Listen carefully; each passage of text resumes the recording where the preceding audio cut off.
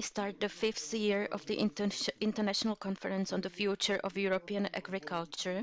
First of all, I would like to thank all experts who accepted our invitation to the conference, and I would also like to thank Mr. Spořil and Mr. Čermák and Mrs. Božilova for the organization of the conference. I am sure we will hear a lot of interesting information concerning agriculture and food industry.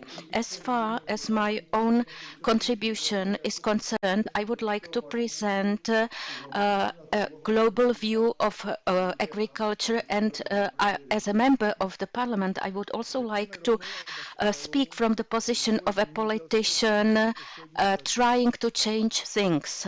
In the recent years, the trends in agriculture have been unfavorable, especially in the eastern part of the European Union, where farmers have to face lots of issues like subsidies, dumping prices, and the efforts of chains of stores to reduce prices as much as possible. In the whole of the European Union, and especially in the distant parts affected by the climate changes, can be seen that people are leaving these territories looking for jobs in cities. Also, COVID-19 affected agriculture, and also we can see the results and consequences of a Green Deal and the field to fork activity and other standards.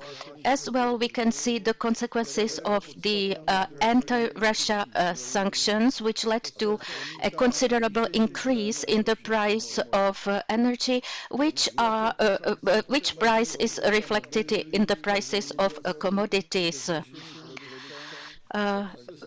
Russia has mobilized their farmers to increase production, so they have become the biggest exporter in many parts of the world. This leads to the increased price in the input materials, petrol, price of labor, etc. Another issue are the standards concerning the well-being of animals. The European Union is promoting new recommendations in the area of food and other nonsensical things. All that is done under the umbrella of sustainability, biodiversity, but in reality this is not sustainable in the long term. All these arguments that we can hear are false. Drastic interventions in industry and agriculture will be harmful to the agricultural production in the EU. EU is a project of multinational corporations. These are the motives, this is the motivations for the projects which are presented as favorable. The Western Europe serves the US, and the eastern parts of the EU are only colonies of the western countries of the EU. For multinational companies, it is positive to replace the production of the EU farmers. And replacing that with production of countries from other parts of the world. They also mind high living standards, high price of labor, and also there is the fact that the US is trying to keep their dominance in the world. Looking at the European Commission work, of course, they are trying to conceal their real motivation. For example, this concerns the agreement with Mercosur, like the olive oil price there, and also the consequences for the imports of pork, beef, and other commodities. Toto je příklad ze zemědělského výboru v tomto týdnu. One example from the that was an example from the agricultural committee this week. Another example, corrupted experts speak about the importance of limiting breeding of livestock of cattle in Europe to reduce methane production, but they do not talk about these breeds in Latin America and other parts of the world. They do not say that globally the production increases because what they are interested in is their professional career, being a specialist. They are not really interested in the food safety in Europe. The European Commission cannot predict the development and consequences of the things they are promoting, like the import from Ukraine using the argument of fighting against Russia. And they do not talk about the consequences for the EU countries where farmers are collapsing in the countries neighboring on Ukraine. Vůbec nemůžeme čekat dlouhodobé výhledy. What we cannot expect from the EU are long-term outlooks, including the results of the war in Ukraine. So what can we do?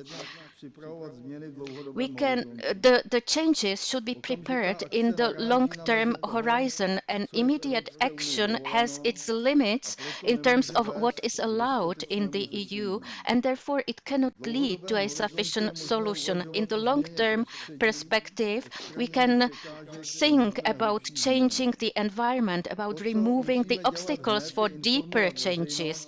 We need to inform the public immediately to gain their attraction, their support. In Germany, for example, the media present farmers as the main party impeding the environment. So we have to explain that the efforts at resolving the climate changes are false, and we have to fix the problem with realistic measures, realistic steps. We have to demonstrate that distributing subsidies, granting money is a false policy promoted by the European Union. We cannot grant subsidies to people and businesses that do not produce anything. We have to declare clearly that food safety and food self-sufficiency is necessary to the level which is allowed by the conditions of each country. We also have to support sound farming and fair trade exchange. If we were to implement such a plan, it would require deeper changes in legislation. We cannot support the margins of the store chains.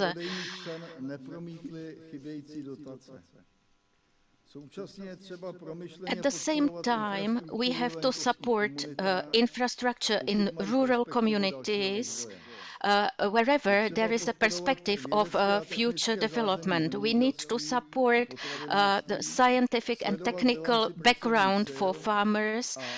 We have to support labor force and promote, enhance their qualifications. And also we have to look at projects for the future of farming, and we have to take lessons from wherever mistakes are made. Politicians often take a short-term perspective from elections to elections, and we need to change this approach substantially. Thank you for attention. Now, let me hand over to Mr. Jan Dejsek, the Managing Director of the Rabbit Company, who will talk about the future of livestock farming.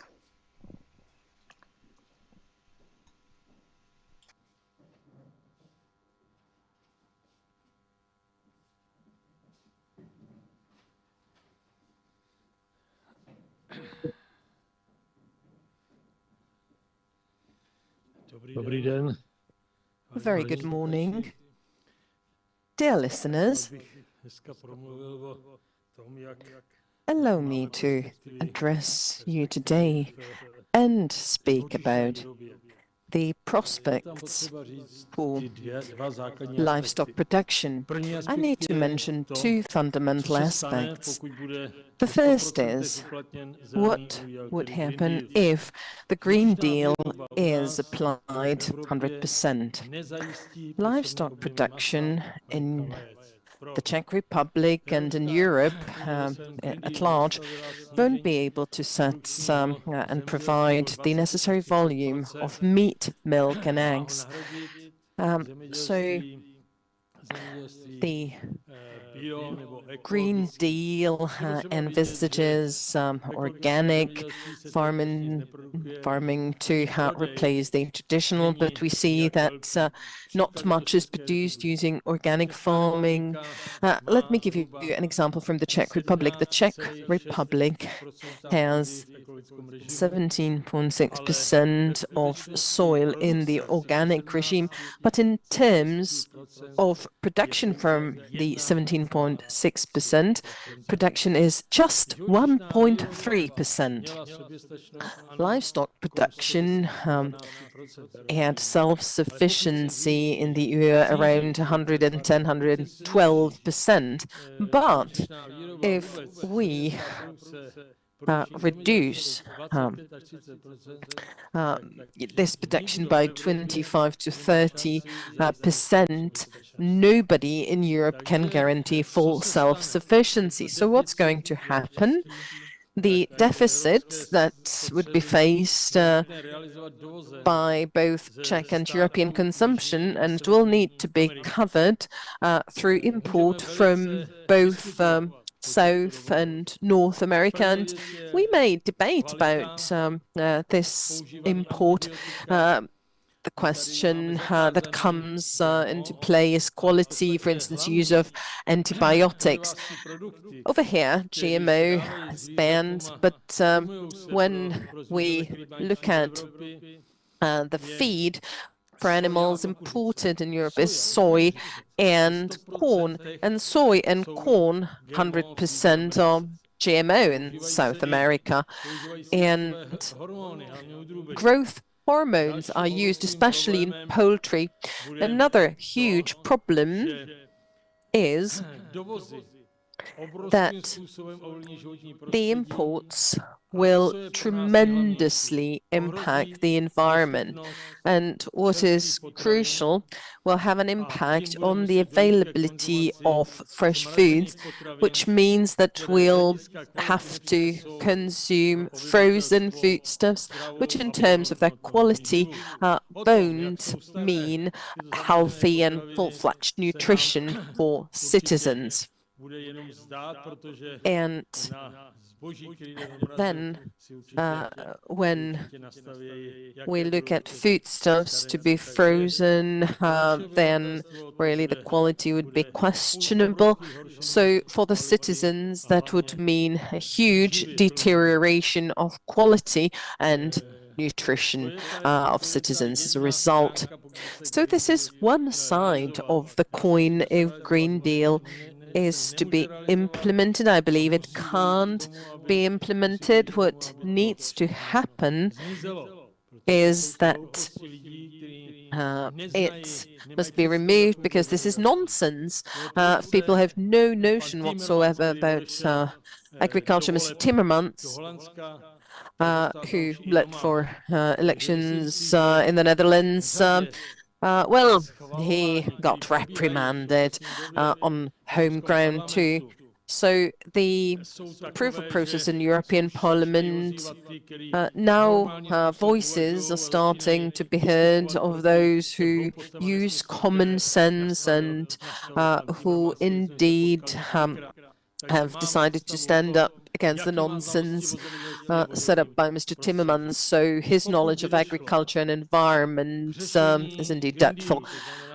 If the Green Deal was to be stopped, the situation would be completely different. The problem would be solved. How, you may ask? So what's going to happen is that the structure of plant production, especially in countries that exceeded in 2004 and later, is going to change.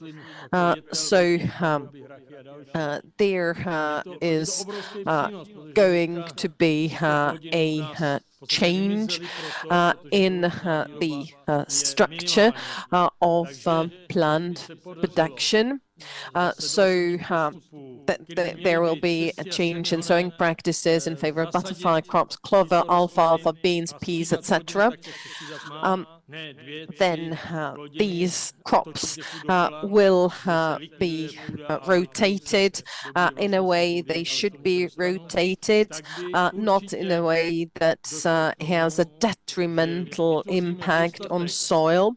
But if we rotate properly, we'll have enough feed for livestock production, and that can and shall increase our self-sufficiency. We can achieve that very quickly, especially in poultry and in pork.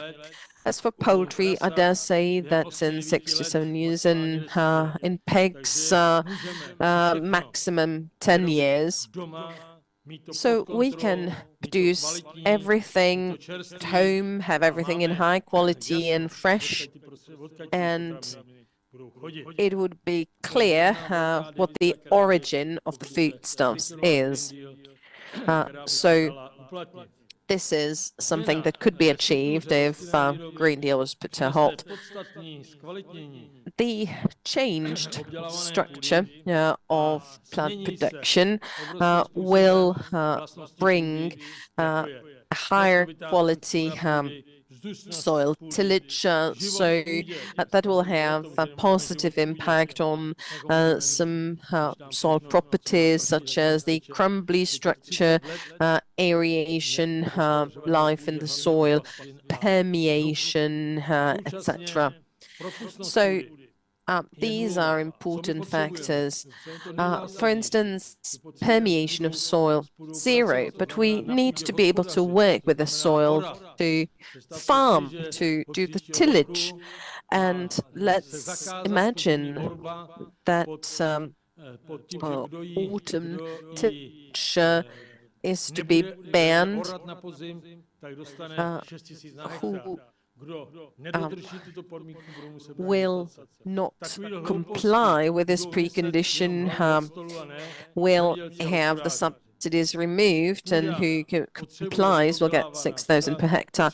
But I mean, soil needs to be tilled, and this is complete nonsense. Crops have a strong root system, and when they dry, there is not enough space for water to reach the deep layers of soil. So this actually needs to be taken into account. And sometimes farmers are accused that it's their fault that there is no water in rivers and streams, but the reason is that the soil is not tilled properly, it doesn't permeate, it's It's not stay there.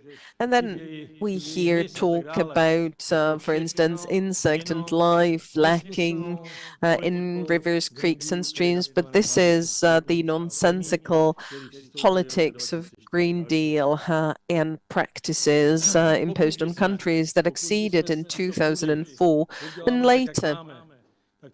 If we cultivated soil in the way we should do, it would bring enough water in streams and life would return there.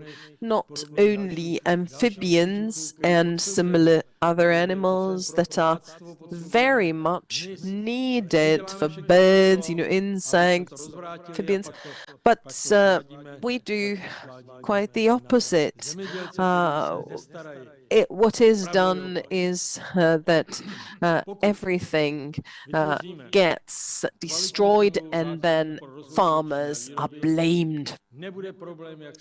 If we establish quality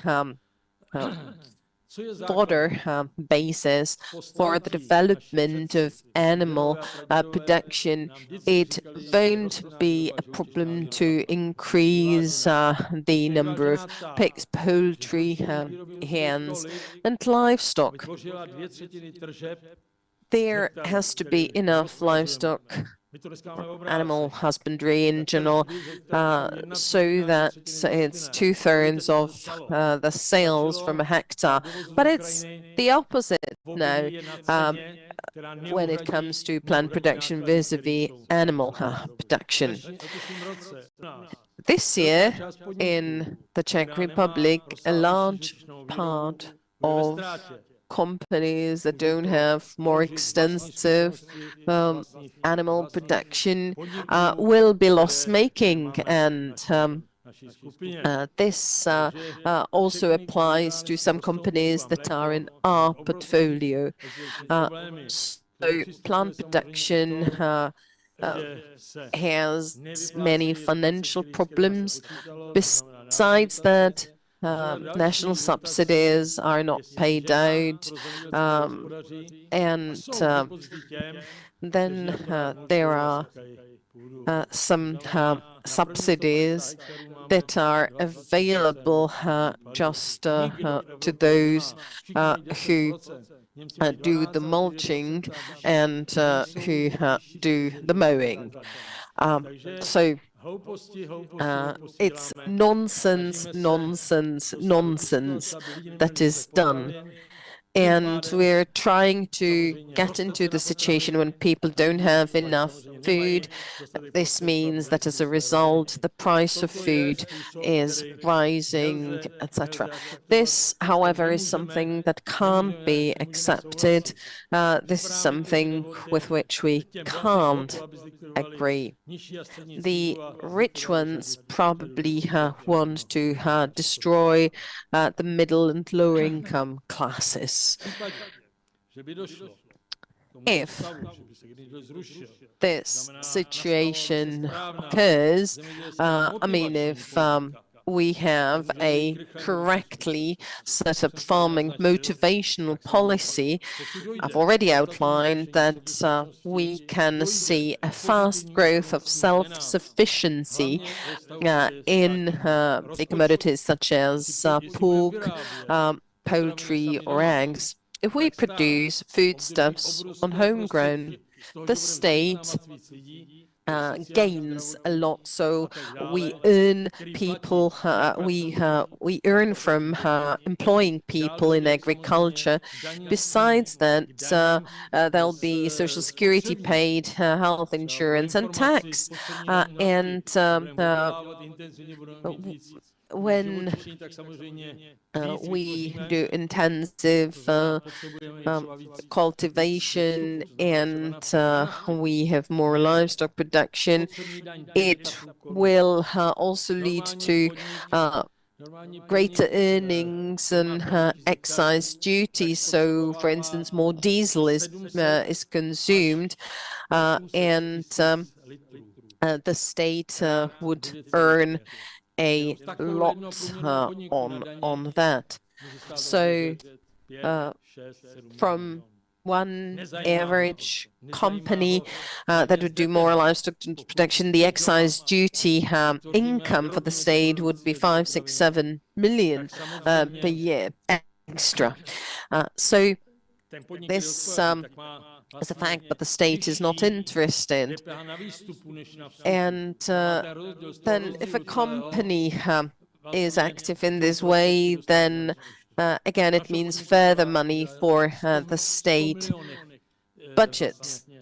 So more VAT is paid by companies than what's deducted, but the state doesn't listen, destroys our companies, and we should never actually consent to that. If we see this change and there is a change of the sources that are paid into the state budget, we would have enough in the budget. We would even have enough for pensioners. They'll get what they deserve because throughout their active lives, they paid more in social security than what they're getting. It is a shame of the Czech nation that we don't now pay enough in pensions to those who actually built our country. But really, if we look at what has been done recently, nothing much. How many dams have been built, how many motorways, like nearly zero. We're only looting, liquidating people. Nobody seems to care. So if we speedily move away from the nonsensical Green Deal, this shall support the stability of the state budget and will pave the way for high-quality foodstuffs at fair prices. If we stop being a toy in the hands of Brussels civil servants, we'll regain our independence, not only in foodstuffs. Thank you very much for your dedicated attention. Thank you very much. So that was Mr. Zdeněk Jandejsek. And now let me hand over to Jarmila Dubravská. She is the managing director of Skaličan, and she is also a member of the European Economic and Social Committee. She'll speak about achieving self-sufficiency in EU countries in food. Good morning. I'm very pleased that we can meet after a year and that we have a possibility to debate and highlight what has been changed and what can be done to achieve further positive changes for society. Today, I shall focus on achieving self-sufficiency in EU countries. We are an EU member state, and to achieve self-sufficiency in foodstuffs in advanced European countries as well as in Central and Eastern European countries is crucial. We've been member of the EU since 2004. If we look at the development, we see that developed countries, they have excessive production of both animal and plant production, and this is boosted by subsidies, by making use of all the possibilities that are provided by the budget. I don't know why the same steps are taken to ensure that we can feed our own nation. How come that we can't learn the lesson from these countries who have the overproduction, manage to place the excess on other markets and make sure that the money goes back in the state budget? So where do we make the mistake that we're not achieving that? What is the reason for the overproduction? After the Second World War, when the European Coal and Steel Community was established, actually they realized back then that it's not just energy that's the cornerstone, but for people to be able to live, foodstuffs are crucial. You can't live without water, without foodstuffs, etc. So because the system was set up already at the outset to increase foodstuffs production so that there wouldn't be famine, so that it wouldn't be lack of foodstuffs after the Second World War, and rules were set up for the development of both plant and animal production.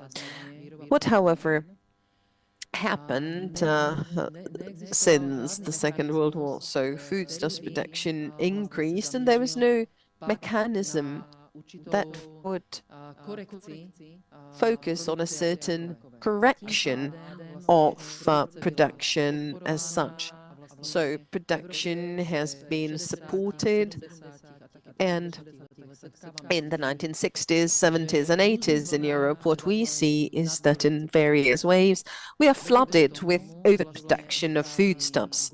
What that leads to is that crises occur, then sometimes the price of certain commodities decreases below cost. So we haven't managed to achieve balance whatsoever.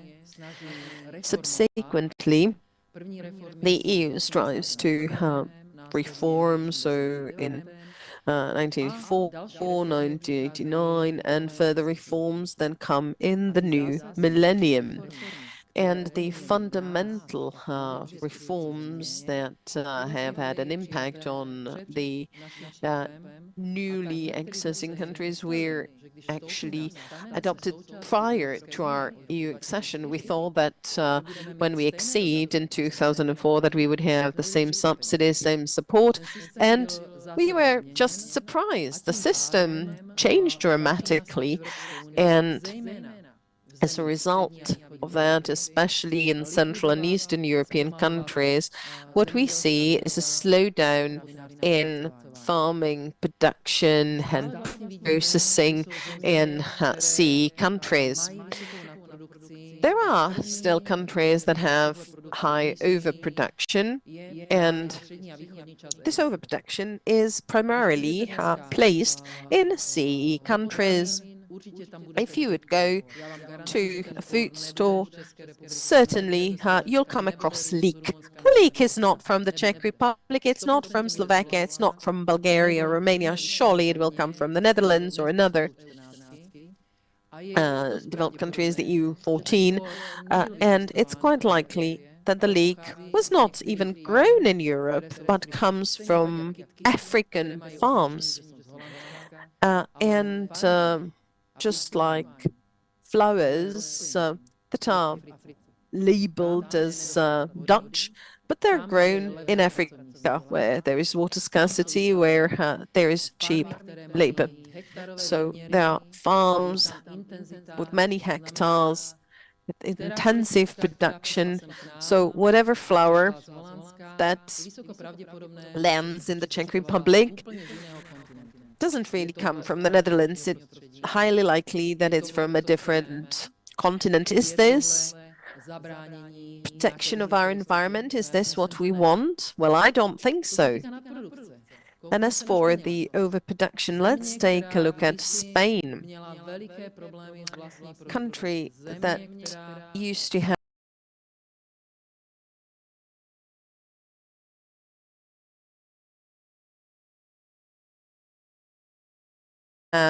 many problems with its own production. It was on the verge, but in 10 years, thanks to correctly set up rules, it managed to increase the production of pork nearly fourfold with regard to own consumption.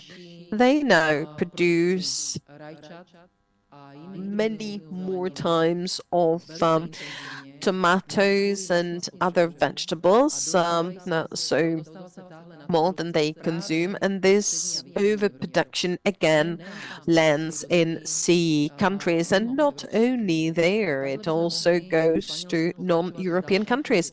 And I could go on and on with other commodities. However,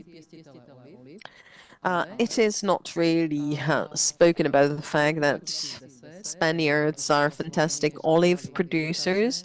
In 2010, when subsidies were granted for olive production, it was established that Spain obtained so many subsidies that the area for which they requested subsidies was higher than farming land area. So they use various mechanisms to use more funding, more subsidies. So that had its consequences. Some auditing had to be done, etc. But let's take a look elsewhere. So we had the 2004 accession, and together with the Czech Republic, Poland, among others, joined the EU. Even though Poland is an EU member state, it is a country that manages to handle farming production very well. I'm not mentioning Poland here, that I would like to present it as a role model in farming, but I just want to say that Poland can produce apples, vegetables, fruit in general. And what they do is they sell cheap, even below cost, to other countries. So Slovakia, the Czech Republic, and also Germany and other countries. Again, we are members of one European Union, but the system is set up in a way that the overproduction can be sold in other EU member states for prices below cost, which is unfair. It is unfair not only on farmers, but on us as consumers as well. Why? Well, if something is sold below cost, then in 1 or 2 years, production is liquidated. And the results? Well, if we don't have our own growers, our own producers, this skyrockets the prices of imported products. Let me give you an example. We used to be self-sufficient in potatoes. We no longer are nowadays. And we used to see import of potatoes 2 crowns per kilo, and cabbage, similar price. So what did our farmers do? The prices were so low that what was produced was used as green manure. So these crops stopped being produced in the Czech Republic. We see that the development in EU member states is different. Even though we're in one union, and in spite of the fact that the common agricultural policy states that farmers should be better off, there should be fair prices, we should have income that allows us to lead a decent life. But I must say that on average in farming, the wages are at around 70% of developed countries' levels, so really low. Plus, we're being destroyed by the cheap import through which the EU is liquidating the countries that exceeded in 2004 and later. We are fully dependent on imports of the fundamental foodstuffs. Should something happen in the course of 2 weeks, we wouldn't have any foodstuffs to feed our nation. And anything can happen. And we witnessed that when there was COVID. Surely the situation was different. Then there are discussions ongoing why things were as they were, etc. And some of us feel the negative impact of vaccination and other things. But no, let's move to what the developed countries do and what we should do, because we are member of the EU and we want to increase our self-sufficiency. The developed EU countries support establishment of larger holes, units. So how it's done is that, for instance, in Spain, representatives of their organization, their chamber, told me that, say, if two farms team up, they get a subsidy for forming a larger unit, larger whole. So this is something for which there is this motivation. And why is this done? If we should see an increase in labor productivity, etc. Without the formation of these large units, it can't be achieved. National subsidies support individual commodities that are important in terms of sale, in terms of the given landscape. So, for instance, intensive production is supported, but where pastureland is, there is support for instance, sheep production or goat production. But it's not just that production is supported. That would not be enough. The processing industry is supported. So if you have the raw material at home, it's nonsense to export it. You lose as a result.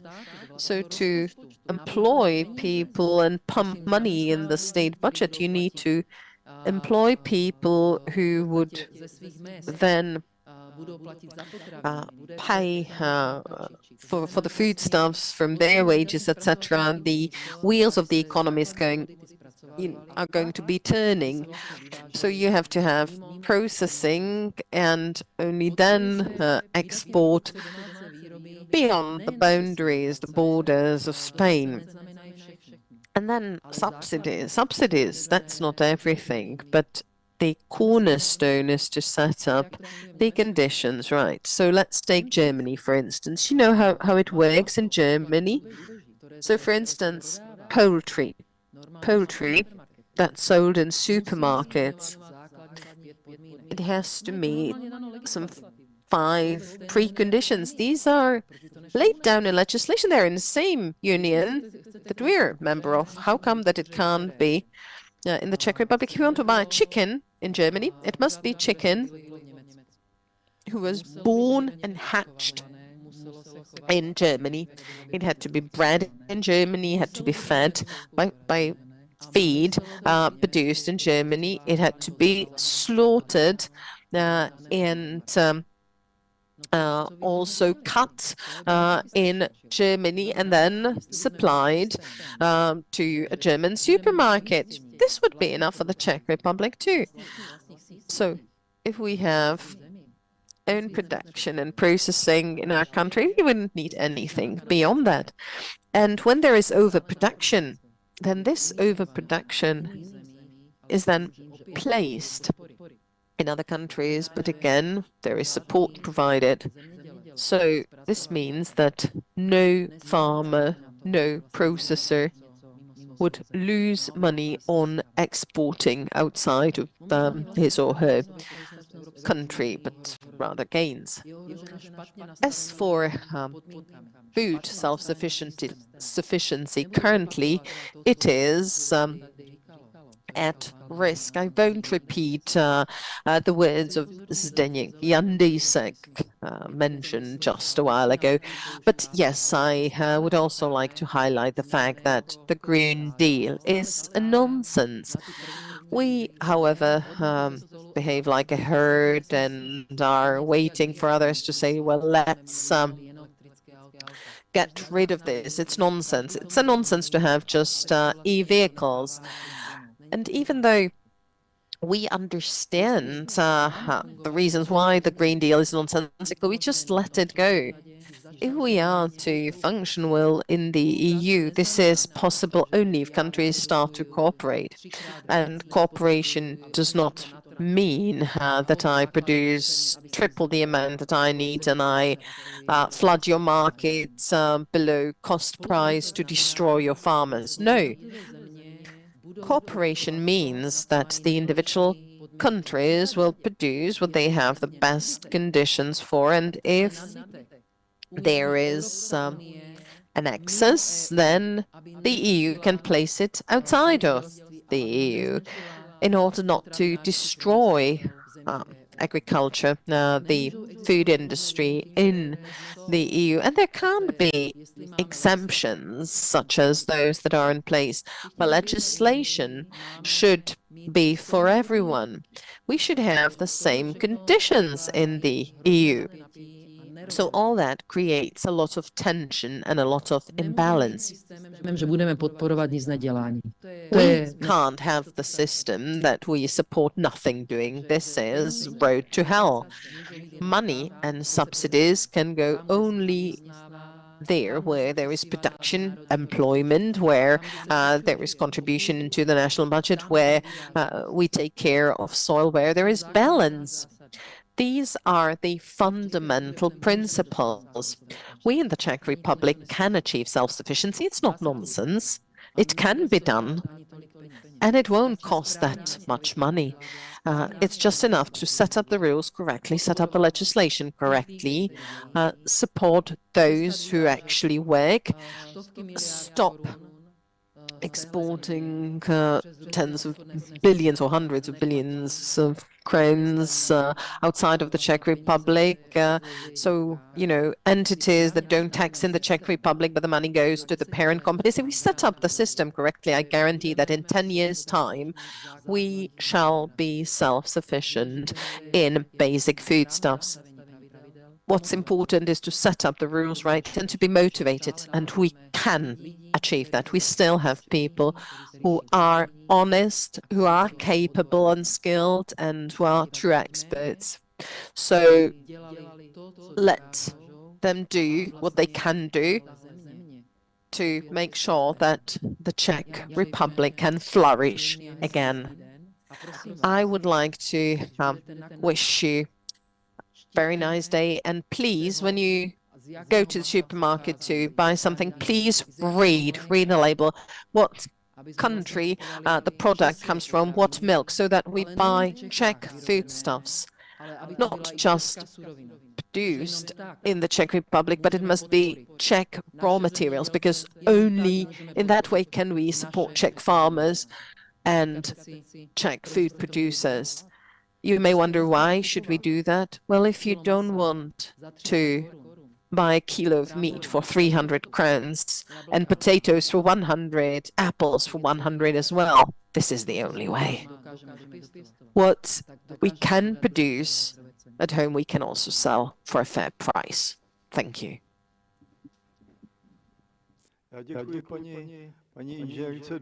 Thank you very much. So that was Jarmila Dubravská, and I would like to tell you that you can ask questions via Slido, so you'll have this opportunity at 11:30. And now we have a presentation by Bohumír Dufek, who is a chairperson of the Trade Union of Agriculture and Food Workers Association of Free Trade Unions of the Czech Republic. The floor goes to you. Good morning. Welcome to today's conference dedicated to the future of Czech agriculture, which is quite atypical compared to European farming. I would like to say a couple of words about the European economic situation, which is very much impacted by the Green Deal that is being adopted, and let's make it clear that this green policy is not well adopted. And I must say that Mr. Timmermans crushed Europe by his nonsensical proposals that certain MEPs were very happy to vote for. And well, it's now interesting to see that he lost elections in the Netherlands, so that sent a clear message. And I must say that we really must make sure that we have self-sufficiency. Well, Europe indeed must pursue reasonable green policy. It must be slowed down and fine-tuned so that it does not destroy Czech agriculture and European agriculture.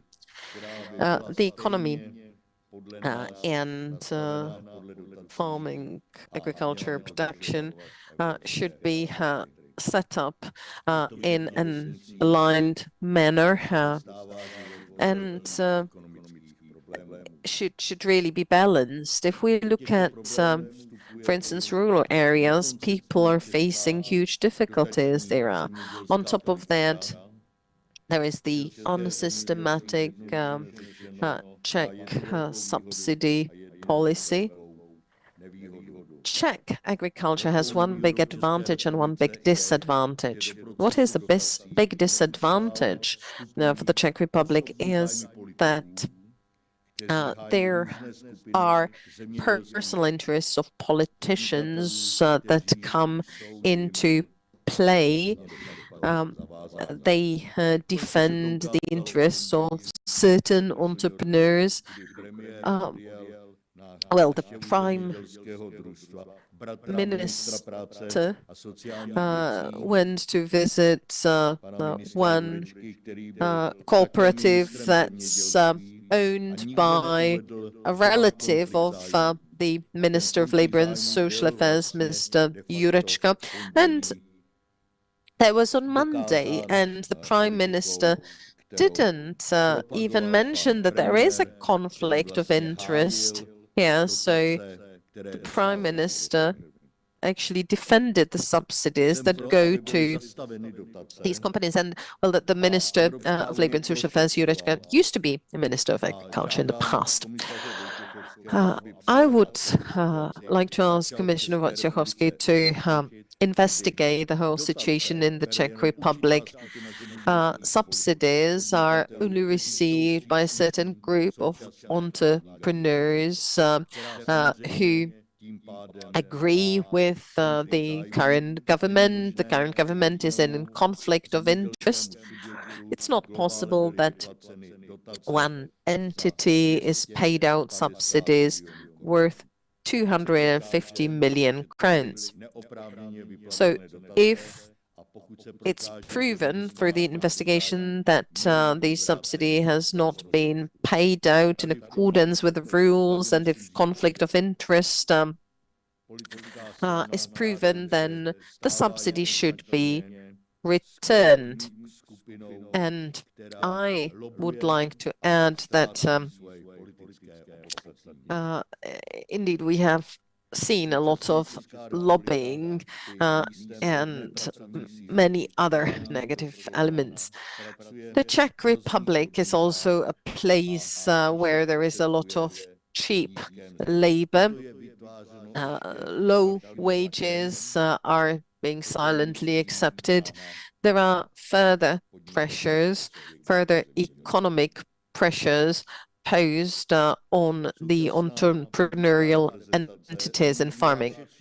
The current political representatives are using many ways to destroy farmers who strive hard to keep their companies alive.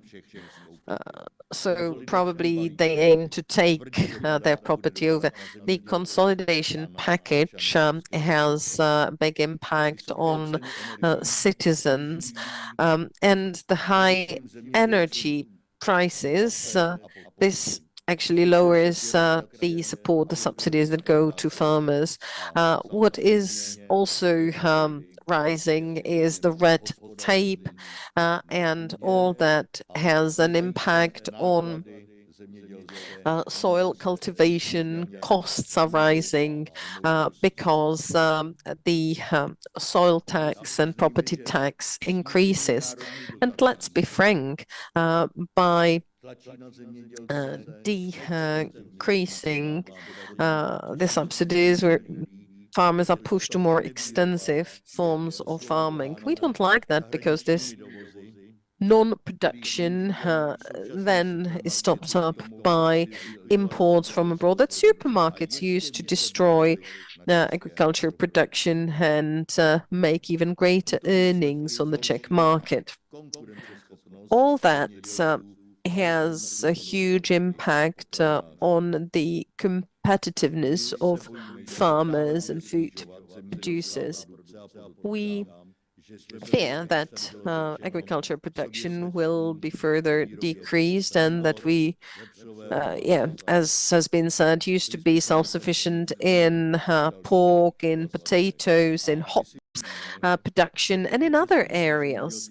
We believe that if agriculture production is reduced further, this will only lead to increasing food prices.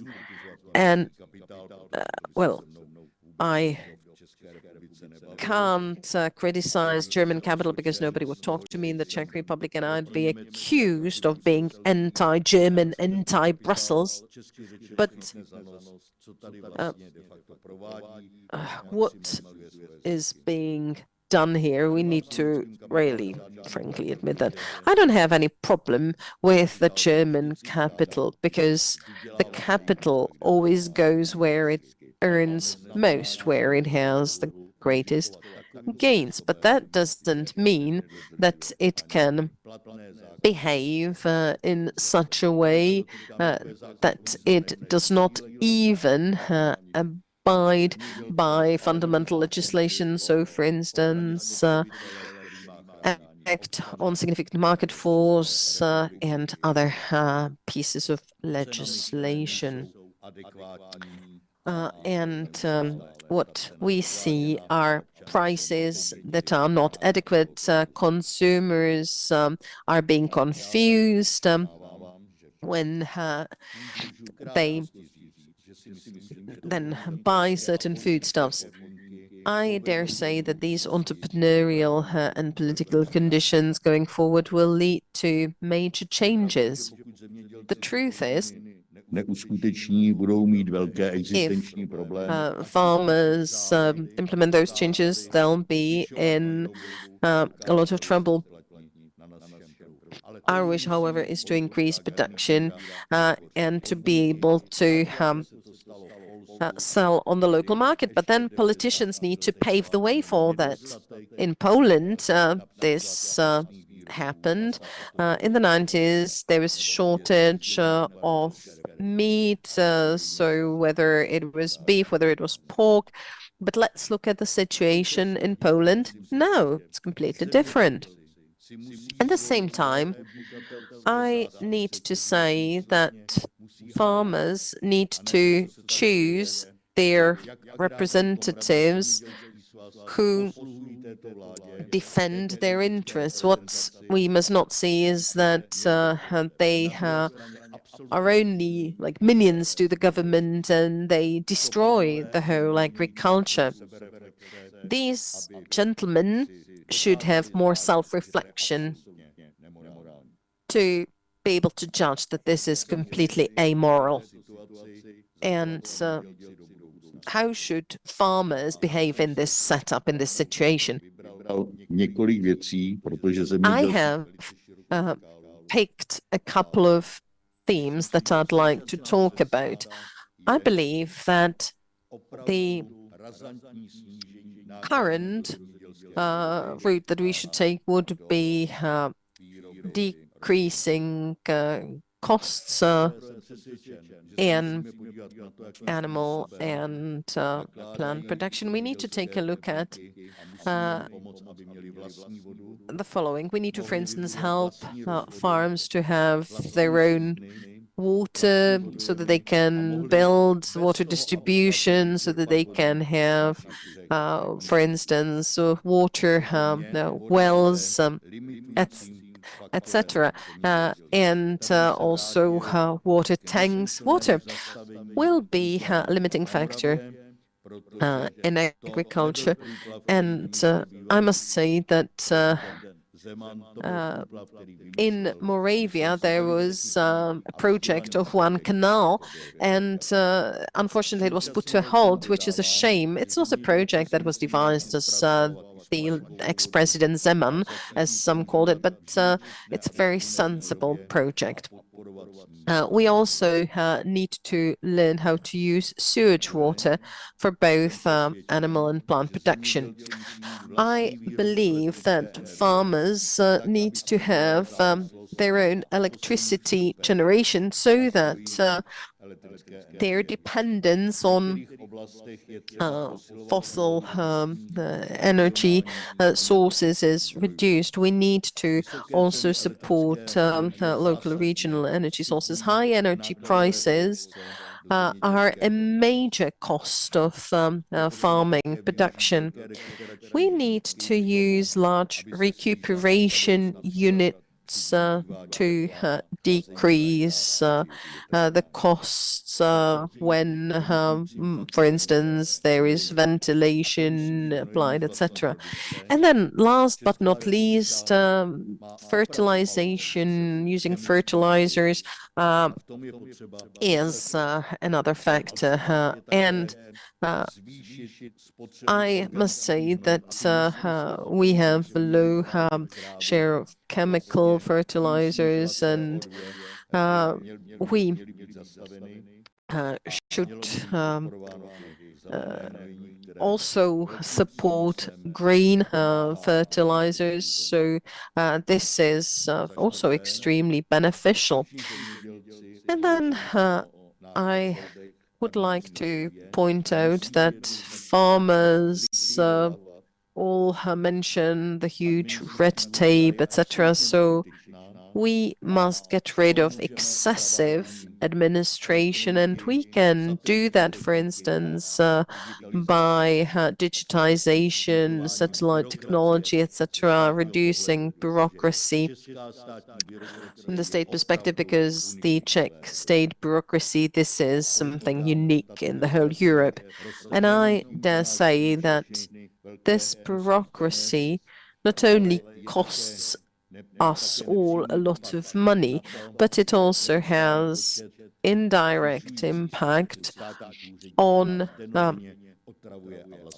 the increasing number of civil servants who bother us on daily basis, whether it's production or use of technologies, etc.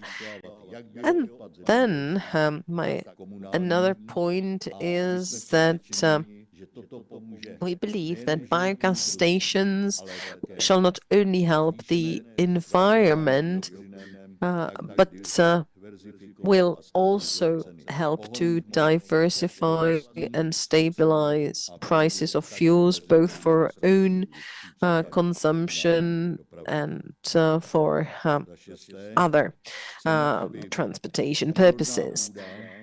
We also want that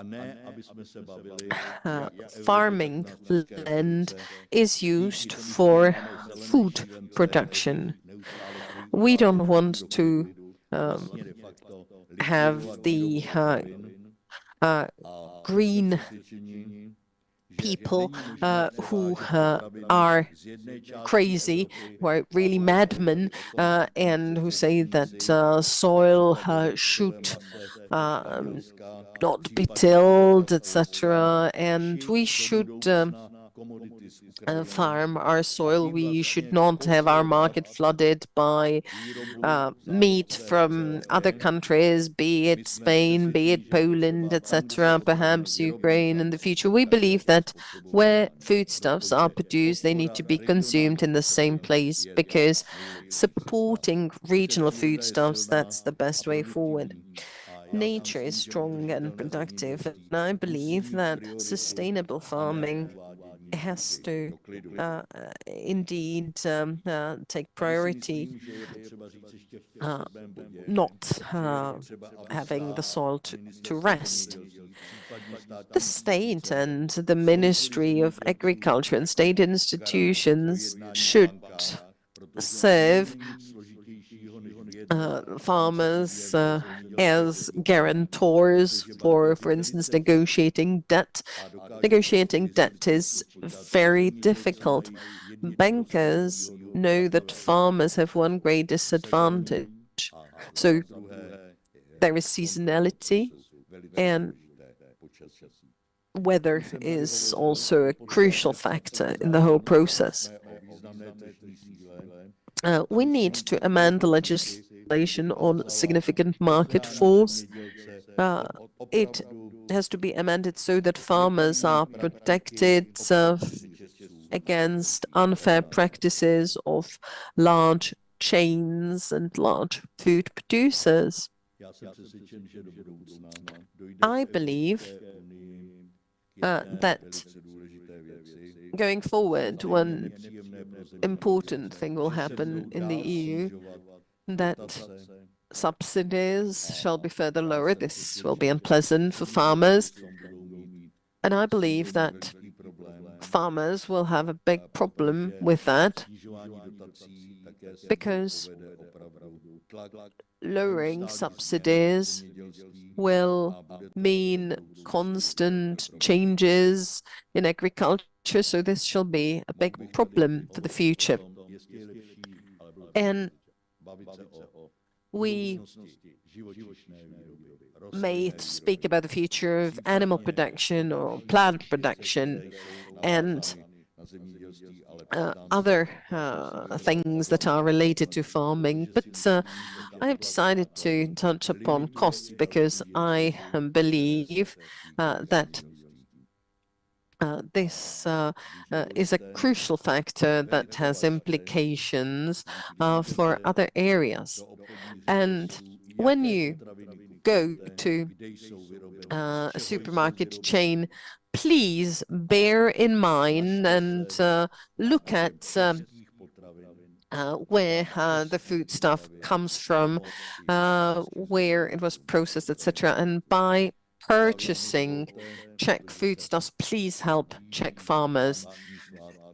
And in conclusion, Christmas is approaching. Allow me to wish you all very Merry Christmas, a lot of good health, well-being, and I do believe that we shall meet again in better times next time. Thank you very much for your attention. Já děkuji za sdělení panu předsedovi odborového. Thank you very much. So that was the chairperson of the Trade Union of Agriculture and Food Workers, Association of Free Trade Unions of the Czech Republic. And now we'll have a slight change in the agenda. Mrs. Dubravská and Mr. Jandejsek can't unfortunately stay with us longer, so their questions need to be answered now. So there is a question for Mrs. Dubravská. How can we renew self-sufficiency under the existing conditions? What changes would need to take place to achieve self-sufficiency? So Mrs. Dubravská can summarize briefly the most important factors to achieve self-sufficiency. Thank you. Thank you very much for the question. So let me summarize. any financial subsidies need to go only to entities that produce, that farm, with the care of a proper manager. We can't pay for not doing something, for not farming, for not producing, for officially not employing people, which means that as a result, no health insurance contributions, social security contributions, no taxes are paid. And as a consumer, this really would be nonsensical because you don't purchase anything from these.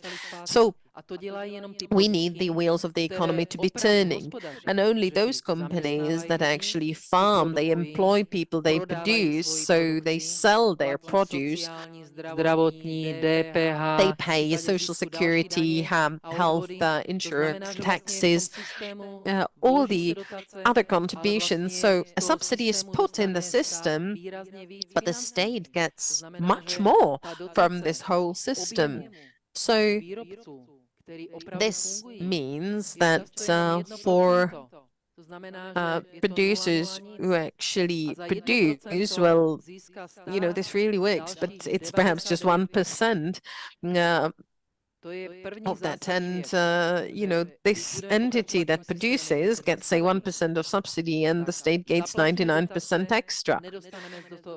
If, however, we continue the existing system, subsidies are paid out, but nothing goes into system, our deficit will be higher and higher.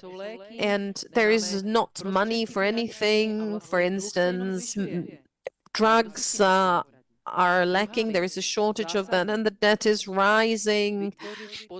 Another major thing is to create legislative conditions for entities to be able to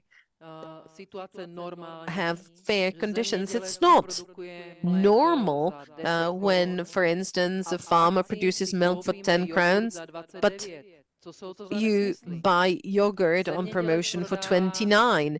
What nonsense is that? The farmer sells nearly at a loss, and then the entity that actually puts the product on the shelves has 200% income yield.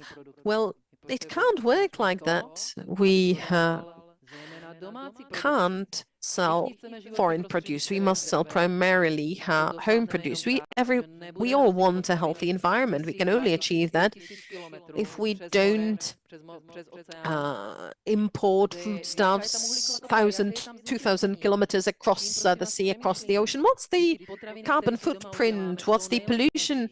Are we thinking, the foodstuffs produced at home of highest quality and cheapest? We can supervise the system so there is no radioactivity, no unpermitted chemistry, hormones, antibiotics. We can't have that control otherwise. And then the third aspect is that we need to set up the system in such a way so that money is not exported out of the Czech Republic. So it's crucial that the entities that do business in the Czech Republic tax in the Czech Republic, and that can be done. We don't need to reinvent the wheel. We don't need to be a new Columbus. It all works in developed countries, so let's learn a lesson from them. And those who don't farm the soil, just lease it. It should work as it does abroad. They, have a rent from that. But if you don't farm, what's the soil for? Soil should be farmed or it should be leased, but soil, that's life, not just for the worms and all the other life living there, but soil, that's life for each and every one of us. It's a miracle. You have just one single grain, and you then have A opravdu to nebude trvat tak dlouho. Jen musíme nechat, aby vlastně začali jednotlivé sektory řídit odborníci. A nastavili pravidlo. A dodržovat pravidlo. A garantuji vám, že nejpozději do 10 let Můžeme jít zpátky ve hře a nemusíme tady být závislí od dovozu základních potravin. Vždyť je to hanba. Máme podmínky, tak jich využívat.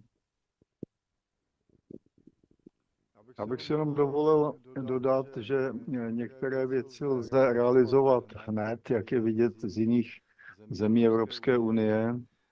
Kdyby k tomu byla politická vůle, která chybí. From other EU member states, if there was political will for that.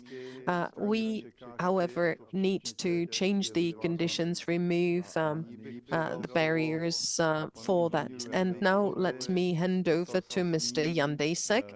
And the question to Mr. Jandejsek is, why would like the EU ban cows?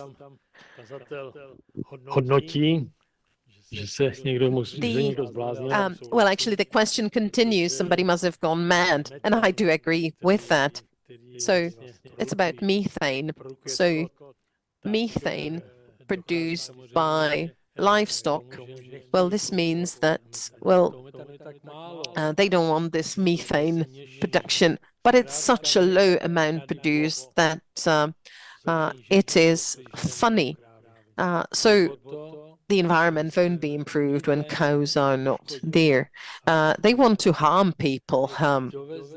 That's the purpose. We want foodstuffs to be imported, to be more expensive, and we want the savings of our citizens to get to those who rule the global economy.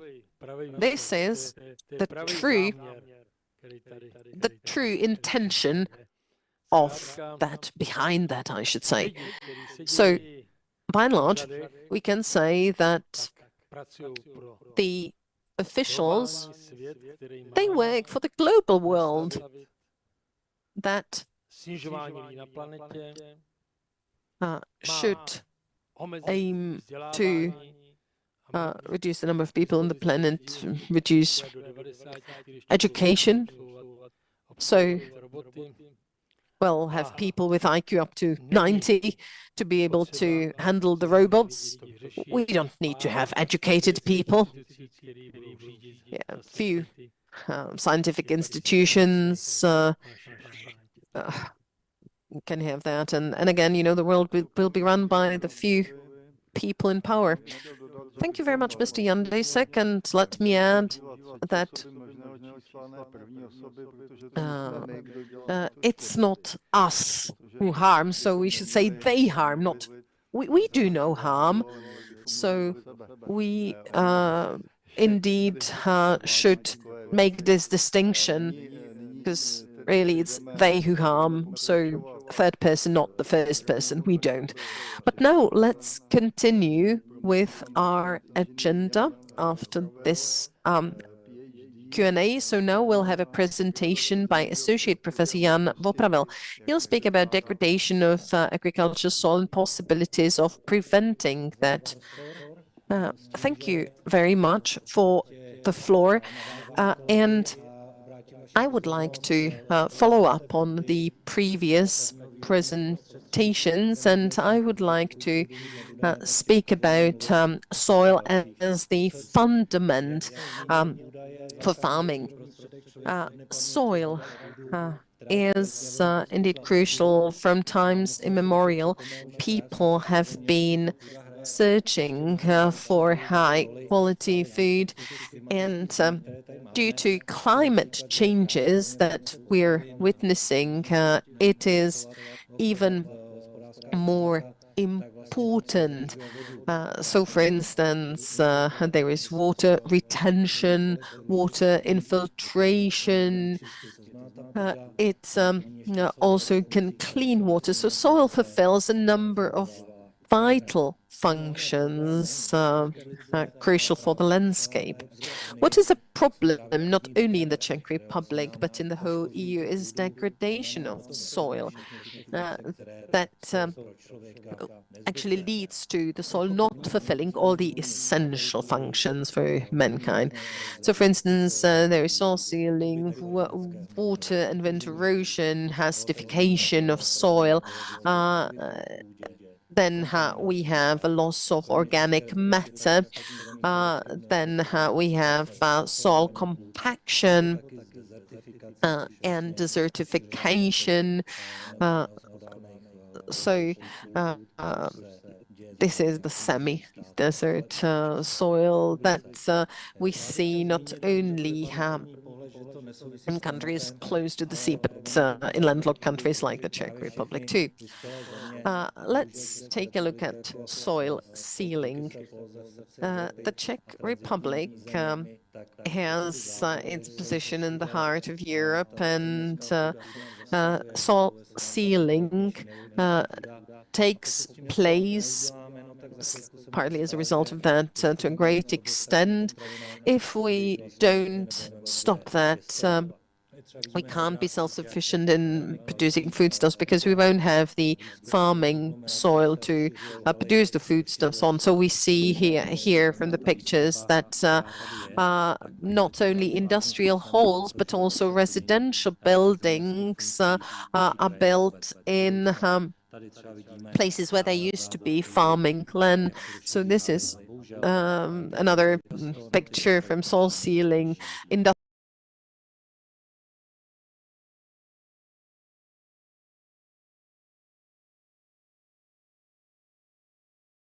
halls largely are built on the highest quality soil. So this is the current perspective on agriculture. So we buy cheap foodstuffs in supermarkets, hypermarkets, but we don't care about what soil those foodstuffs were grown on. But we should be interested in this perspective too.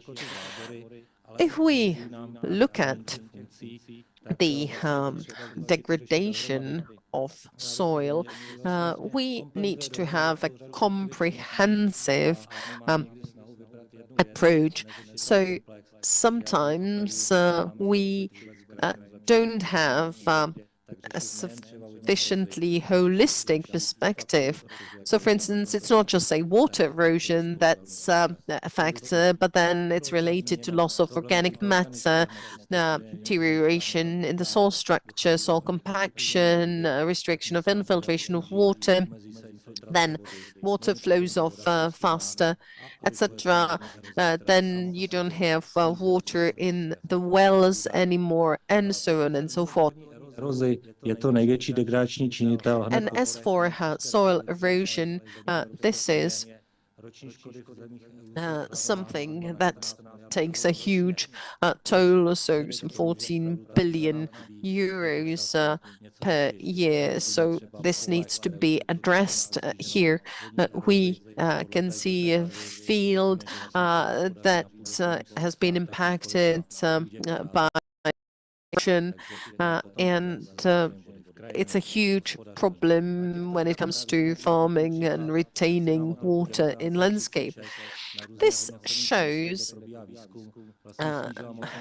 the development in soil thickness. So here we have charts that show that the muck soil decreases, and naturally it has different water retention capacity compared to degraded soil. So we have then issues with either droughts or flooding. So this is related to the condition of soil that we have. This is historical development that we can see in aerial pictures. So a picture from 1938. So we had crop rotation, various owners, and the same picture from the same area from 1971, where there was industrial farming and large units with farm soil degraded as a result. This is another example, flooding. So erosion then leads to this flooding, and citizens then have this water in their cellars and gardens. This is also due to improper zoning policy. So if we look at this picture and drainage lines, we can see that all the drainage goes in this place where there is new residential development. So when a torrential rain comes, it's quite clear that the water flows, water drains in that residential development area. So we should do better zoning. And here, let me share one other picture from Nebraska, a satellite picture. And you can clearly see that there is great segmentation and here we see that there is quite a lot of grass as well, and we have various belts that prevent erosion. So always what is taken into account is that the width is adequate so that farming machinery can reach that. So that is great in terms of soil quality, and it leads to high production as a result. And because of drought, what we see is wind erosion quite extensively. So as opposed to water erosion, this is more dangerous because there is dust in air with various pollutants, and we breathe this air, so we need to combat wind erosion. This is a cornfield, and here when a windstorm occurred, we see that corn is vital, and well, on the right-hand side there is nothing, but here this farmer used organic matter, etc., and there was no damage, but the other farmer on the right-hand side didn't supply organic matter, etc., and wind erosion destroyed his whole field and the corn there. So it's also about how you should farm properly. Here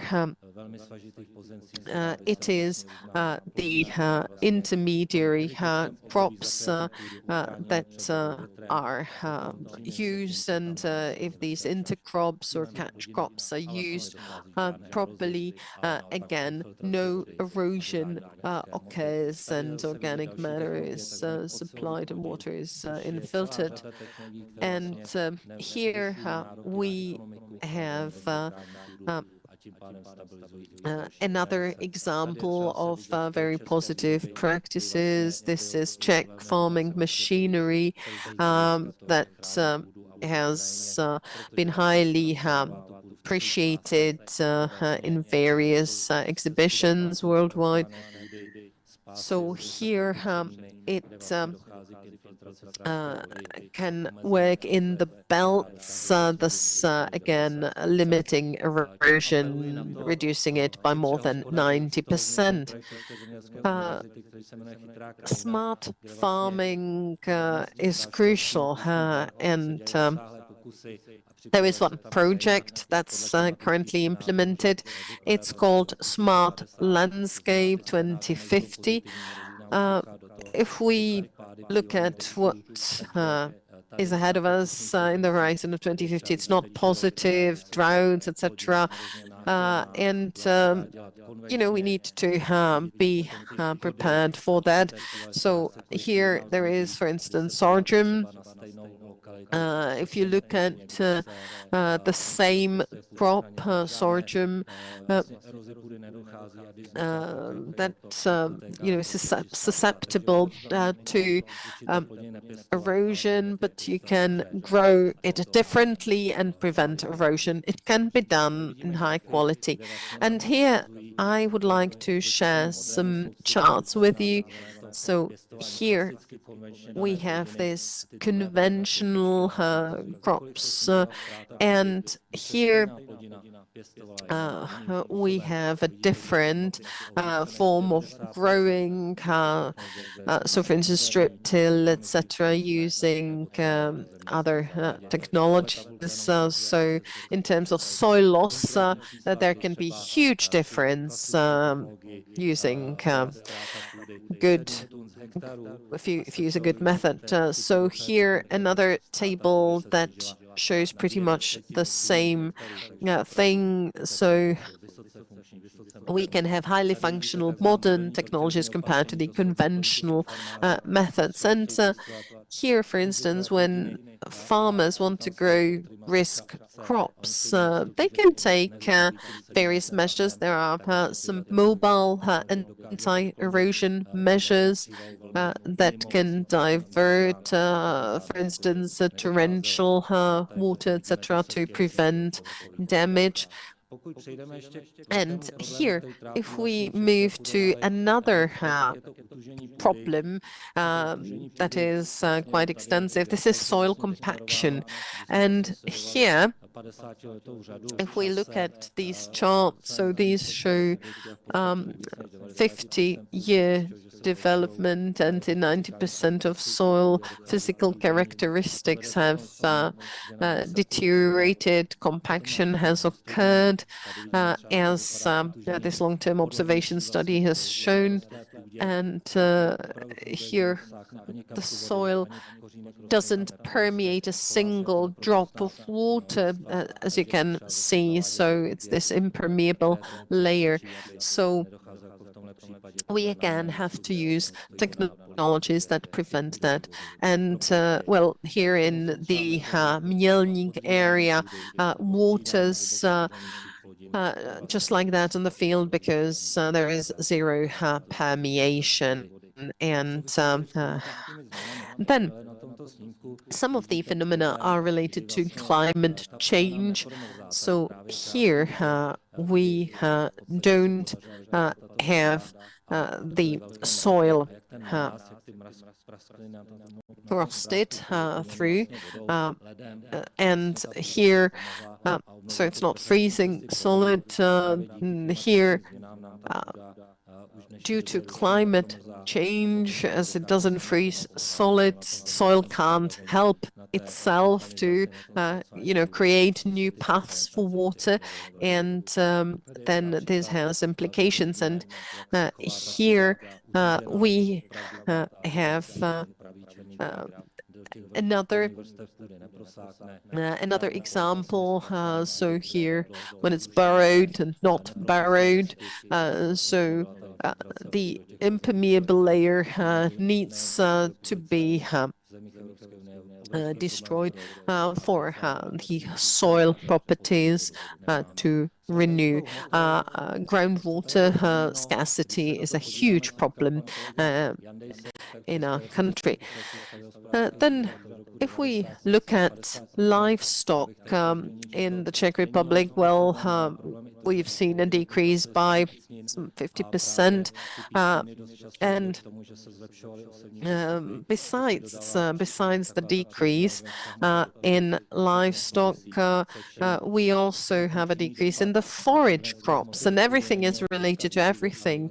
Well, organic matter in soil, it's important in terms of nutrition as well. So same crop, the same day, and we see how it would dry out, and the difference between organic matter supplied and not. And here from the US Soil Service, that says that for each 1% increase in organic matter, it could store the amount of water that flows over Niagara Falls in 150 days. Perhaps it's slightly exaggerated, but just shows that there is a clear link. When we look at carbon sequestration, there are instruments that define the balance of organic matter in soil. So depending on the way of farming and how much water stays in soil. I believe that there is indeed a huge opportunity for Czech farming, that we can actually have up to 30 tons of carbon per hectare of land. So we can help tremendously in terms of, climate change. And last but not least, when we speak about transnational cooperation, soil improvement is a crucial theme. If you look at this map of the Czech Republic, you can see this blue color, so that's drainage. 1 million of hectares of land is drained, and when water is taken away, then we miss it in farming. So we need to indeed address that problem. There are modern procedures out there that it should be regulated somehow. And when, for instance, there are extreme droughts, then the drainage element is opened, etc. That improves the rooting of plants, better farming production. So we should make good use of water in the landscape. That's it for me. Thank you very much for your attention. Thank you very much. So that was Associate Professor Vopravil. Thank you very much for this very interesting presentation. Well, what has been presented isn't really optimistic, but there are ways out. And let me make one ironic remark, and it's indeed ironic. I want to avoid misunderstanding. In the European Parliament, we have fantastic experts that strive to address this issue. So, for instance, Benoît Bitton for the French Green Party, who proposed one thing. It was voted on. Luckily, it wasn't passed. It was a ban on tillage in the whole EU. He became the vice chair of the Agri Committee in the Parliament, or another MEP who set a clear target that by the year 2030, all soil in the EU must be healthy. So, yeah, it's okay to set this target, and that's the problem solved for you. And I'm being ironic here. The year 2030 as a milestone is interesting because this is also the target year when a number of positive changes should take place. So, for instance, homelessness is to be solved completely in the EU. It's great that probably they know how to go about achieving that. But let me perhaps ask one question here. I would like to ask if soil erosion and soil management is sufficiently monitored and some conclusions are drawn. So, for instance, are there any sanctions imposed on companies that use improper methods that result in damage? Thank you. Yes, certainly. There has been a project in place since 2011, monitoring of erosion of agricultural land that records harmful events. 1/3 of those events are repeated. That's interesting to note. And naturally, extreme rainfall may occur and something happens. But if it's repeated, then this shows something. So yes, the instrument is out here, and then the Ministry of Agriculture also has some further system that it applies. So, for instance, subsidies can be shortened if it's evaluated. So yes, we have the legislation in place to ensure that people farm the land properly. They should know best indeed how to farm.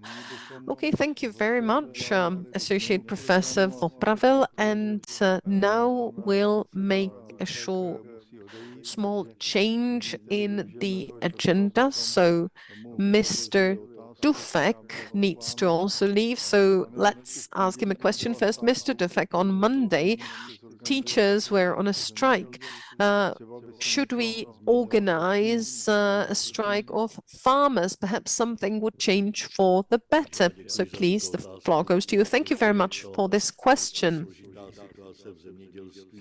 In agriculture, we're faced with a very difficult situation, and let's be frank here. We can't have a strike in agriculture. No farmers do that, so neither can we. The situation is such that the production is sort of like dispersed, and it wouldn't have the effect, and the companies that are already in a difficult situation will be even worse off. But what we can do is we can exert pressure. So let me say a few words. Well, long before Mr. Středula, who claims to be the greatest trade unionist, and yet he is loyal or servile, I can say, subservient to the current government. So long before that, I must say we wanted to exert some pressure. We wanted just to highlight in the past that agriculture is under huge pressure. And well, I don't think I need to mention everything that goes on in agriculture, and well, experts know, and hopefully the general public knows too. Political representatives have approved subsidies so that they are good for them.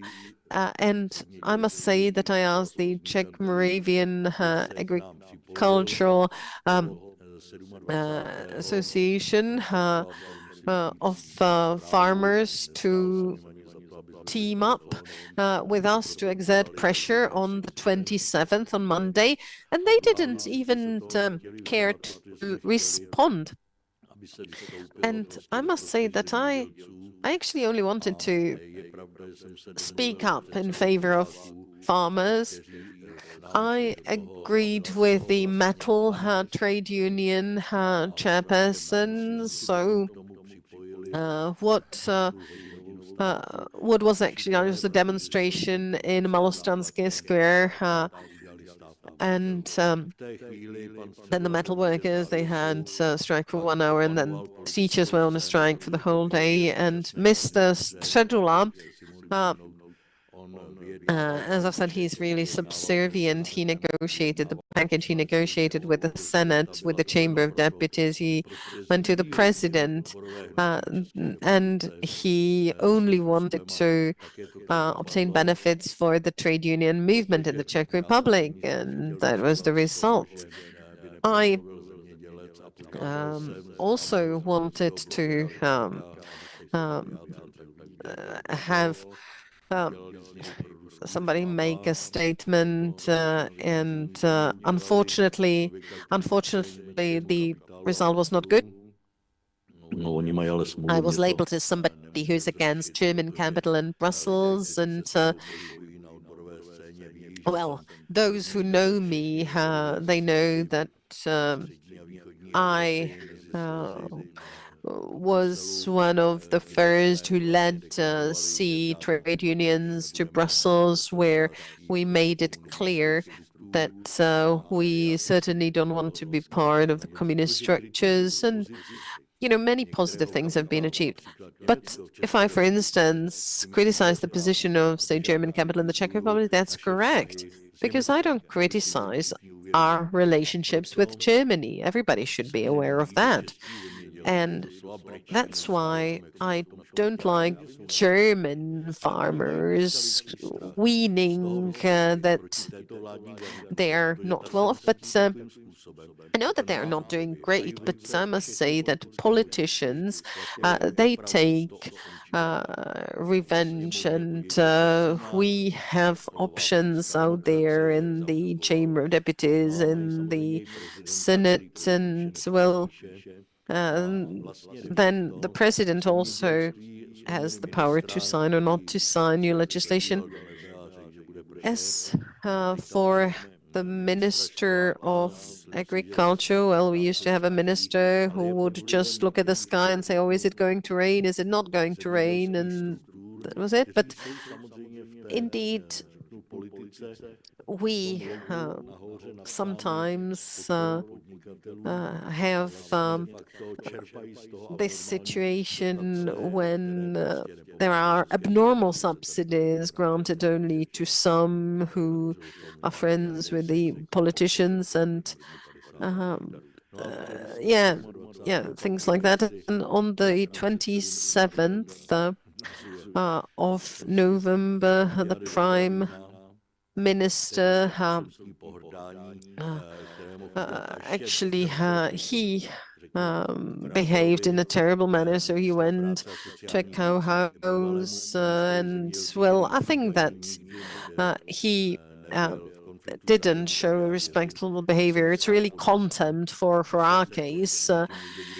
And I don't know when somebody will take a look at what's going on, because indeed it's very hard to deal with all that going forward. And just to answer the question, so probably what will happen is that there will be a situation when probably new representatives will need to be elected. We don't need anybody subservient.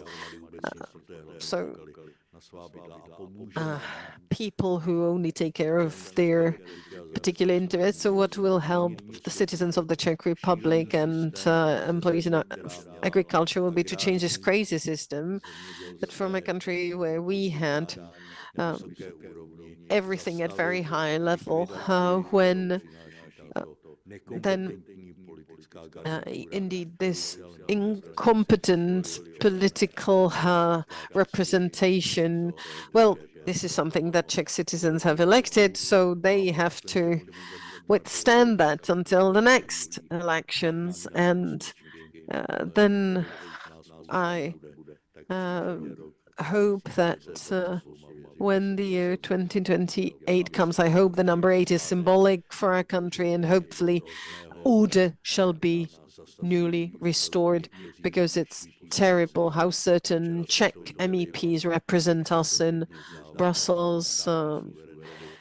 So they are okay to even waive sovereignty. And this is representatives of the Pirates Party. And they are happy to sell the Czech Republic. They're okay with that. And I must say, I'm happy to travel to your place if you're interested, because I travel across the whole country, and I do hope that in the next elections we'll be able to remedy the situation. Thank you very much for your attention. Thank you very much to you. And indeed, the development is highly dynamic. It's highly unstable, I must say, and we need to be ready for changes. That's crucial. We need to be able to respond to changes in a reasonable manner. So we now have new cadres, so to speak. And well, now, without any further ado, let me hand over to Associate Professor Jan Pokorný, who will speak about the role of water and vegetation in the distribution of solar energy and climate formation. Associate Professor Pokorný strives to correct some of the dogmas related to climate change, so very precious presentation.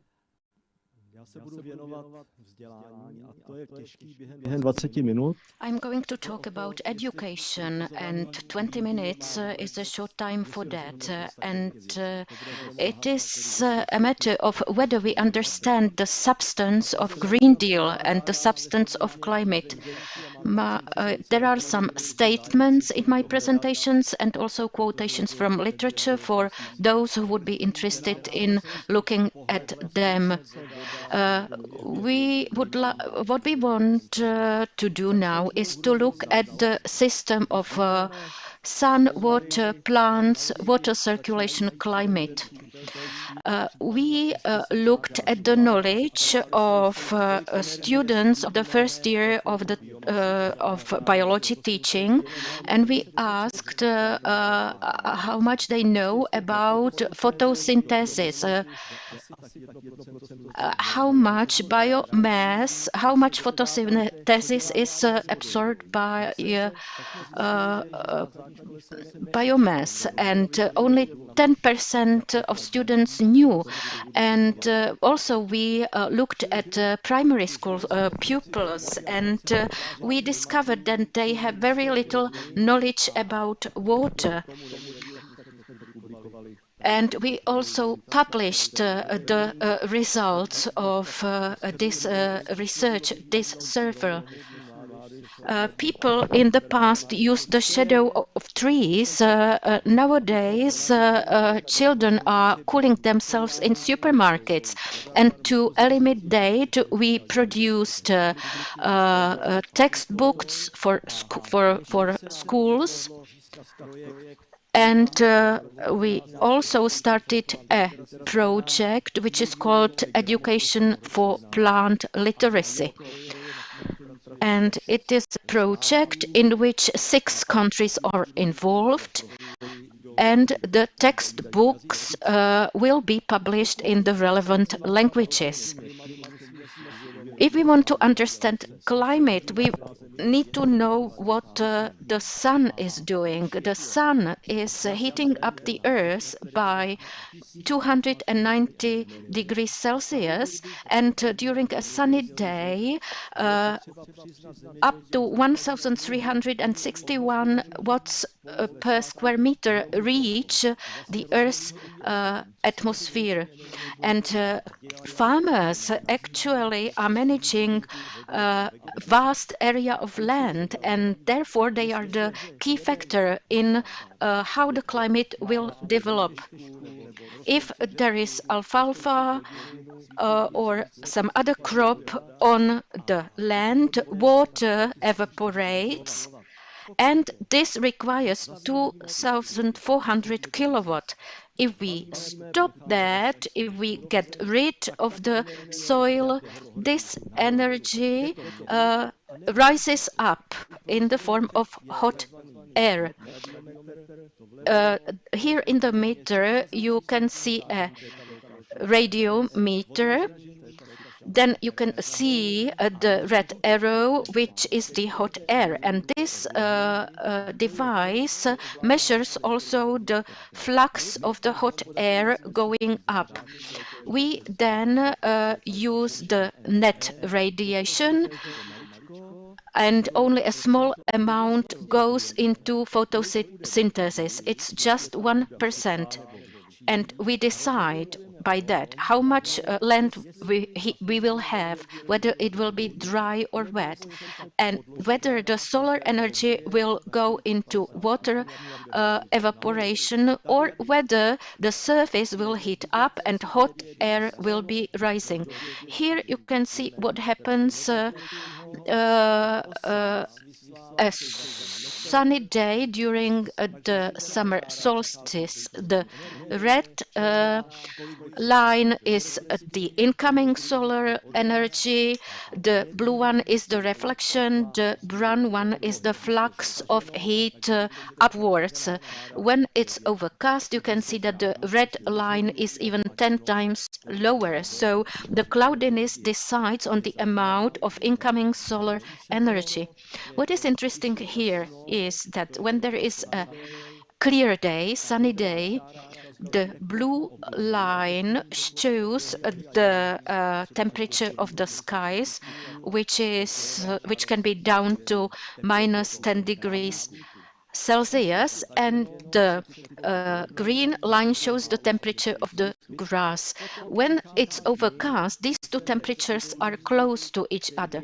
But then there are days with cold air coming. That was March 2022, when the effective sky's temperature was -30, -40 degrees.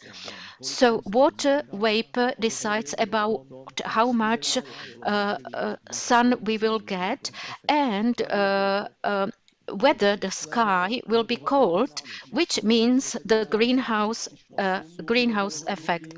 Here you can see a table of the amount of solar energy. In 2017, there was 8.2 kilowatt, and 31% of that was radiated back into the sky. So you can see, when there is no water in the air, that's the end of the winter, the skies are clear. We receive 5 kilowatt hours, and 59% is radiated back to the skies. This is the greenhouse effect. You can see that the concentration of CO2 does not play a role in it. If we do not have water in the air, crops freeze.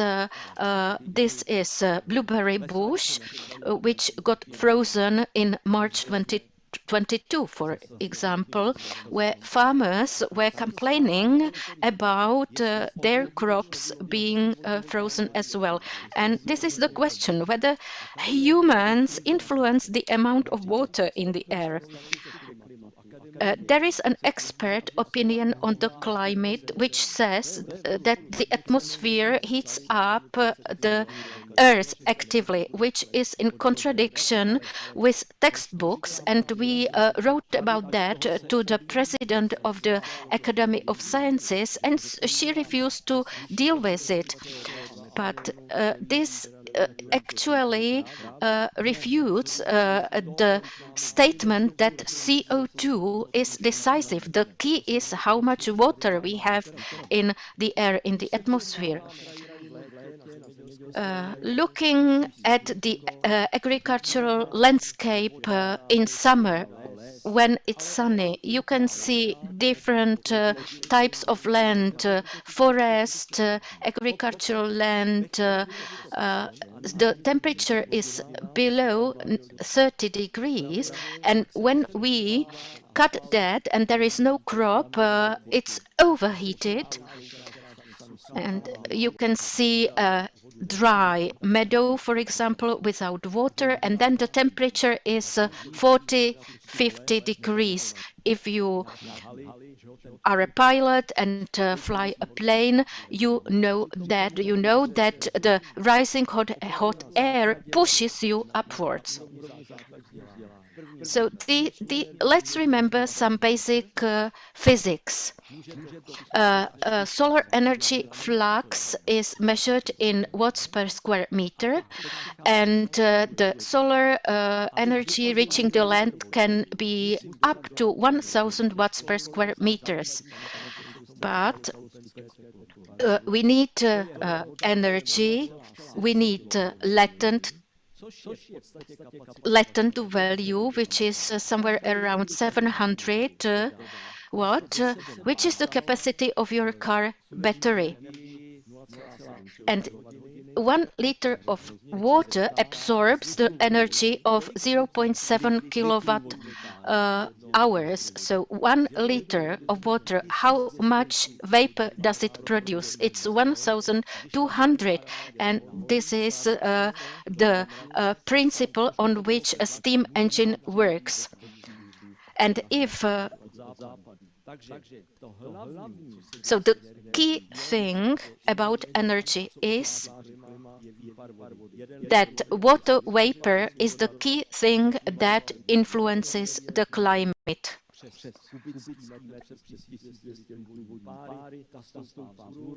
because water vapor rises or gets condensed in the form of fog, and it then prevents surface freezing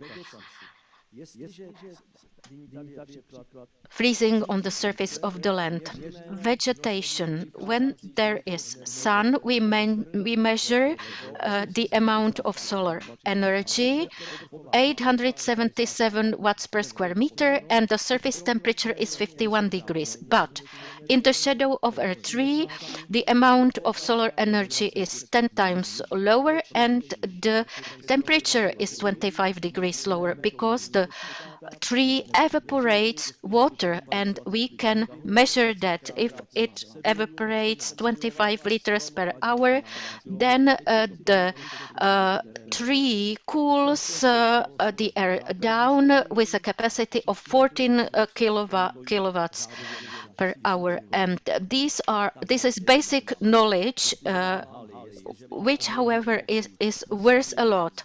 If we have holes, built up areas, and there is sun, what we get is the red arrow. But if we have cultural land with water, soil, crops, then the solar energy is absorbed by the evaporate, and then it is absorbed in biomass. And this is the proper literature if you want to look at it.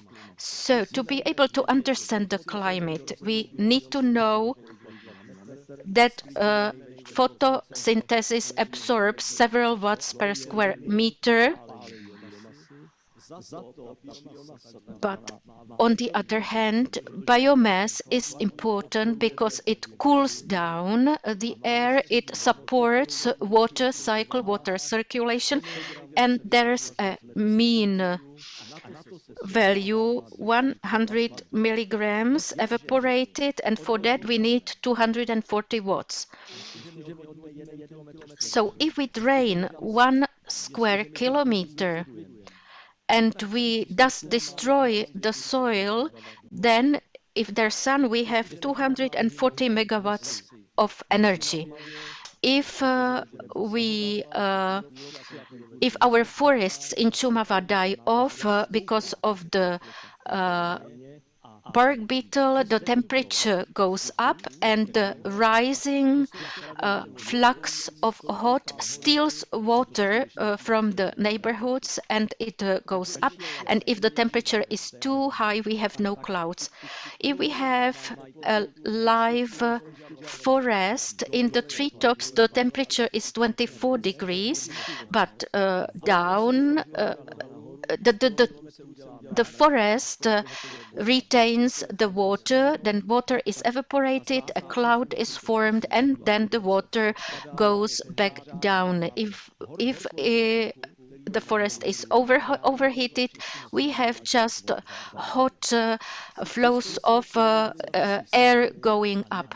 In history, civilizations were drying out. The overheating is the result of loss of vegetation, but this is not part of the EIA assessments. An example of that.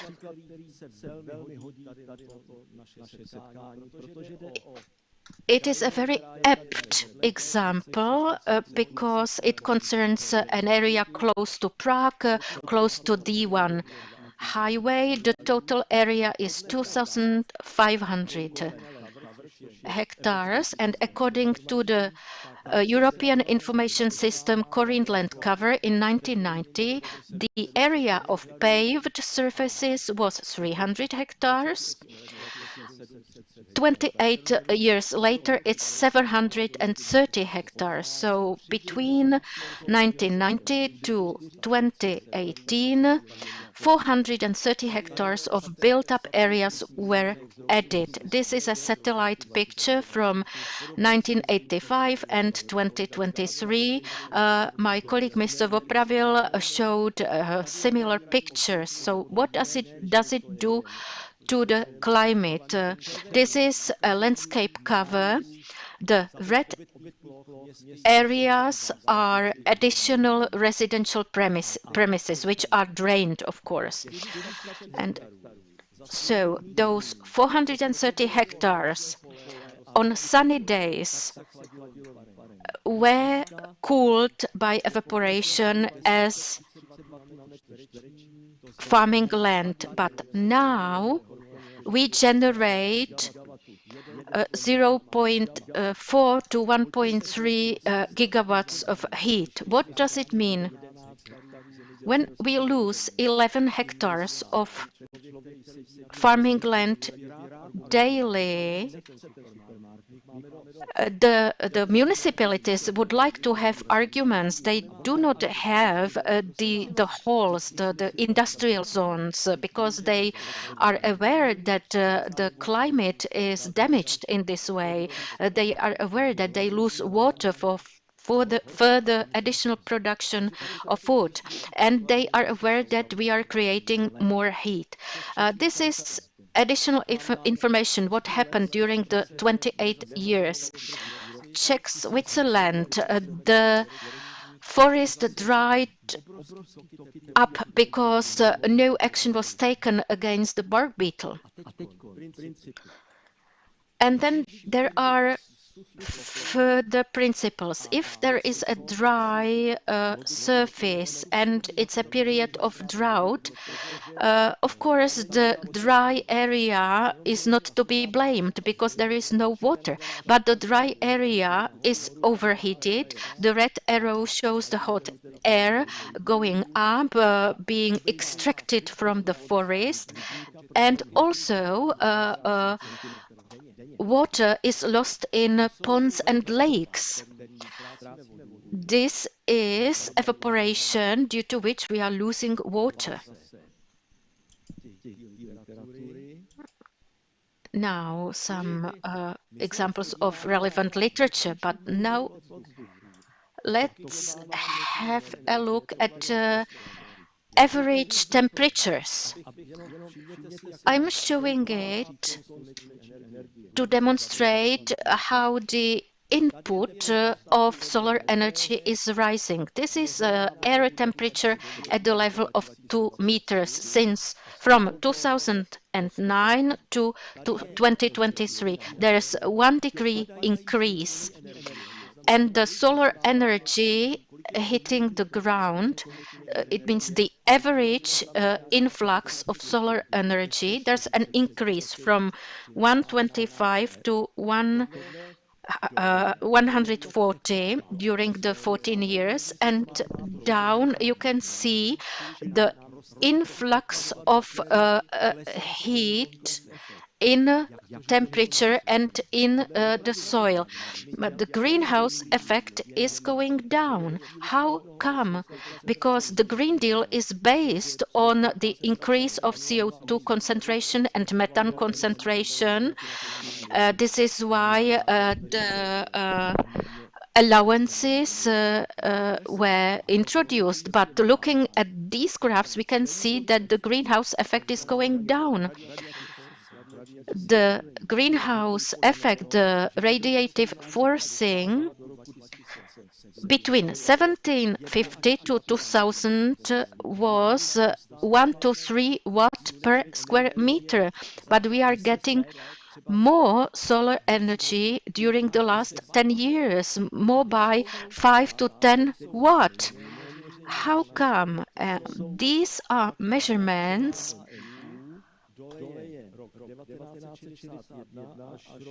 showing the years 61 to 2021, and it's the sunlight duration. We can see that the periods of sunlight are longer. We have more solar energy. This is expressed in megajoules, and we can see the growing solar energy input since the 1960s or 1980s till now in Poland, in Czech Republic, in Europe. what is the cause for that? The skies are getting clearer. This is proved by satellite pictures as well, because the solar and energy reflection is lower. Sometimes the clean atmosphere is blamed because of having less contaminants, but the increase continues. The growth of average temperature in Czechia is higher than the increase globally, and in some drained areas it is even higher than that. So the temperature of air is growing, the solar energy is growing, we have higher temperature in the atmosphere, and this shows that we have less water in the air. This demonstrates what happens to the vegetation or how it affects all this. There has been a surveying monitoring how rains are proceeding from the coast to inland. So where there is no vegetation, hot air is created, it rises up, and as you know, water is evaporated over forests, then clouds are created, and then it condensates, there is rain, and again water is absorbed from the sea, from the oceans.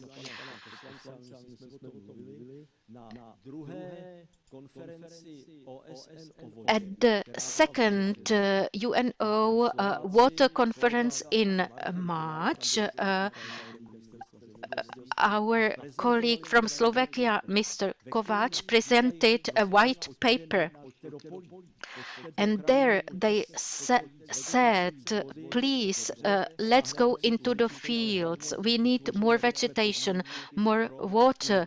And by that, we will create conditions for the accumulation of organic matter in soil and for a better water cycle. This was noted by FAO, the Organization for Agriculture. Martin Kovács has visited them frequently, and I hope this will continue even though he has a position in the government now. Not to repeat the same mistakes prior civilization did, we need to explore the things. I asked some people when their land, their soil dried up, and they said it happened when we drilled wells, and it happened in history as well. But there are some positive examples. Our Slovak colleagues visited Darevady. There was 1,500 hectares of drying land. People moved away, and there was a mission of Hermann Bacher. They explored water retention then. They improved the situation by certain measures, and they were able to revert the drying. This is an international white paper I am referring to on this slide, but what we need is water evaporation. For that we need vegetation. We need to improve knowledge of solar energy and water evaporation, because people need to know where errors are made.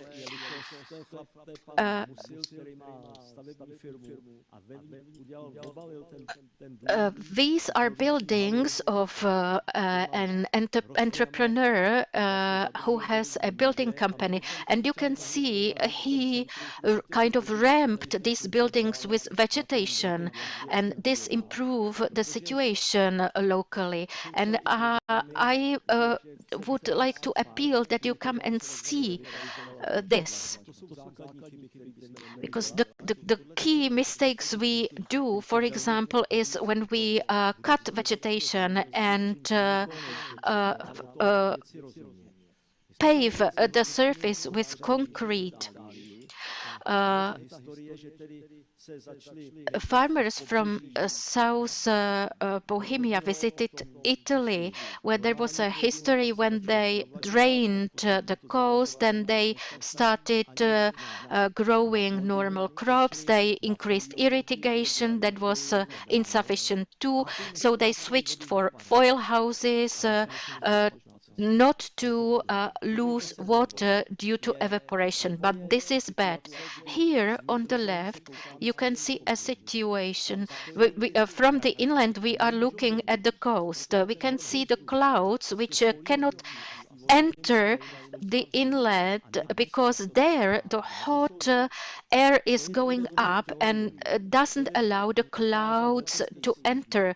This can be proved by pictures taken from airplanes, but these are the basics of land management. Ponds, we do not lose water because of ponds. Ponds help us retain water, and also they are positive in terms of biodiversity. So we need to understand what solar energy does, and we need to have water, because there could be even more sunlight. Our average temperature is 9 degrees, but in addition to that, we need water. So thank you for attention. Let me thank Mr. Pokorný. I would like to mention a story which is not real. It was also a cartoon about a man who was planting trees. But let me ask Mr. Pokorný, if we were to compare the influence of CO2, methane,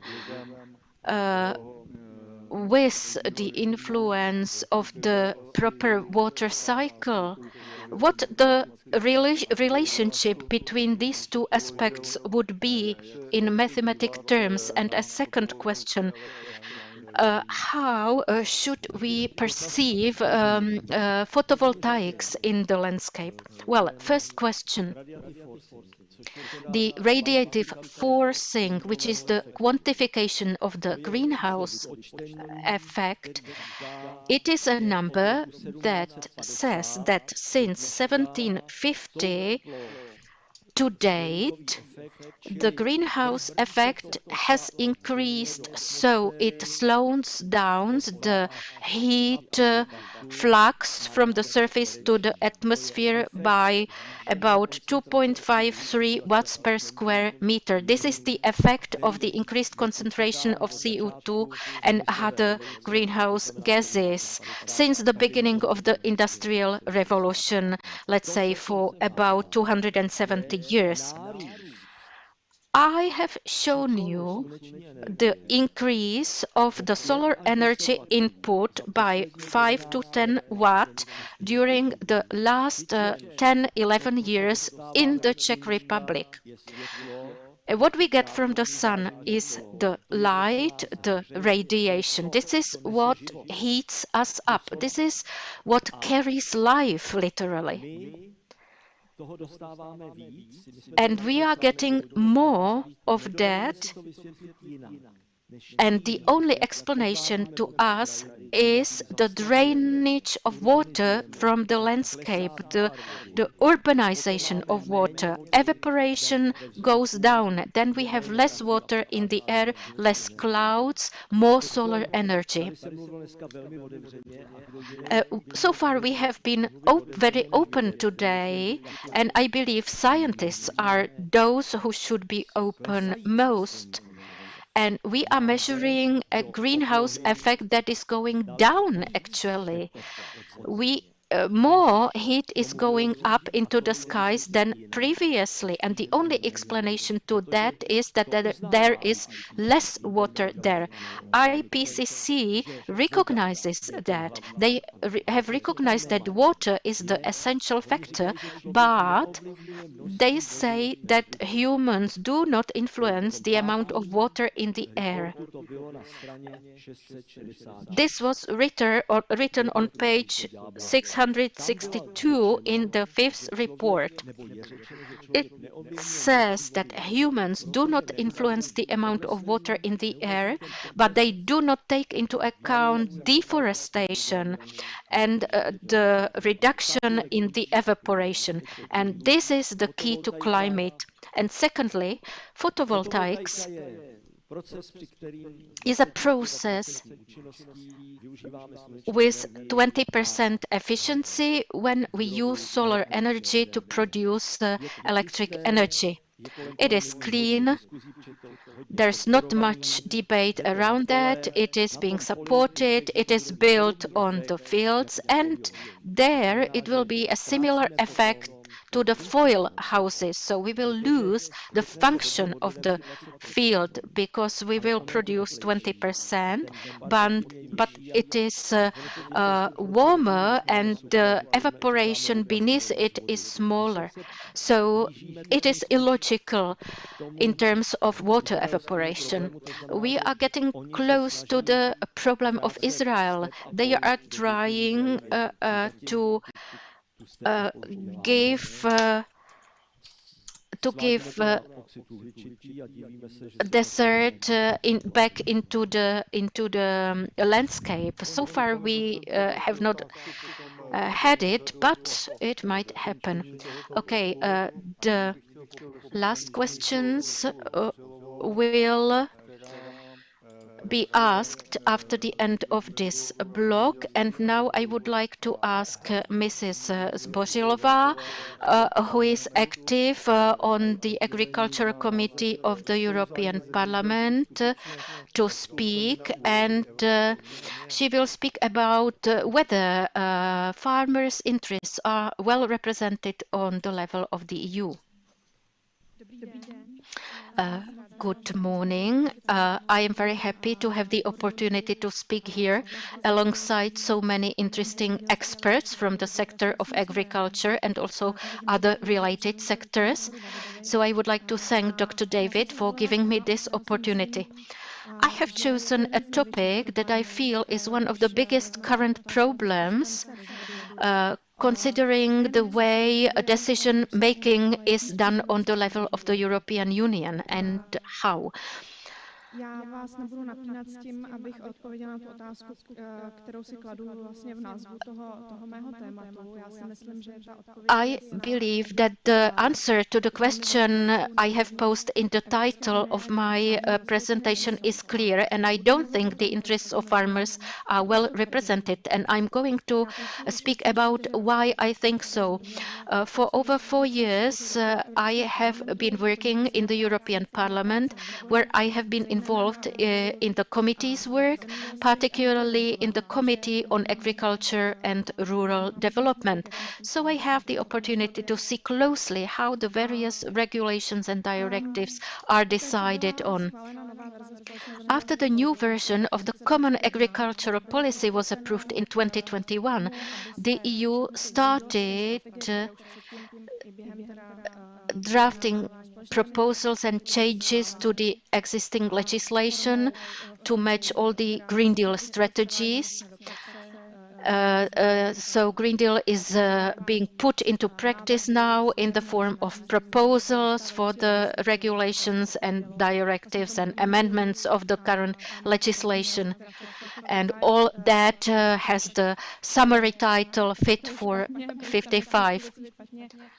But there's a lot of things which are not correct in that, but my pre-speakers have mentioned that many times, and I believe those during the afternoon session will elaborate on that as well. But I would like to focus on how this is being decided, because this is a fundamental issue.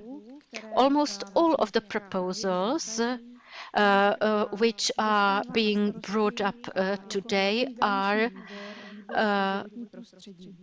being assigned to the Environment Committee as the main guarantor committee. It is the biggest committee in the European Parliament.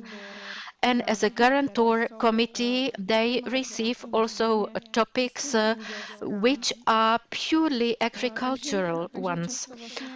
And often the farmers do not have the main voice in these issues, but those who are decisive are the environmentalists, and these are influenced by organizations paid by multinational companies.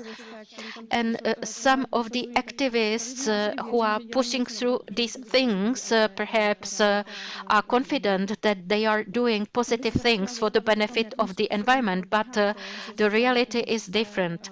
So let us now look at how the proposals are assigned to the committees.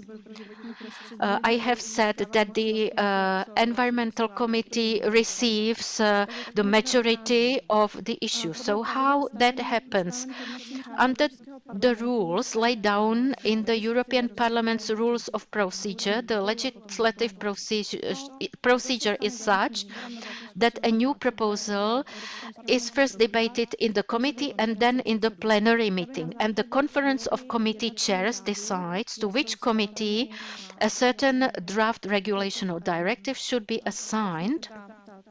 Ty kompetence, které vlastně zahrnují to, čemu by se každý jednotlivý výbor měl věnovat. And the competencies of the individual committees should be are defined in an annex to a relevant legislation, and this should be used in assigning the tasks.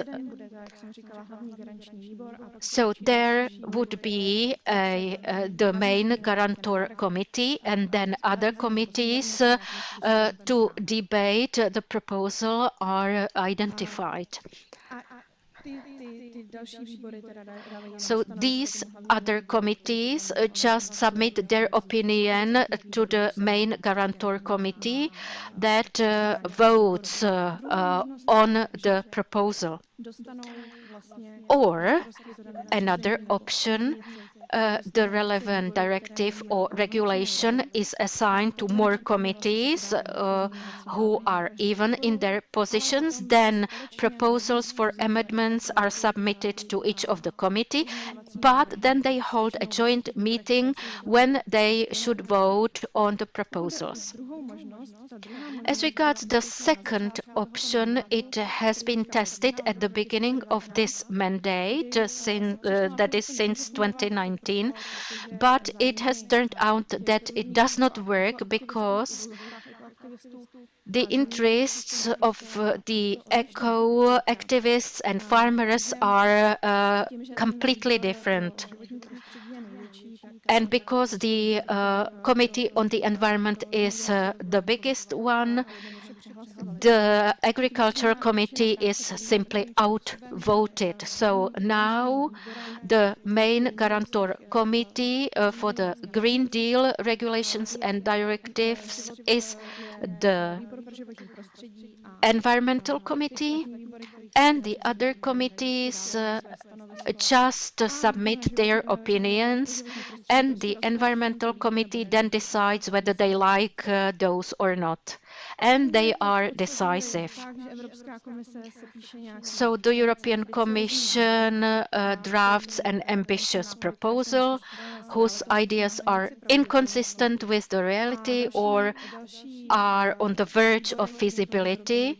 And the other committees, like the agricultural ones or the Committee on Industry, Energy and Science, whose MPs are a little bit more rational.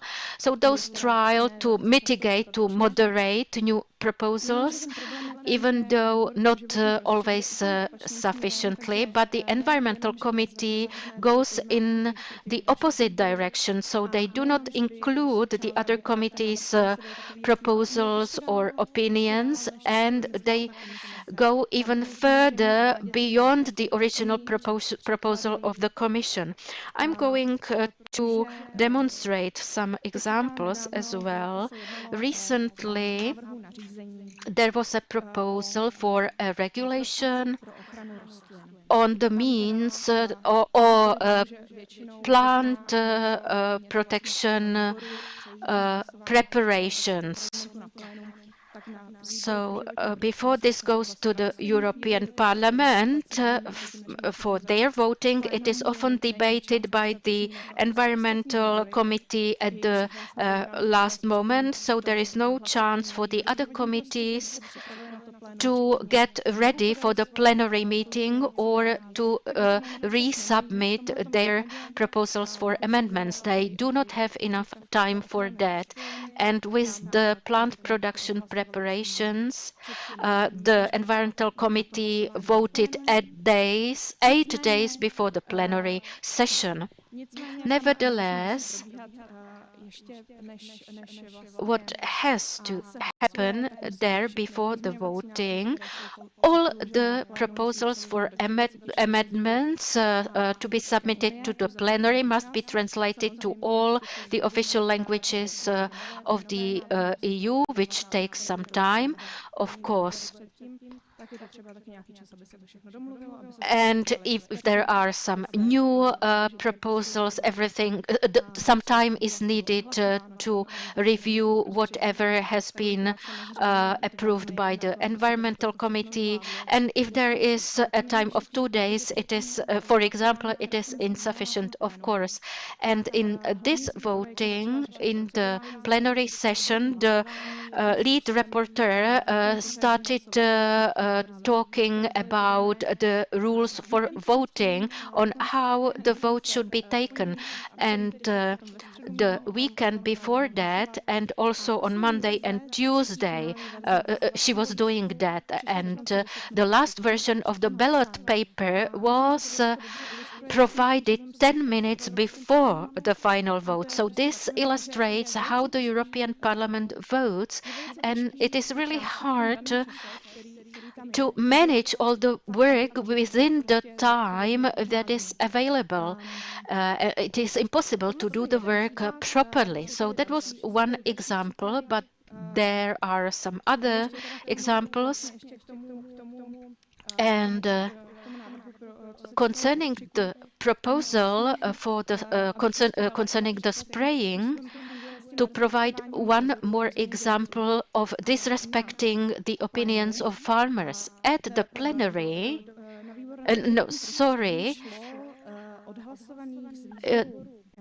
the Environmental Committee received from the Agricultural Committee 24 or 27 proposals for amendments, and the Environmental Committee did not approve a single proposal out of the total amount. And these were things that should have been assigned to the Agricultural Committee on the basis of the topic, but still the Environmental Committee was the main guarantor. Another example concerns submitting of objections. The Environmental Committee often submits objections against expanding the usability of preparations that were granted exemptions for their use. Specifically, in the 1970s or 80s, before the Treaty on a Common Act was adopted, the legislation was adopted mainly in the form of regulations and directives. Now there are additional legal acts which actually specify the thing, and the regulations and the directives are to some extent general. Since the 1990s, the so-called new approach was adopted. And at the turn of the millennium, the European Authority for Food Safety was established. Měl na starosti opět výbor pro životní prostředí, který teda rozhodl, že se tyhle and the Environmental Committee decided now that the plant protection preparations will be tested for 10 years. And even at the beginning, it was clear that it was unrealistic because it takes a long time before reaching a final conclusion on whether the preparation is safe or whether any limitations need to be adopted for its use. And if there are preparations which are not safe, then a scientific study must be carried out to abolish those. But still, the Commission had the authority to grant exemptions before the research is completed. And the Commission grants these exemptions through the European Authority for the Safety of Food and the European Chemical Office, but the environmental committees keeps submitting objections against these exemptions without being interested whether there would be any alternative or whatever. So it is just clear policy, clear political motivation for them. I could mention some other topics such as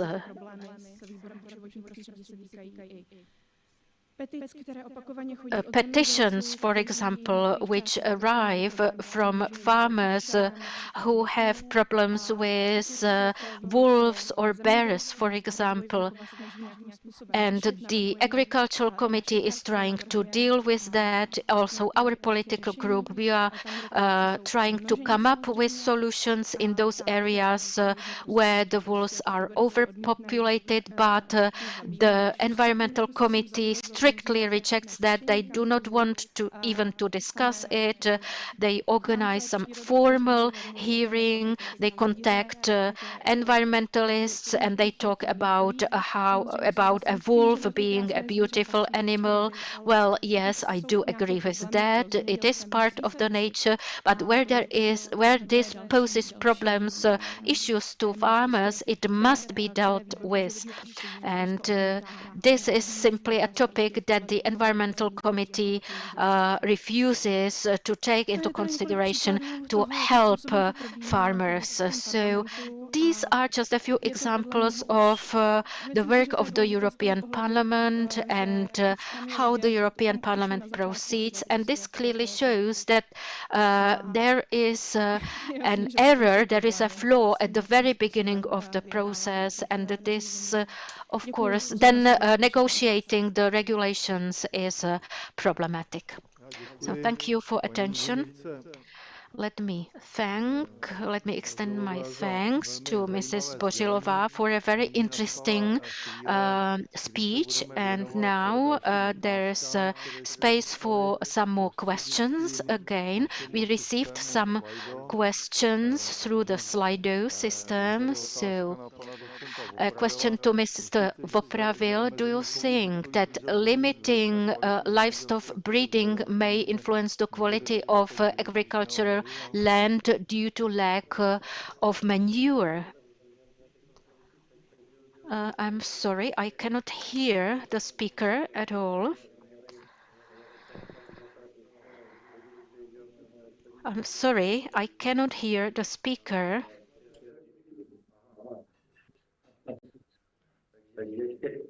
Řečníka. I still cannot hear the speaker.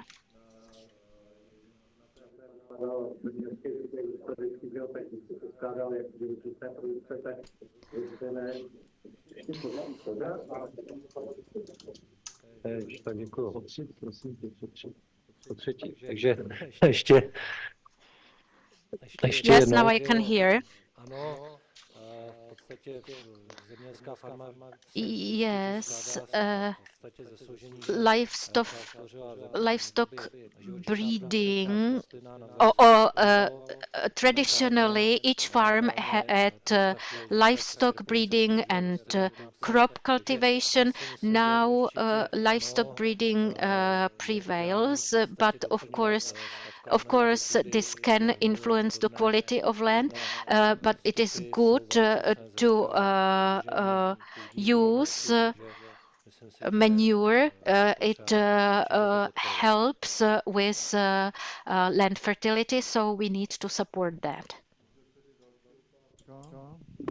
Another question. Next question. To jsme měli.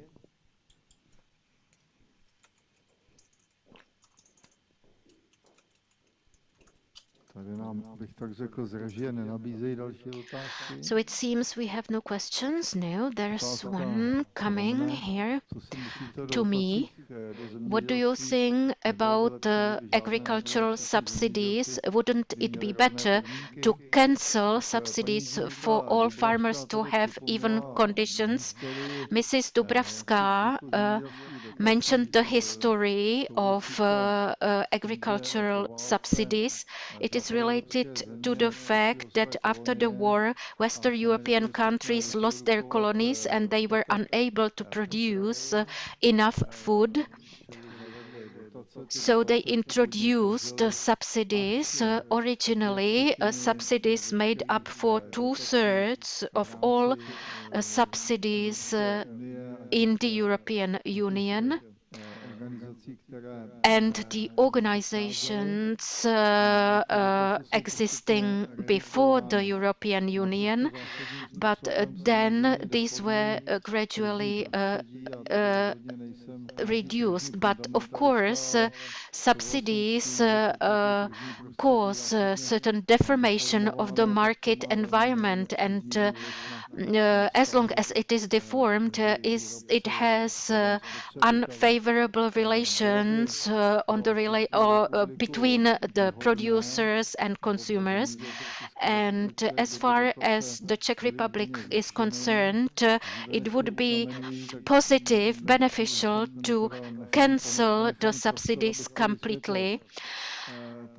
But I would like to explain that the subsidies we are talking about now, they are calculated per or determined per hectare, but they are not equal in all of Europe. In Western Europe, they are still higher, and there are countries whose situation is even worse than the Czech Republic, like the Baltic countries, where the subsidies are even lower. But then there are the so-called national subsidies, which lead to overproduction in certain products, which is then sold in other countries, which cannot compete with the dumping prices. So this is to the detriment of our agricultural production. From this point of view, cancelling the subsidies would be positive. It would lead to the increase in the farmers' prices by 5 or 10%. Also, this would differ based on individual commodities. But here in the Czech Republic, taking into account our economic environment, we cannot offer national subsidies that would be as high as elsewhere, and therefore our farmers are placed at a disadvantage. So the growth in prices, the resulting growth in prices in our businesses, agriculture business, they represent 5 to 10% of the income. So these subsidies should be compensated by limiting the prices for which retail is selling the product. So overall, the food prices might go down on the contrary. So this is my answer to the question. I hope I was clear in my answer and that it was comprehensible to you. Next question to Mrs. Pokorny. Do I understand right that supporting forests and water cycle has a much higher effect in protecting nature than limiting or reducing CO2, and how big that effect is? Yes, you are correct. Jak jsem se snažil vysvětlit, I tried to explain that the solar energy input heats up the Earth by 290 degrees. So if we switched off the sun, we would have a solid atmosphere, and the temperature might be plus 10 or 15 Kelvin, that is minus 160 degrees Celsius. And all this is driven by solar energy. And as long as we are exposed to solar energy through roofs, through paved surfaces, these surfaces are heated up to 60 degrees, while water heats up air, which then goes up and takes water upwards. So we have to offer life to the sun. Life is not just a game of passive greenhouse effect. Life creates, dissipates solar energy and thus balances out the temperatures. And there is no other way how to deal with it. Sun is a gift, water is a gift, life is a gift. But we can talk about draining CO2 and accumulating it in soil, but this is expensive. And all that is based on the calculation that since 1750 greenhouse effect went up by 1 to 3%. So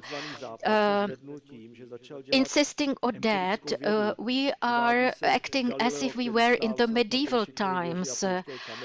People refer to Galileo. And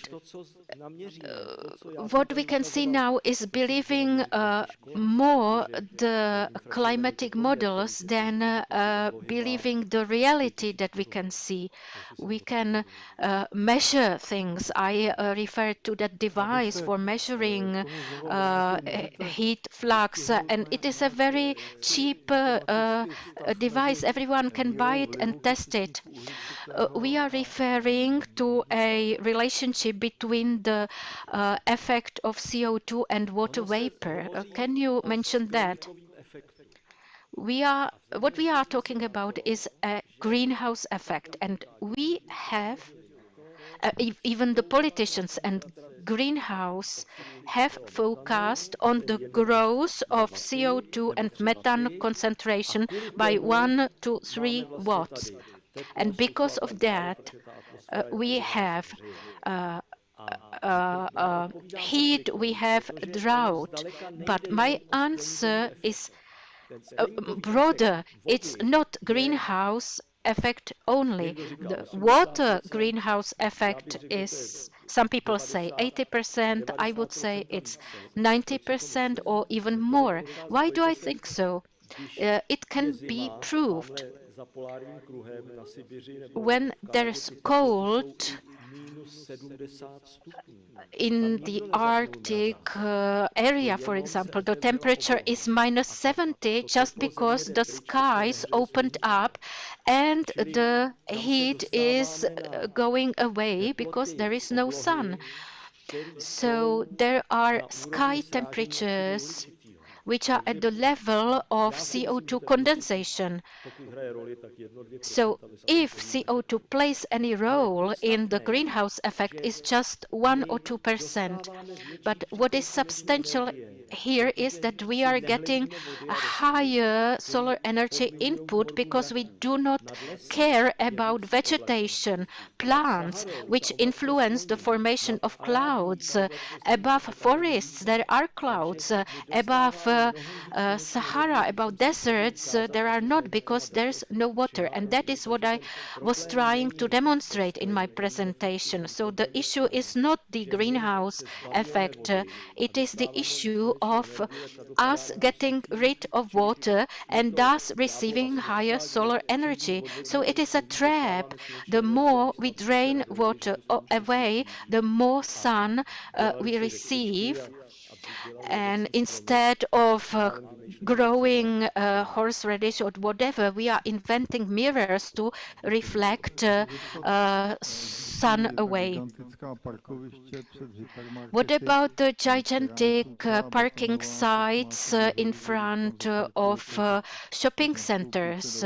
What effect do they have? Because when you when you get on the car, there's temperature of 70 degrees in there. Maybe there might be a binding standard which would impose an obligation to plant trees on the parking areas to prevent heating up, to prevent the cars from being heated up. But if there are any trees planted in these parking areas, these are trees which grow very long and have small treetops. Yes, I do agree. If the project does not come up with a suitable model for the plants, for the kinds of plants, trees to be planted with broad leaves or other.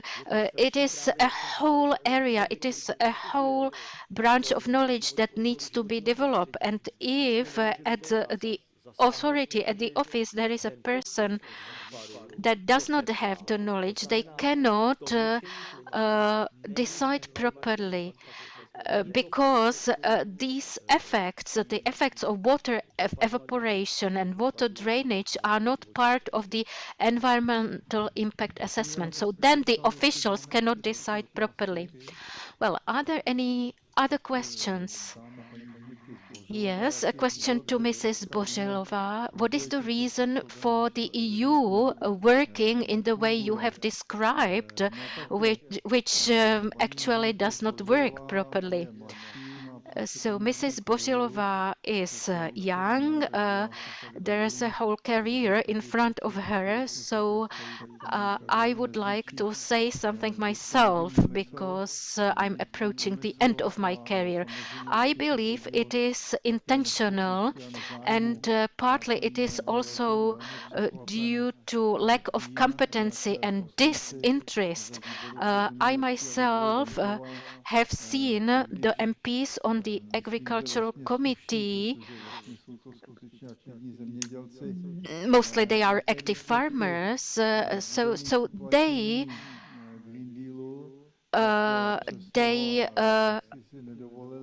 kind of knew what the consequences of Green Deal would be like, but still they supported it verbally.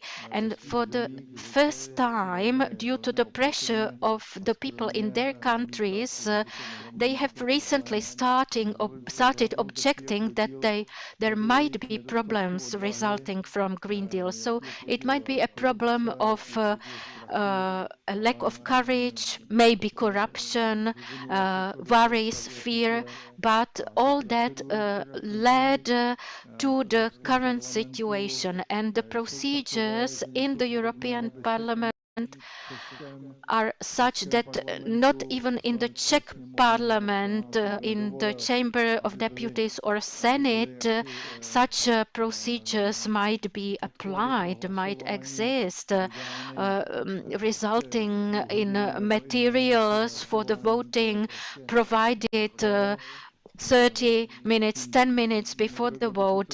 This is horrible. If something like that happened here, the responsible person would be expelled, would be dismissed.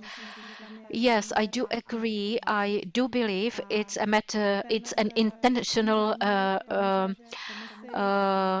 the intent is intention, sorry, the purpose is intention, and also it is lack of competency.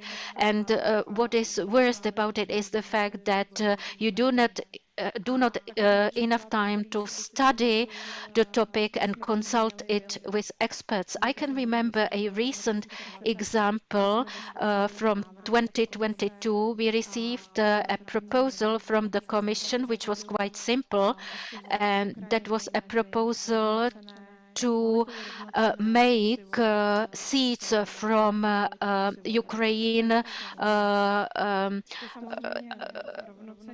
even in its position to the European seats, but of course they are not even because they use different fertilizers, but there was certain pressure.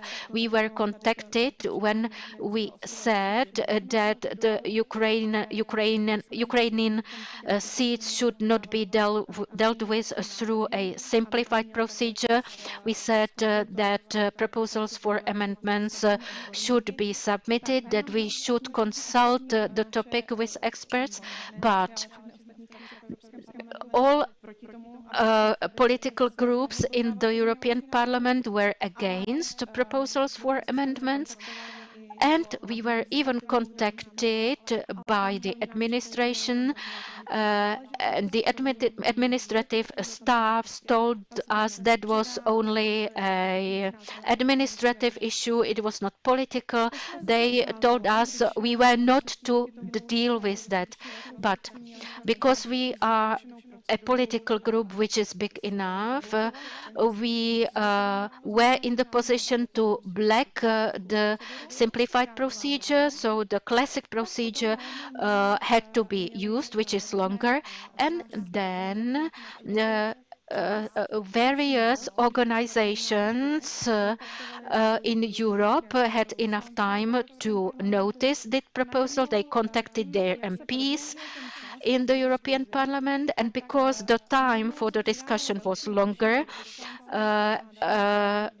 other additional MPs and political groups joined our position, and all of a sudden they were against the even position of the seats from Ukraine.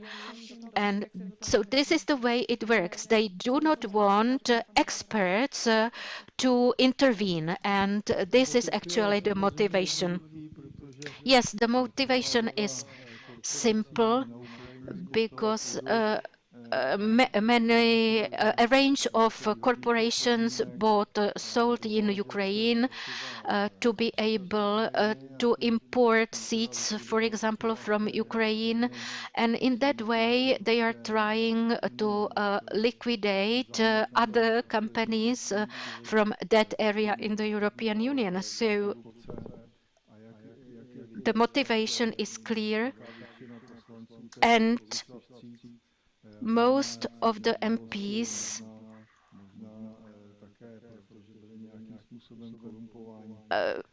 maybe there were some people who are corrupted, so this is also a thing that has effects. Is there any other question to Mr. Pokorny? Drainage of water from the landscape, what influence it has on the greenhouse gases? It is a simple answer. Let's stay with the numbers of Intergovernmental Panel, IPCC, 2 to 3.5 watt per square meter since 200, the year 250. If we remove vegetation, we eliminate evaporation. So the mean temperature, daily mean temperature is 240 watts, and all that goes to heat.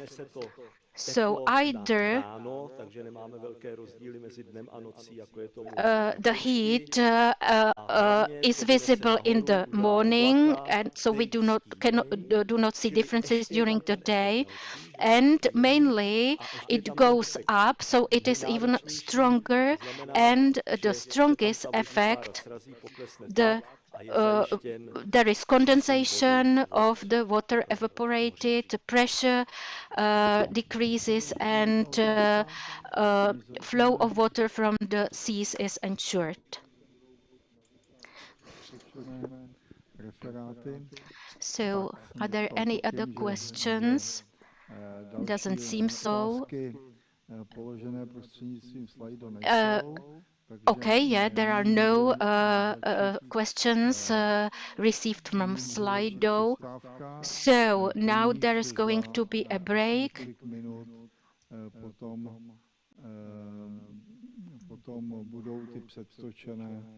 And after the break, we will start with presentations which were recorded, pre-recorded mostly from the European Union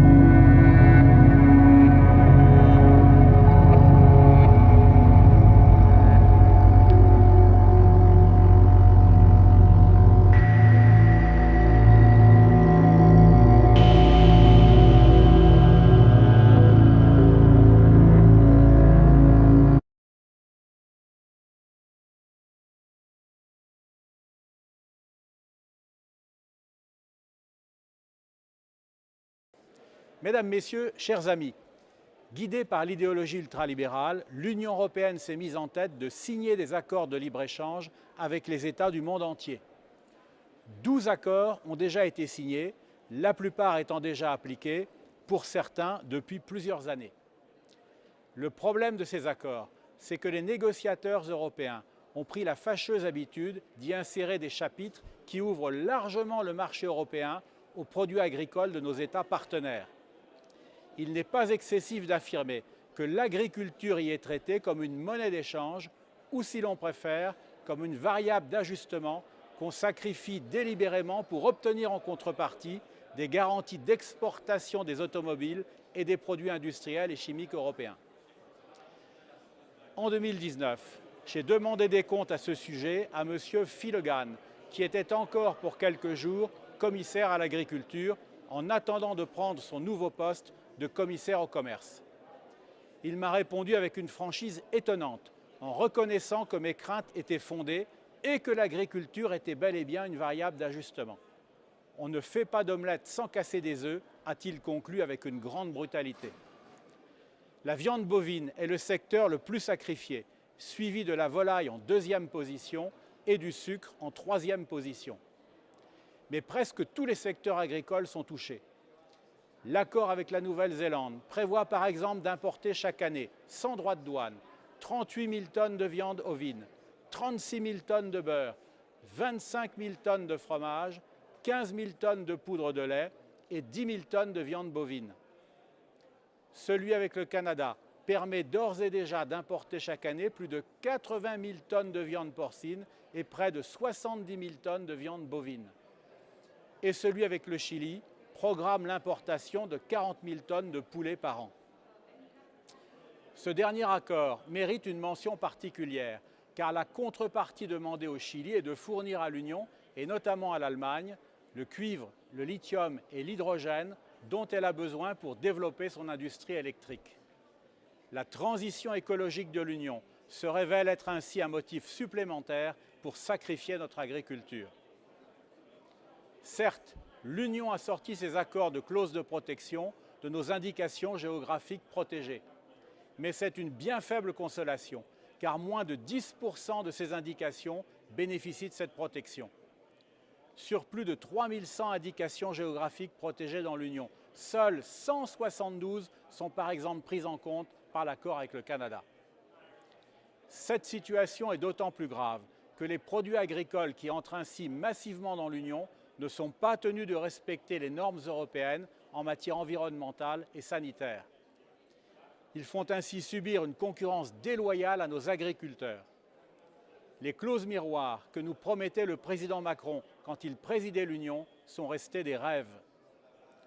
Tout au plus trouve-t-on dans les accords les plus récents, comme celui avec le Chili, des clauses de durabilité qui font référence au respect de l'environnement. Mais les chambres d'agriculture françaises ont publié un rapport récent qui démontre que ces clauses ne sont pas contraignantes et qu'elles n'ont aucun poids réel dans la mesure où aucune sanction n'est prévue pour punir leur violation. Il faut dénoncer ce sacrifice délibéré de l'agriculture européenne et s'efforcer de renégocier ces accords dès que nous serons en mesure de le faire. Dans l'immédiat, le plus urgent est d'empêcher la conclusion de nouveaux accords de libre-échange qui accentueraient la crise agricole. Je me réjouis que grâce aux pressions des partis nationalistes des États membres de l'Union, le projet d'accord avec l'Australie vienne d'être abandonné, car il aurait porté le coup de grâce à notre élevage bovin. Il faut maintenant résister à l'Allemagne, qui fait pression pour réouvrir les négociations concernant l'accord avec le Mercosur, accord qui serait encore plus catastrophique pour notre agriculture. La victoire est possible, comme en témoigne un passé récent. En 2014, quand les députés du Rassemblement national ont été élus en grand nombre au Parlement européen, la Commission s'apprêtait à signer un accord de libre-échange avec les États-Unis. Ils ont alors tiré la sonnette d'alarme avec leurs alliés de l'époque. Et je suis même allé rencontrer à Washington en 2015 les négociateurs américains pour ramener les preuves des dangers de ce projet d'accord pour notre agriculture. On a pu ainsi alerter l'opinion publique et retarder l'adoption de l'accord. On connaît la suite. Donald Trump a été élu président des États-Unis et a mis fin au projet. Nous devons continuer à nous battre. Nos agriculteurs sont les garants de notre sécurité alimentaire et ils contribuent en outre à préserver nos paysages, nos traditions et nos identités nationales. Ils méritent qu'on les défende.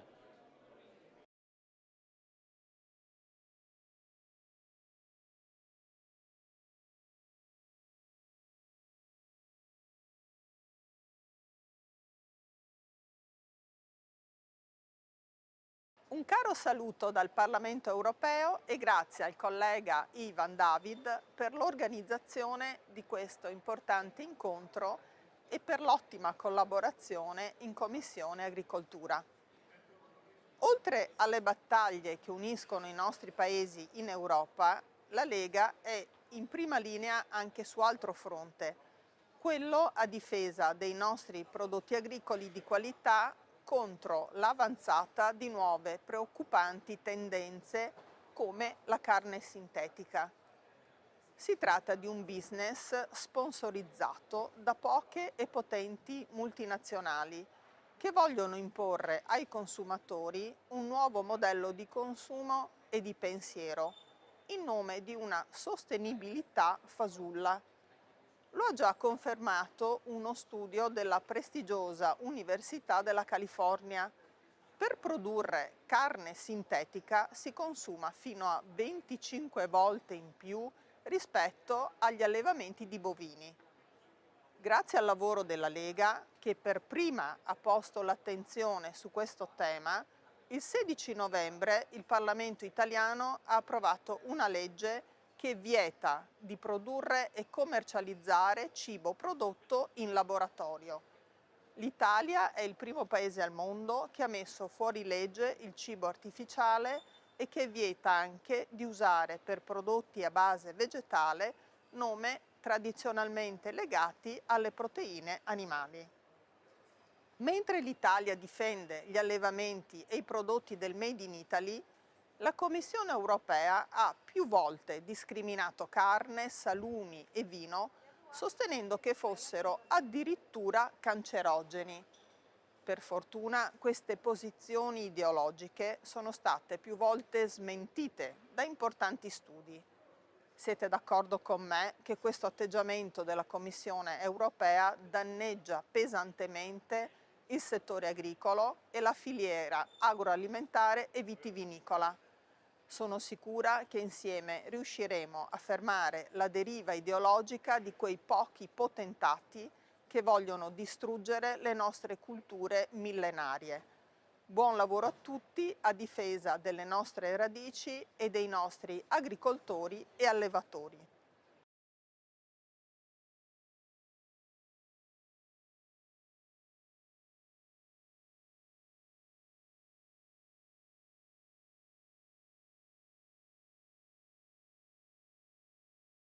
Buongiorno a tutti gli ospiti, ai colleghi e un particolare ringraziamento all'onorevole Ivan David per l'invito.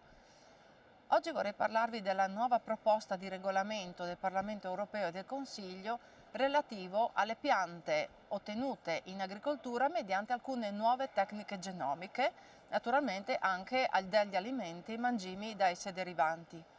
Quando parliamo di nuove tecniche genomiche o tecniche di evoluzione assistita, ci riferiamo principalmente a due possibilità, due tecniche.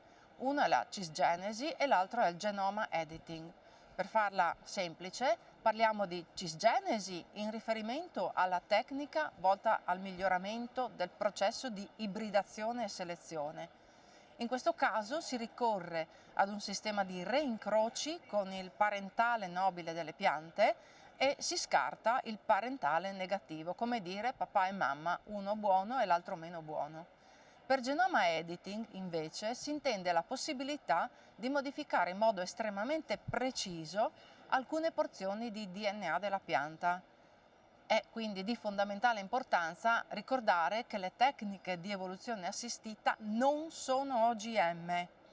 Associare queste tecniche è un errore che la Commissione europea ha compiuto per oltre 20 anni, visto che nella direttiva 18 del 2001 aveva erroneamente deciso di equipararle, nonostante il parere opposto del mondo agricolo, che ovviamente all'epoca non è stato ascoltato.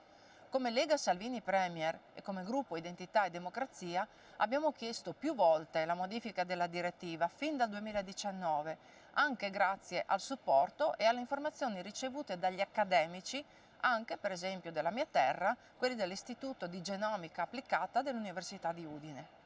Per essere più specifici, per OGM si intende un organismo, diverso da un essere umano, in cui il materiale genetico, cioè il DNA, è stato modificato in un modo differente da quanto avverrebbe in natura. Mentre per le nuove tecniche genomiche in agricoltura si tratta semplicemente, tra virgolette, di un'assistenza a un processo più veloce di quanto comunque avverrebbe già in natura. Ci è voluta però la vittoria del premio Nobel per la chimica nel 2021 perché queste tecniche fossero riconosciute e l'Europa aprisse gli occhi.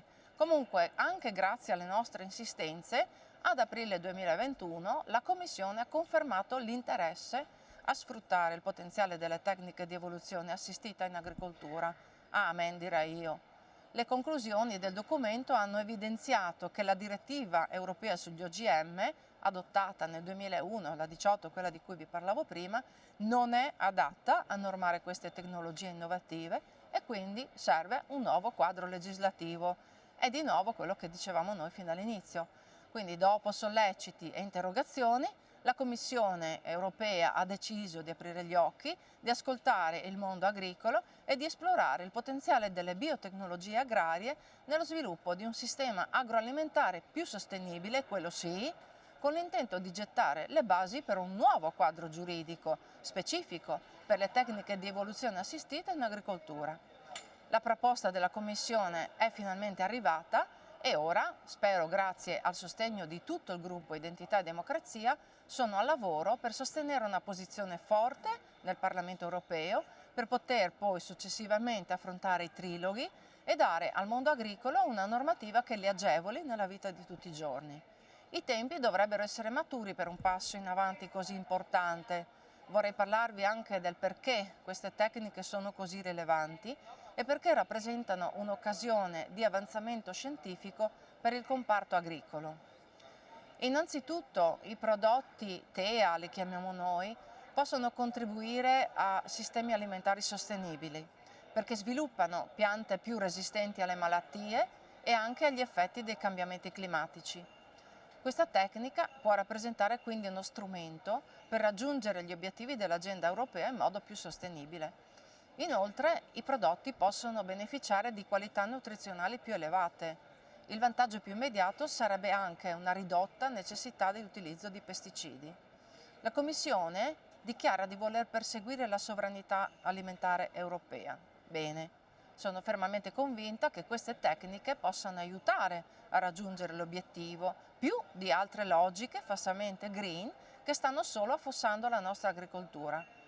Ci vuole un atteggiamento pragmatico e allora autorizziamo, regolamentiamo e permettiamo agli agricoltori di utilizzare le piante ottenute con le TEA, cioè con le tecniche di evoluzione assistita, naturalmente con un atteggiamento prudenziale. Restiamo attenti inoltre anche alla posizione del mondo di produzione biologica e anche al tema dei brevetti per tutelare tutte le piccole e medie imprese che operano nel settore. Stiamo lavorando per dare una posizione forte della Commissione Agricoltura alla Commissione Ambiente, dove il nostro gruppo è molto determinato ad approvare questo nuovo regolamento, senza ascoltare però le sirene di dissenso ideologico, in particolare dei Verdi europei. Per concludere, vorrei ricordarvi anche che il mio paese, l'Italia, è all'avanguardia in campo agricolo e in particolar modo vitivinicolo e quindi favorevole a un percorso autorizzativo. Per esempio, l'Università di Udine è tra i pionieri nello studio di queste tecniche, conferma che il Friuli, la regione dalla quale provengo, è un'eccellenza nell'innovazione e all'avanguardia nella ricerca. È essenziale che a queste tecniche genomiche venga data la possibilità di essere sperimentate in campo. Da parte mia ci sarà massima attenzione e collaborazione affinché il grande lavoro fatto finora venga riconosciuto. Ringrazio tutti, veramente tutti di cuore per la partecipazione all'evento e vi auguro davvero un buon proseguimento e buon lavoro.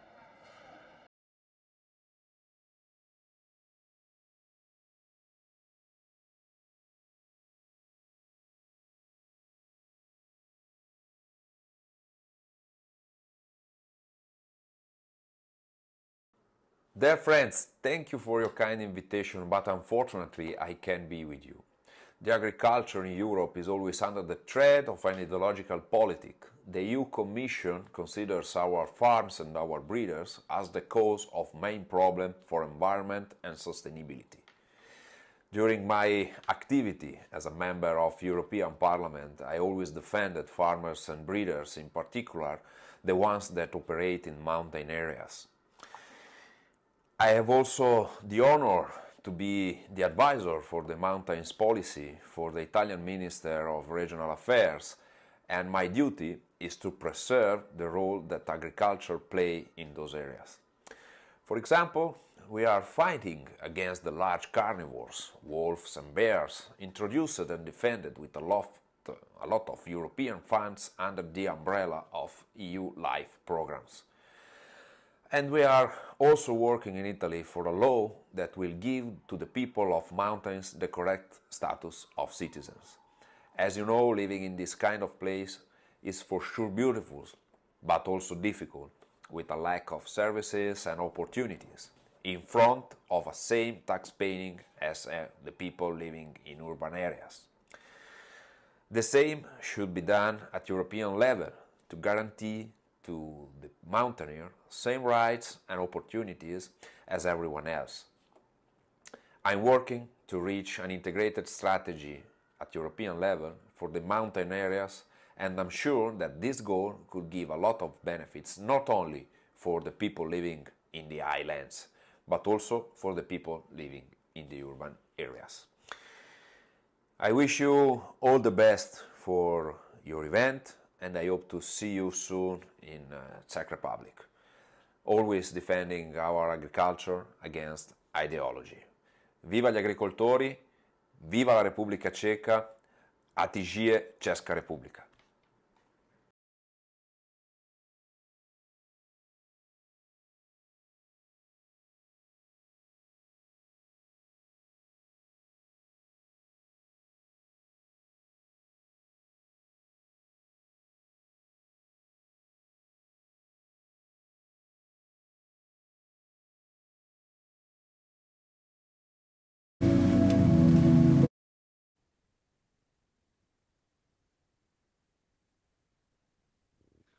Mně nyní nezbývá,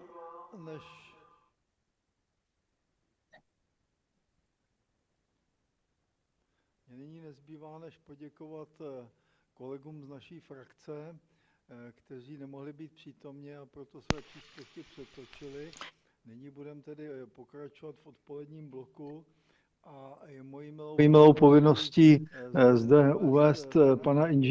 It is my great pleasure now to welcome here Mr. Jan Ulrich from the Agricultural Association. He'll speak about the prospects for European farming in the context of the Green Deal. The floor is yours.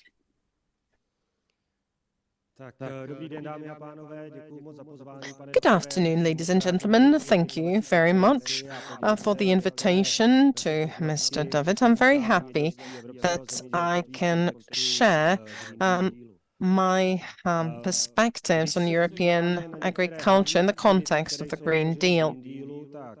If we look at some of the main activities in Green Deal is the Farm to Fork strategy. This is the essential one for us, but there are many other activities that also are relevant for us farmers, whether it is the greenhouse gas emissions reduction, methane, for instance, and focus on sustainable economy, maximizing recycling, and also protection of biodiversity and ecosystems, because agriculture and forestry naturally operate in a very vast landscape. So all of that is something that has an impact on us farmers, but besides all that, we need to take a look at the objectives.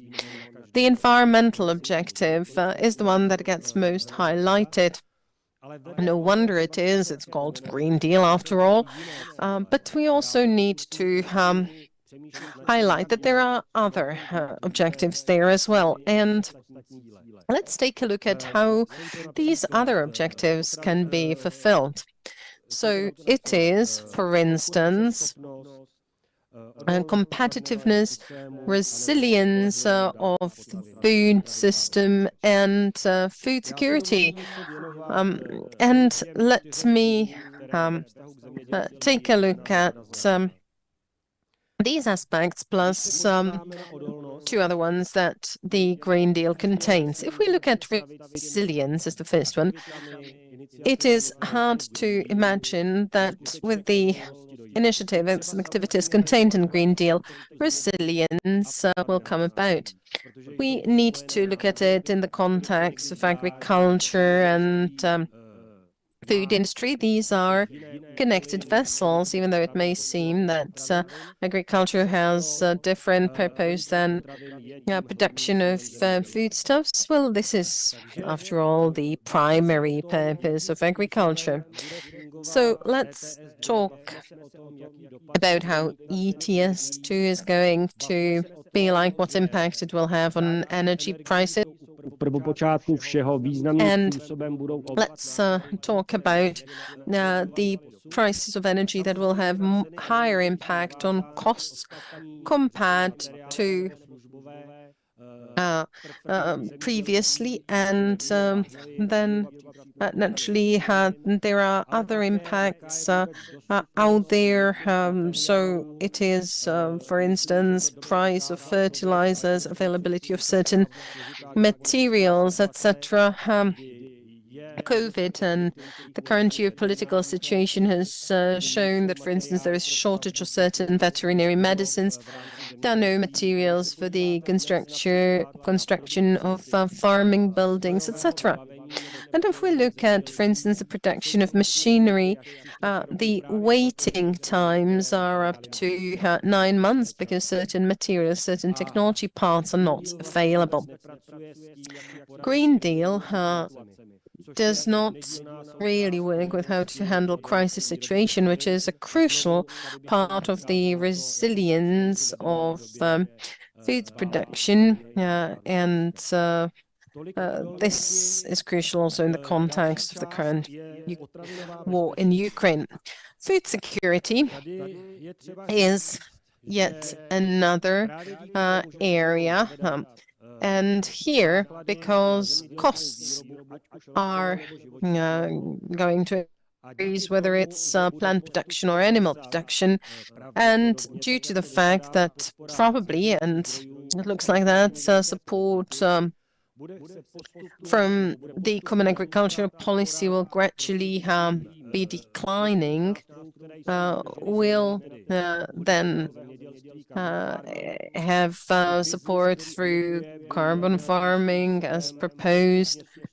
So there, the entity that emits should gradually make changes so that objectives in the Green Deal are being achieved. But I must say that this in itself won't lead to cheaper foodstuffs. So we'll have less and less and fewer foodstuffs that are affordable for consumers. So that will logically lead to an increase in import. And I don't think that this is what Europe wants, and certainly it's not in line with the food security and self-sufficiency principles, that is, regarding the commodities that we can produce in the EU. We also need to realize that this situation will lead to us perhaps leaving certain markets. And FAO is thinking about what that will mean on the global market.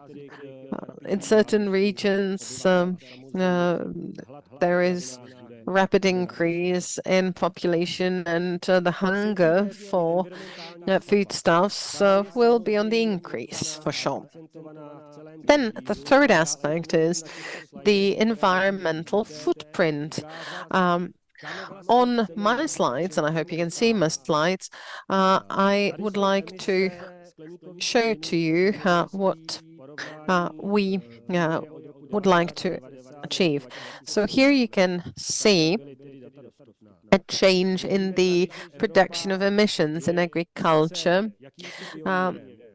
And even though Europe is a pioneer, we may also ask the question where we want to go with decreasing the carbon footprint, the environmental footprint, to keep up the pace with the others.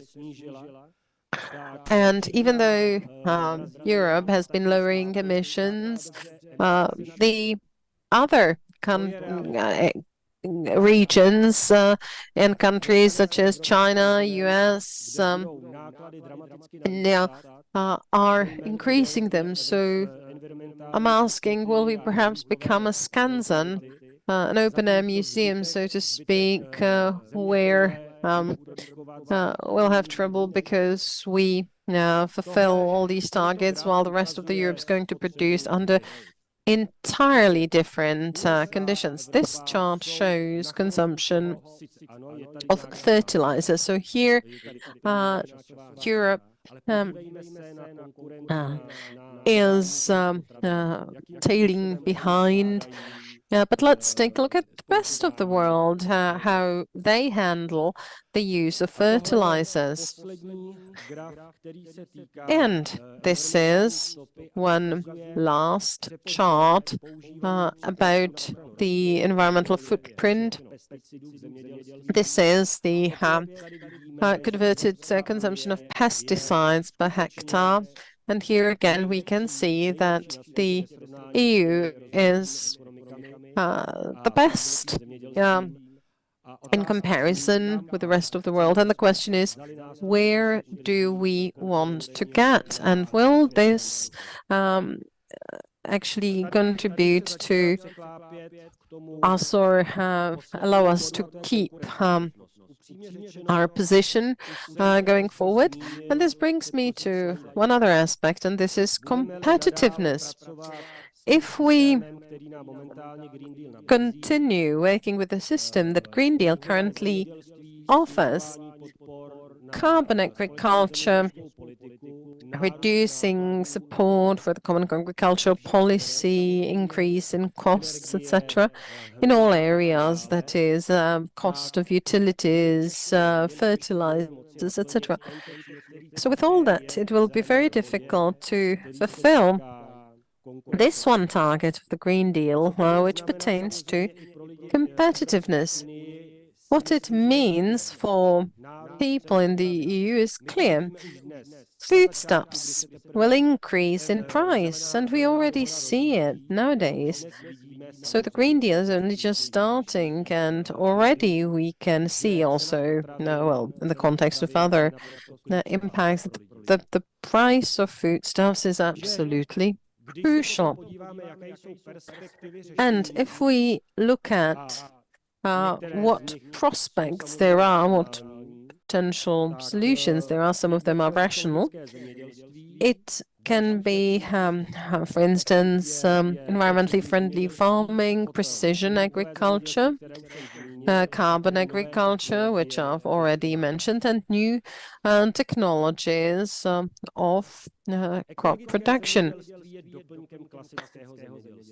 Environmentally friendly farming is a complement to the traditional farming. It's good we have it. The Czech Republic is a country that has a fairly high percentage of soil in this mode. Certainly more than 10% of the whole soil in the Czech Republic is economically, environmentally friendly farming or organic farming. But if we look at the organic foodstuffs, it's less than 2%. There is this huge disparity between the hectares that organic or environmentally friendly farming takes up and the production that it yields. It also needs to be said that organic farming swallows 1.7 billion crowns each year in terms of support, and that's not little, and yet the production grows very slowly. So environmentally friendly farming, yes, but certainly it's not a solution. Then we have precision agriculture here. So this is something on which we agree. EU institutions support that, or like on a piece of paper. But if you look at new strategic plans of the member states, how many of them actually support precision farming? Almost no one.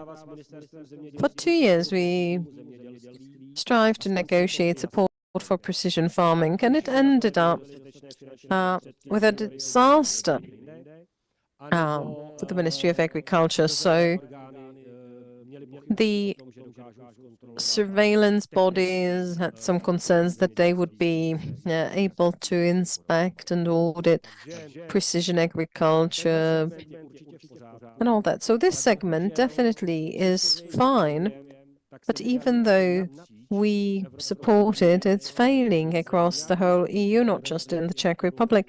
We're failing to start supporting what the European Commission itself has proposed.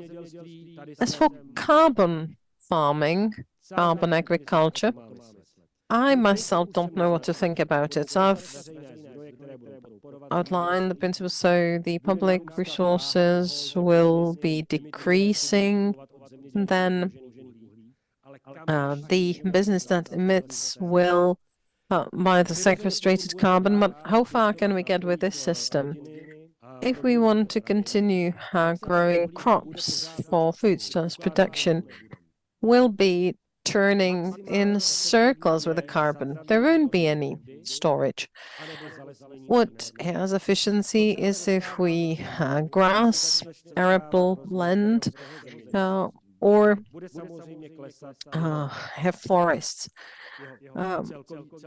But this will mean that the overall volume of arable land will decline.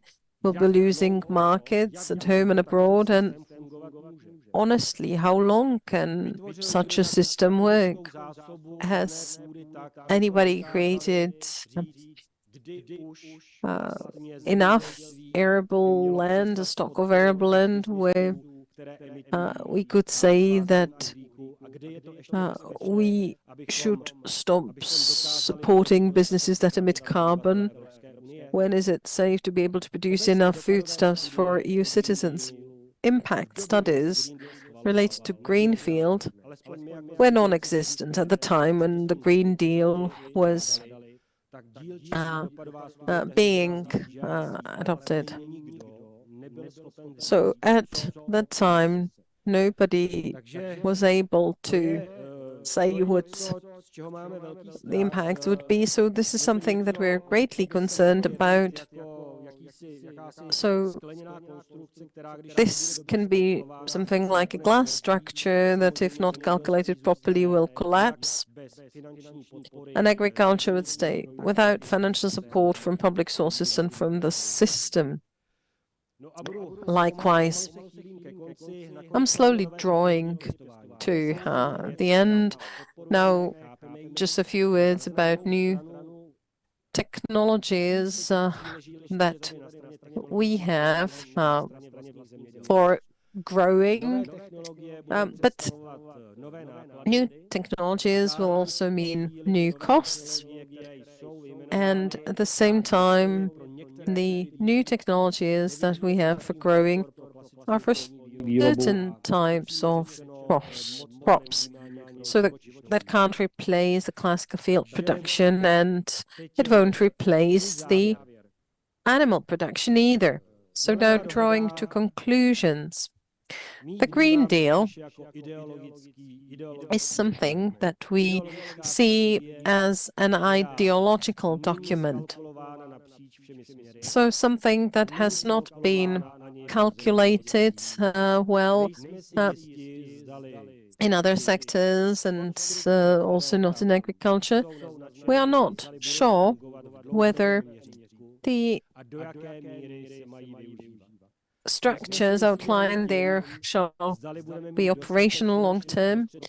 We're not sure whether there'll be enough funding to achieve certain objectives and make use of certain tools that the Green Deal describes. I would like to ask everybody and all the institutions that decide at European level about to what extent certain elements of the Green Deal are going to be implemented, to consider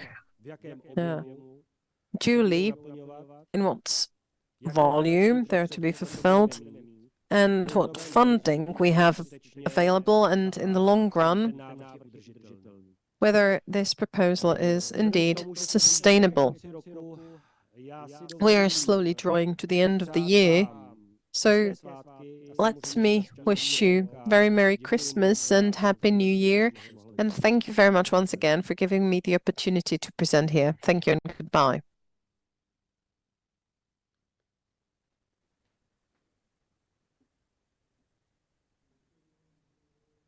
Za jeho vystoupení. Thank you very much, Mr. Jan Ulrich, for your presentation. And now we'll have presentations by experts who have joined us remotely. And let me say that there'll be Q&A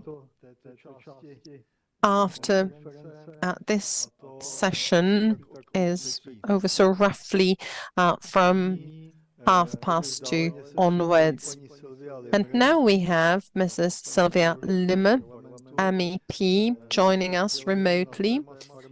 She will speak about From Farm to Fork, threat for European agriculture. The floor goes to you.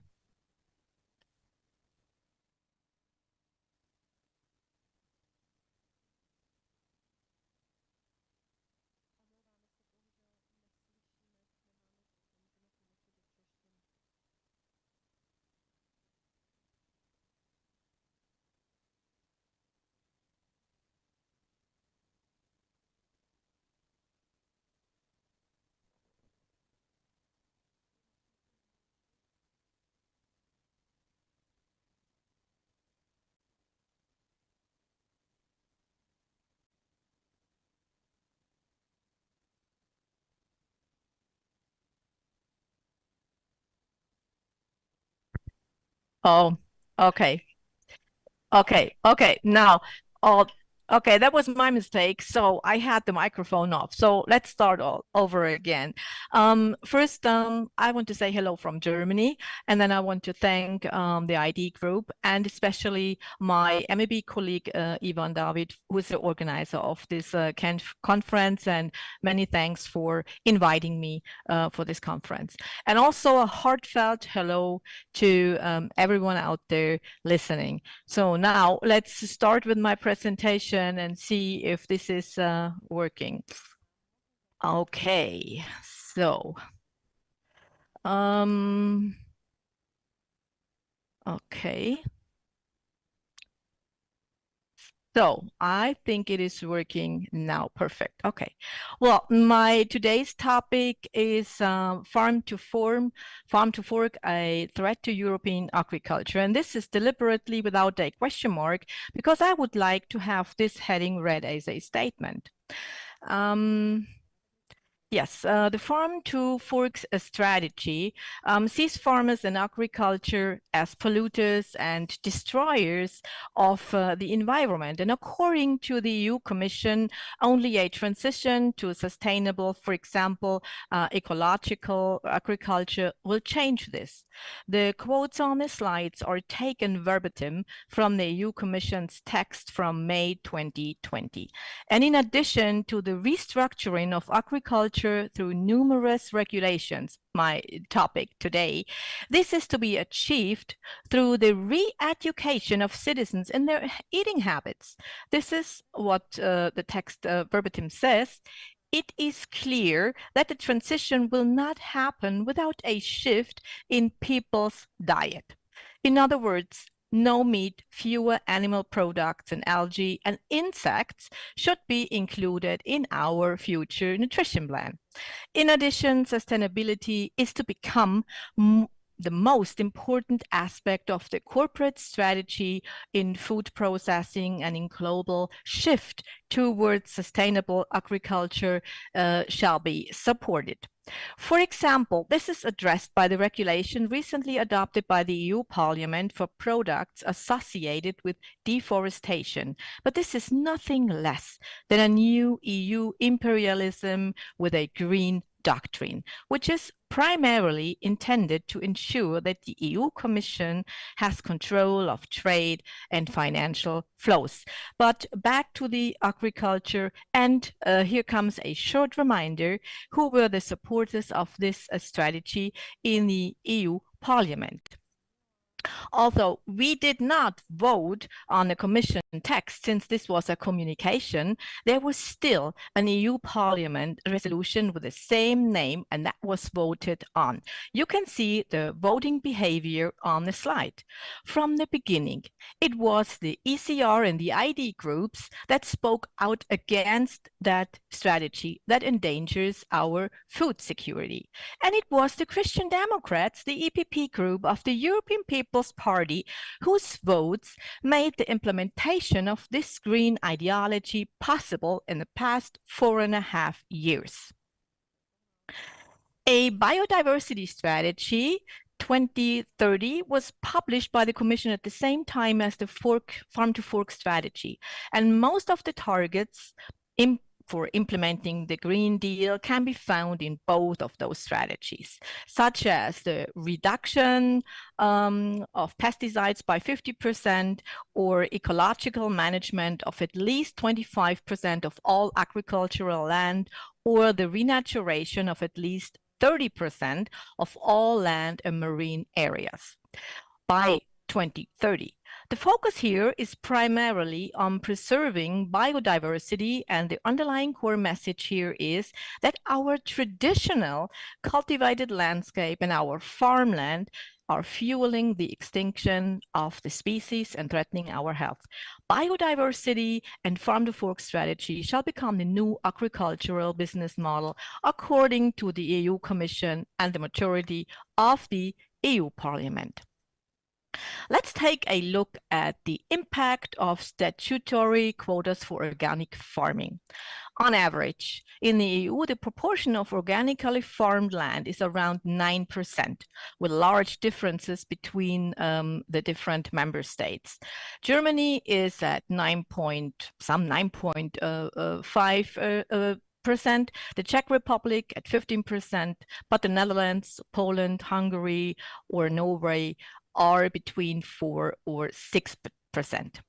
And it is always argued that the decline in biodiversity with conventional farmed land is significantly higher than on organic land. But this is only true if you look at the area and not at the yield. In addition to the fact that there is no scientific standard for quantifying biodiversity. And depending on the crop, there are considerable differences in yield between the conventional and the organic farming. In organic farming, in different studies, a drop in yield between 50 and 60% is reported for wheat or potatoes, and an average of around 40% decline for oilseed. This means that organic farming performs significantly worse even in terms of biodiversity. One study estimates a 55% higher loss of biodiversity in organic farming. And in addition, food production is being relocated to third countries, often to areas that have a significantly higher biodiversity index than the arable land within the EU. And while the world's population had risen steadily, agricultural land actually declined slightly. And this trend would be significantly reversed if high-yield farming would be banned by law. Statistics predict an increase to around 10 billion people by 2050, even without the Green Deal. Feeding ourselves in the future will be a challenge. And in the following, I will briefly present 3 of the legislative texts announced in the Farm to Fork strategy and the impact on the European agriculture, starting with a new green business model, the carbon dioxide sequestration by farmers and foresters. According to the EU Commission, climate-efficient agriculture should make its contribution to achieving climate neutrality by 2050. And the proposal for a regulation, which the Commission put forward a year ago in November 2022, contains rules for the recognition of carbon dioxide removal certification systems. According to the Commission, examples of climate-efficient agriculture that permanently stores carbon dioxide in soils and forests include the rewetting of peatlands, afforestation, increasing landscape features such as hedges, bushes, ponds, dry stone walls, and the like, and even on top of all that, the targeted conversion of cropland to fallow. By means of certification, these practices are intended to be the new sources of income for farmers, foresters, and land managers. And the exact wording of the Commission, which I think is very interesting, reads as follows. The carbon removal certificates can be used for result-based rewards by private, which mean food companies, or public sources, which means your taxpayers' money, of course. And while farmers will benefit from additional income, food companies can credibly document their carbon footprint. So farmers are no longer producers of food and secure our food supply. They are being turned into carbon dioxide gardeners by law. While their income revenue is no longer based on crop yields and market prices, but it is replaced by a fictitious carbon dioxide subsidy. Society's food supply is being as outsourced to third countries, and this will have, of course, negative effects on biodiversity when natural habits are converted into additional arable land. And in extreme cases, it can even endanger globally the food supply of vulnerable groups. Already, this Commission's version and the underlying green ideology is very difficult to digest. But then the regulation was not only adopted by the EU Parliament in the first reading with an overwhelming majority, as you can see, but the regulation was even made stricter in Parliament. In addition to carbon dioxide, the certification of methane and nitrous oxide was included, and this is also very hard to believe. Methane emissions from intestinal fermentation were included in the legal text. Unnoticed by almost all MEPs, this was the first step towards regulating livestock by their methane emissions. Let's go further. So another regulation that will come into force is the regulation on nature restoration. And the trilogue negotiations were already completed on November 9th, and only yesterday the Environmental Committee in charge approved the trilogue results by 53 to 28. It is interesting. It is very interesting to note how divided the EPP group voted. Over the past 4.5 years, their votes in particular have generated majorities for green nonsense. Yet it is precisely those and their MEPs, especially in Germany, where I come from, who claim to stand up for the concerns of the farmers.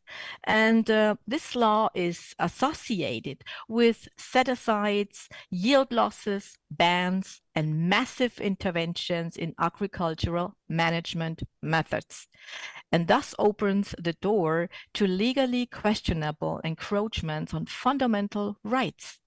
This is exacerbated by imprecise definitions such as good status or what is a favorable reference area, which create considerable legal uncertainty. Farmers are being deprived of fertile land, especially after trilogue negotiations reintroduced content into the legislative text that was rejected before in Parliament at first reading.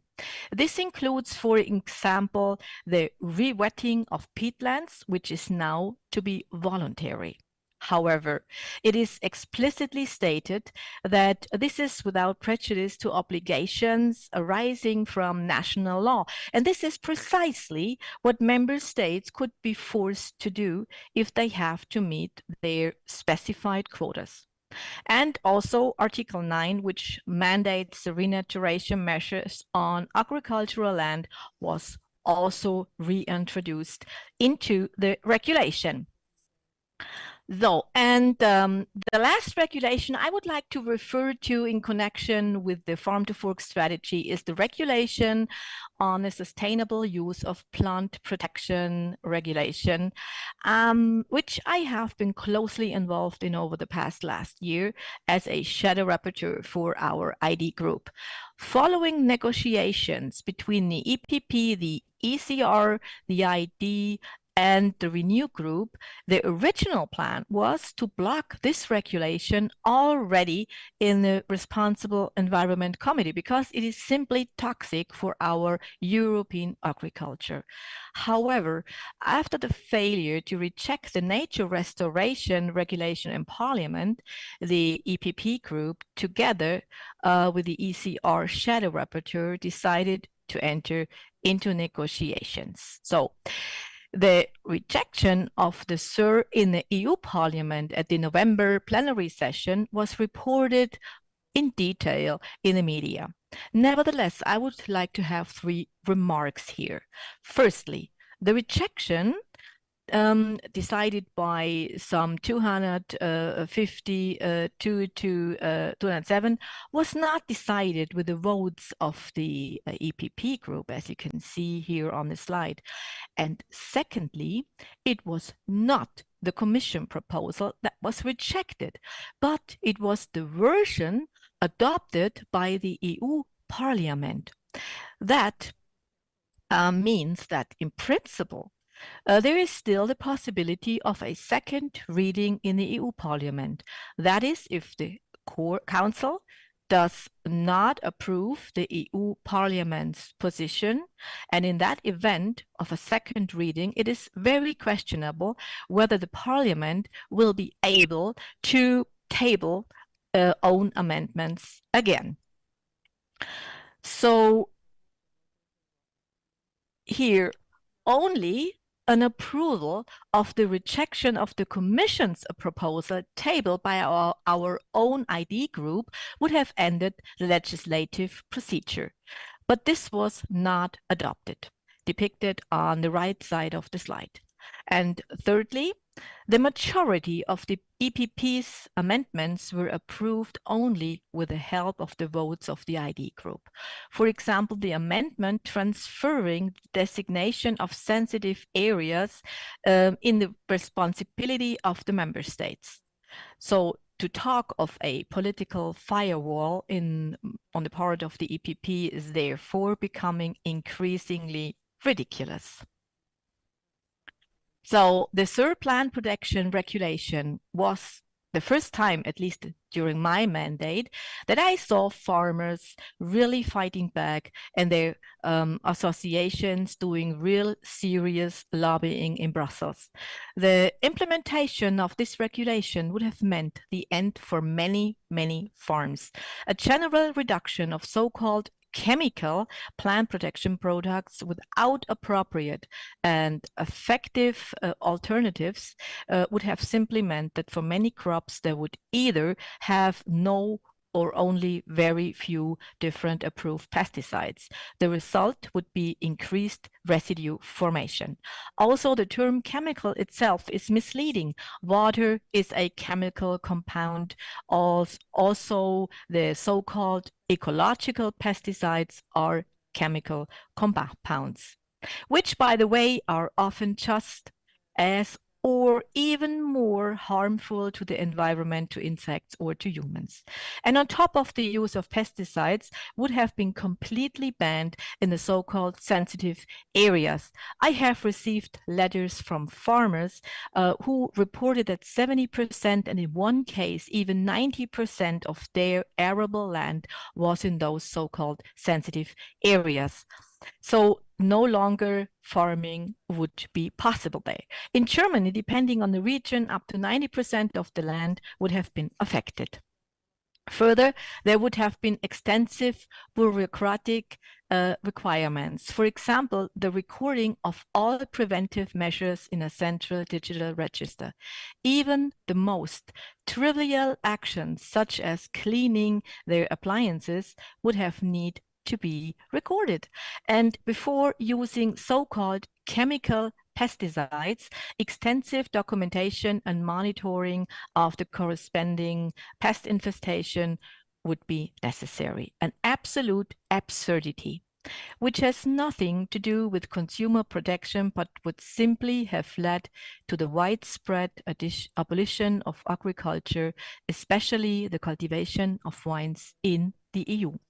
We can only hope that either the Council will follow EU Parliament or the EU Commission will withdraw the legislative proposal.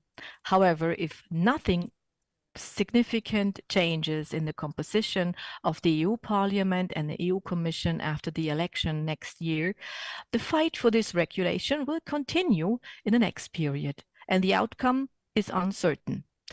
The realization that food security is the foundation of our society must prevail, especially in the urban population, where the reality of agriculture and food production is far away.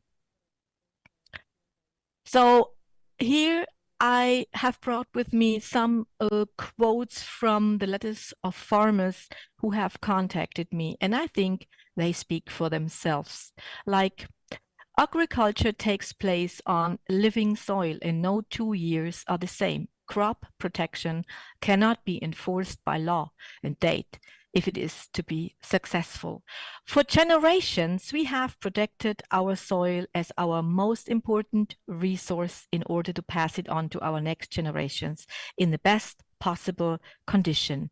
Or this one, as plant protection products are extremely expensive, we try to use them as sparingly as possible at the moment. Or as a farm, we already literally surrounded by bureaucracy, regulations and documentation requirements. Or here another one who invested in 2018 around 1 million euros in more animal welfare and modern precision farming technology. And he says, if I were to be banned from using pesticides, the existence of my farm would be at stake, as 90% of the land would be in a protected area. Or this one here, crops such as vegetables, potatoes, oilseed and sugar beet could no longer be grown in the protected areas. Self-determined and entrepreneurial farming is therefore no longer possible. And this is a good point too. If organic farming becomes mandatory by law, prices for organic products will come under severe pressure as the markets will be no longer able to absorb these additional products. The necessary price gap between organic products and conventional goods will be drastically reduced, which will put many of these organic farms in financial difficulties through no fault of their own. Well, the consequences of those green agricultural mismanagement are very clear. Even a study mandated by the Commission concluded in January 2021 that the farm-to-fork strategy will lead to a pronounced decline in food production within the EU. Whether this was the reason why this study was not published for more than over half a year is of course purely speculative, but it does raise questions about how unwelcome facts are dealt with. In addition to the decline in food production, which has been predicted in countless studies, the disappearance of farms will continue to increase. In Germany, statistics show that 3,560 farms have closed their doors for good every year over the last 10 years, and the trend continues unabated. Pig farms are currently particularly affected. In the EU, the decline has also been drastic. In the last 10 years alone, the number of farms has fallen from 15 million to 10 million farms. It is also becoming unpleasant for consumers. This development will result in significant price increases, and due to the relocation of production to third countries, consumer safety will also decrease. Now, of course, like you, I do not have a crystal ball and a wishing glass. But it is clear that the rejection of the SUR in the EU Parliament with the votes of the ECR and ID groups can be seen as an initial success. Environmental politics and agricultural politics are not green politics. They require a fact-oriented, reality-based approach. We must therefore no longer leave them to the green socialists, but place them at the core of our conservative agenda. And we have every reason to be more self-confident, and above all, to defend our principles uncompromisingly, because without us, there will be no more conservative majorities in the EU Parliament. I thank you for your attention.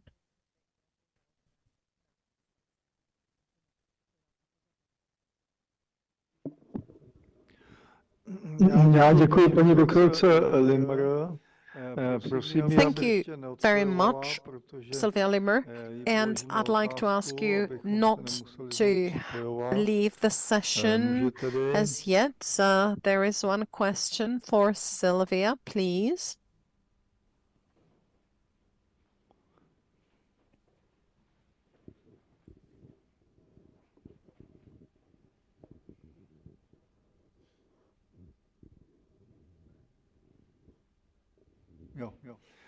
Tedy je obtížné měnit cesty Europarlamentu.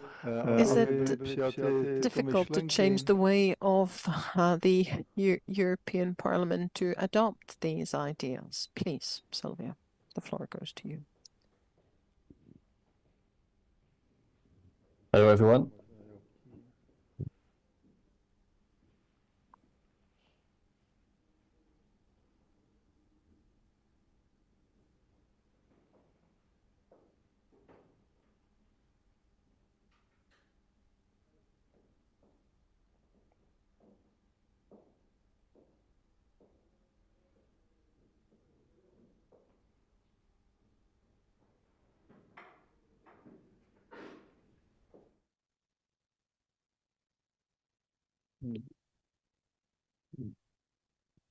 Takže je nám líto, protože paní doktorka Limmer se již odpojila, čili budeme pokračovat. Unfortunately, Sylvia Limmer has already left the session, so that's a shame. So let's continue with the next speaker. So it's Mr. Loxaliu.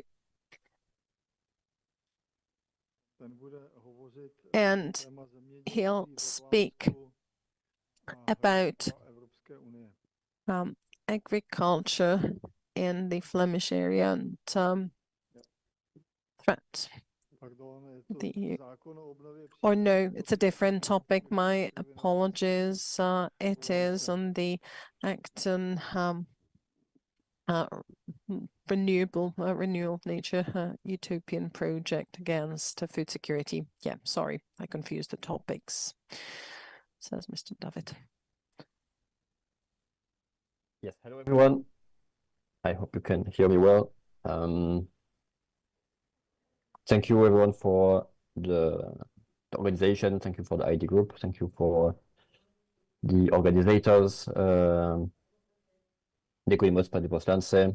I will speak today quickly. So as stated, I'm assistant for Aurélia Benneux, and I followed the nature restoration file deeply during the negotiations in the European Parliament, during the trilogue, during the shadows. So we'll go into details about this file.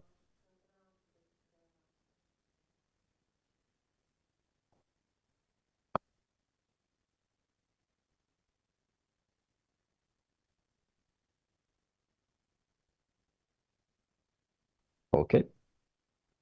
So the nature restoration file, MEP Sylvia Lima went into some details about it, about the red line that we had about this file.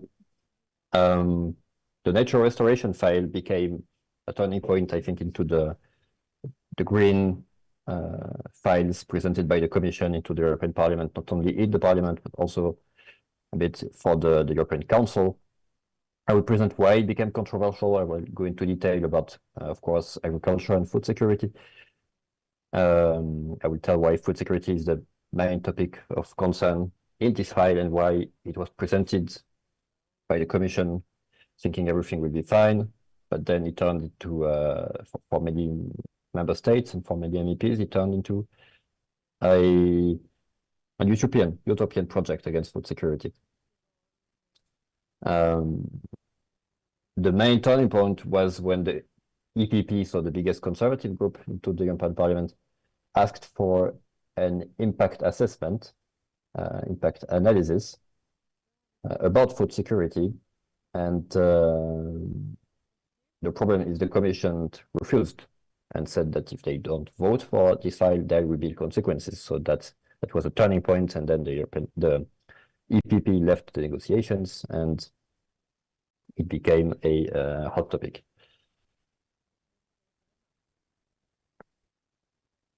So what were the general targets at first for the nature restoration law? The first one was to create some binding goals for peatlands. We will go into details about peatlands and what it has impacts on agriculture, as you already saw a bit with MEP Lima presentation. Then we will one of the other big target was rivers.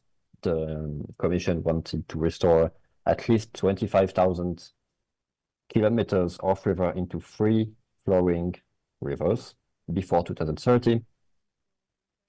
One big red line for us is that of course it helps ecosystems to restore peatlands, but at the same time this can also degrade the ecosystem. There is consideration about hydropower, as it was stated in the previous presentation, but if we consider only the ecosystem side, this can also degrade ecosystems that existed thanks to water reservoir.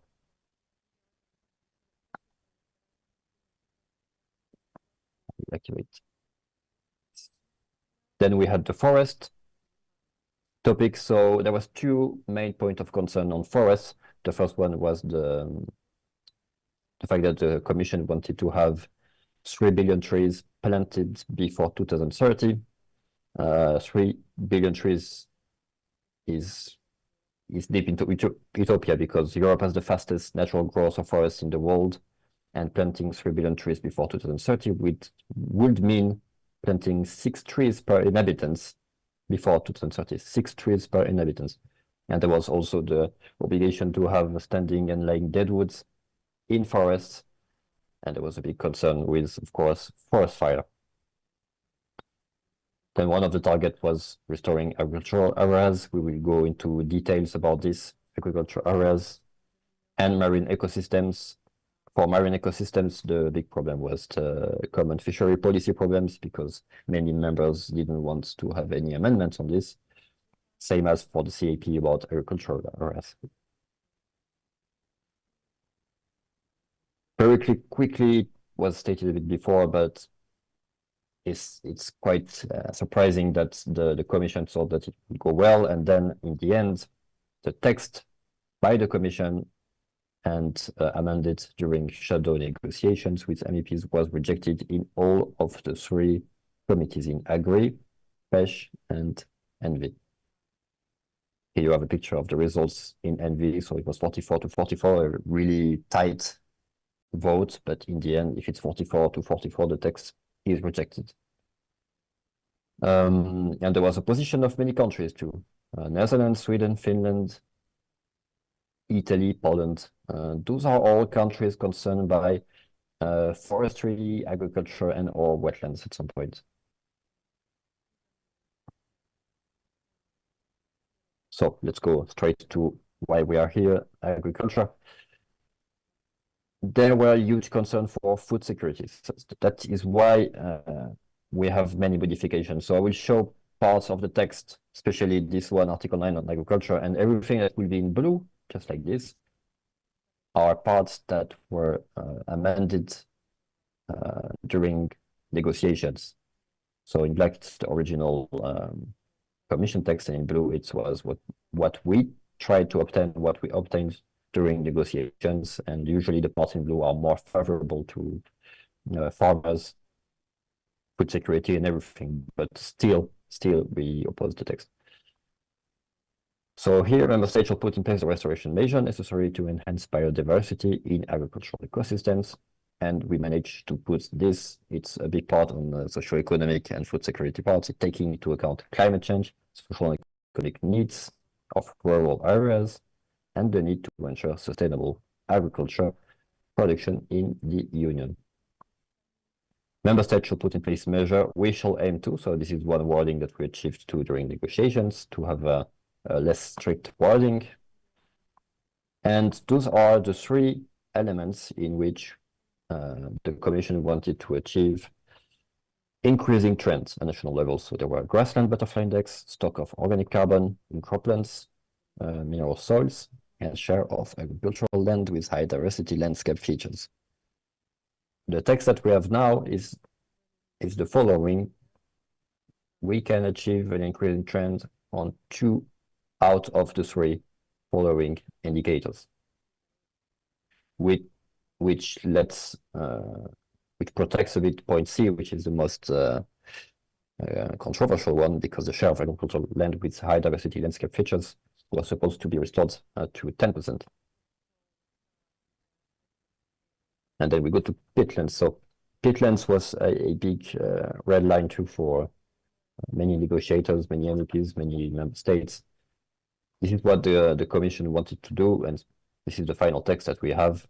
So member states shall put in place measure which shall aim to restore organic soils in agricultural use constituting drained peatlands. And those are the percentages that are at the targets. So in the end, by 2050, 50% of such areas, which at least a third shall be rewetted.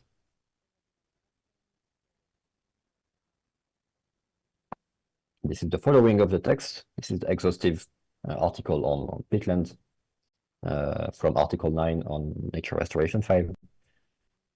So what we have here, I will go really quickly and go to the most interesting point. Member State may put in place restoration measures, including rewetting in areas of peat extraction sites, and count those areas as contributing to achieving the respective targets referred to in the first subparagraph.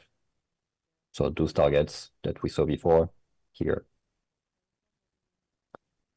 In addition, member states may put in place restoration measures to rewet organic soils that constitute drained peatlands under land use other than agricultural use and peat extraction, and this is the most interesting, count those rewetted areas as contributing up to a maximum of 40% to the achievement of the targets. So that means that member states may restore drained peatlands that are not for agricultural use. And again, this is something that we partly obtained in negotiations.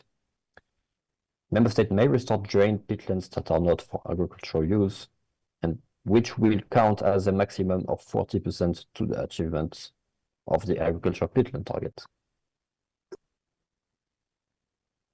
And here the restoration measure consisting of raising peatlands, including the water levels to be achieved, shall contribute to the reducing greenhouse gas net emission and increasing biodiversity, while taking national and local circumstances into account. Again, this is something that was not present in the Commission proposal, and this is the result of the opposition of member states and half of the European Parliament. And here we have even more conditions that were added. Everything here is in blue because everything is modified after negotiations. So where duly justified, the extent of the rating of peatland under agricultural use may be reduced to less than required under point A, B, and C by a member state if such rating is likely to have significant negative impacts on infrastructure. This is the most important point.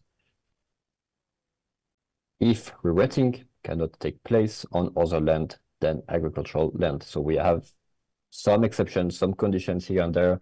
Still a text that is not favorable for us, definitely, and for food security, European economic growth, European potential of being competitive against the third countries and everything, but it's still things that were added after the Commission proposal by negotiations. And we have two important points here. So here we read that the obligation for member states to achieve the rating targets does not imply an obligation for farmers to re-rat their land. So how can we achieve a target if it's obligatory for member states but not for farmers? So this is the big question. And the answer is partly here. And it's about incentivizing and training. Member states shall incentivize rating to make it an attractive option for farmers and foster access to training. So again, this is the result of fierce battle and concern about food security.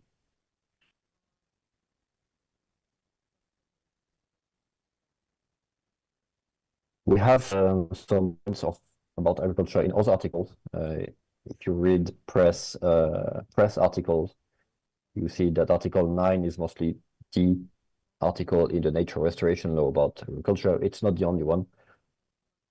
For example, we have 5A and 5B. Here we see the result of a fierce battle again. The opposition was linked to the fact that the MEPs and the member state did not want the CAP, so the Common Agricultural Policy, and the CFP, the Common Fishery Policy, to be amended. So this is why, for example, we have 5B. The implementation shall not imply an obligation for member states to reprogram any funding under the CAP or the CFP or other agricultural and fishery funding programs, etc., etc. So again, a consequence of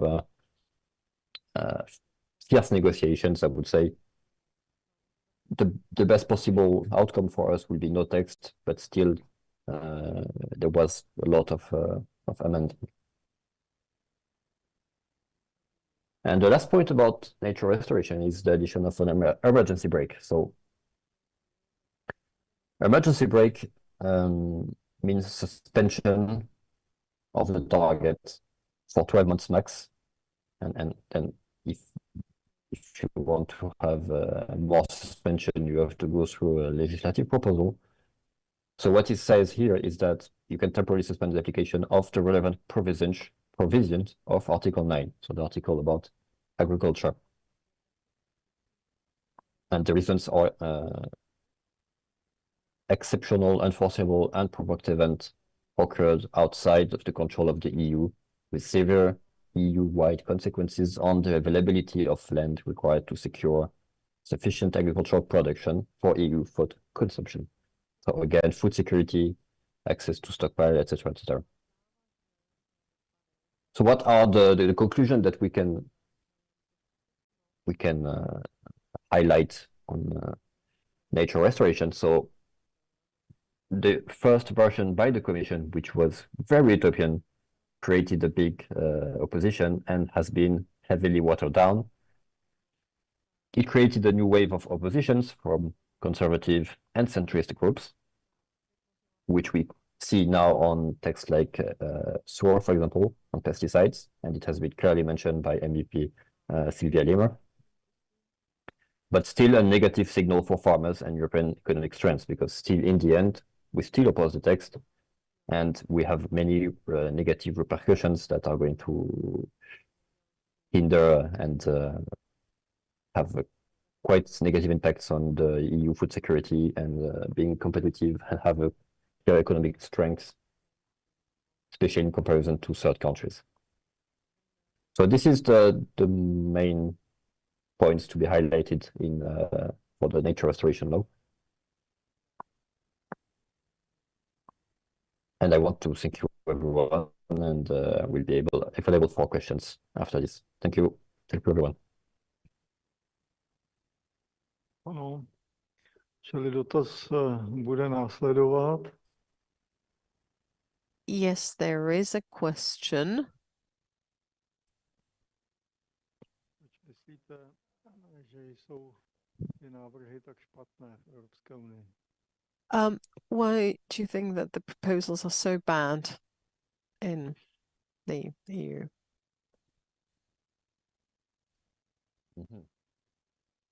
So I guess that they means the European Commission. They have a clear pressure by their own pressure to have ambitious targets. There is the influence of every international meeting, every COP 2021, etc., in which they say that the European Union will be the most ambitious place to reduce carbon emission and everything, and then they come back to Brussels, to the European Commission, and they create texts that are every time more ambitious than the previous one. And you have also the fact that some people, they have power for a very short amount of time, and they want to be known as the person that was the most ambitious on certain topics. So that's why we have such ambitious text every time coming from the Commission, and then we have the Council trying to water down the text, and the Parliament depends about the positions. But the good thing is that on many texts recently we have seen oppositions that we did not see before. But why they do it? And there's also the point of being disconnected from realities of everyday citizen and farmers and everything.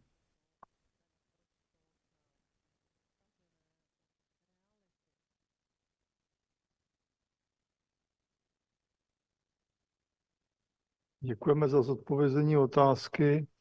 A nyní Thank you very much for answering the question.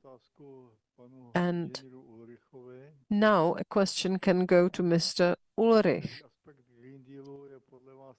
Which aspect of the Green Deal is the most dangerous for farmers?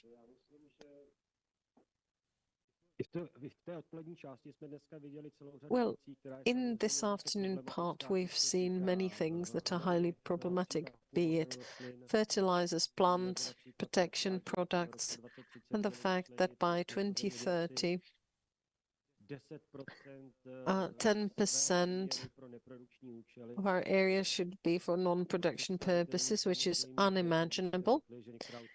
It's as though you're saying that an automotive company is to close down one production hall and that's it. But let me answer in the following way. The most dangerous thing about the Green Deal is that it's not a real strategy. It's an ideological text with too much ideology and too few realistic expectations. It's not thought through sufficiently. It's a utopistic wish.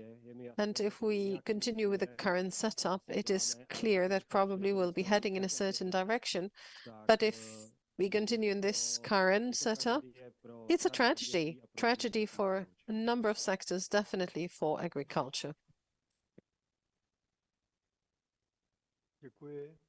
Thank you very much. And now hopefully Mr. Emmanuel de Roos will join us. He'll speak about agriculture in the Flemish and, well, EU threat. So the floor goes to you, Mr. de Roos.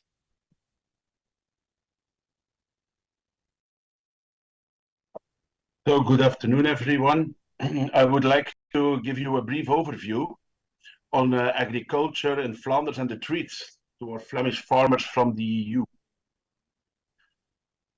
Very quickly about myself, I'm a member of the Vlaams Belang party in the Flemish Parliament, and as you probably know, Vlaams Belang is part of the ID group in the European Parliament. My main concern in the Flemish Parliament is actually the Welfare Committee, where I have been the leading member of our party since 2019. I was born in Roeselare, which is in West Flanders, in a region which is known for its farming. And that's why it's always kept me interesting a lot in the Agriculture Committee and the Parliament, where I've been a guest on several occasions for interrogating the minister. Flanders is a part of Belgium, which is a federal state, which means some of the competences are only for the federal government, some are divided, and some others are exclusive for the Flemish Parliament. On the slide, you can see some of the competence of Flanders, which includes agriculture. A very small part of agriculture is not Flemish, but federal.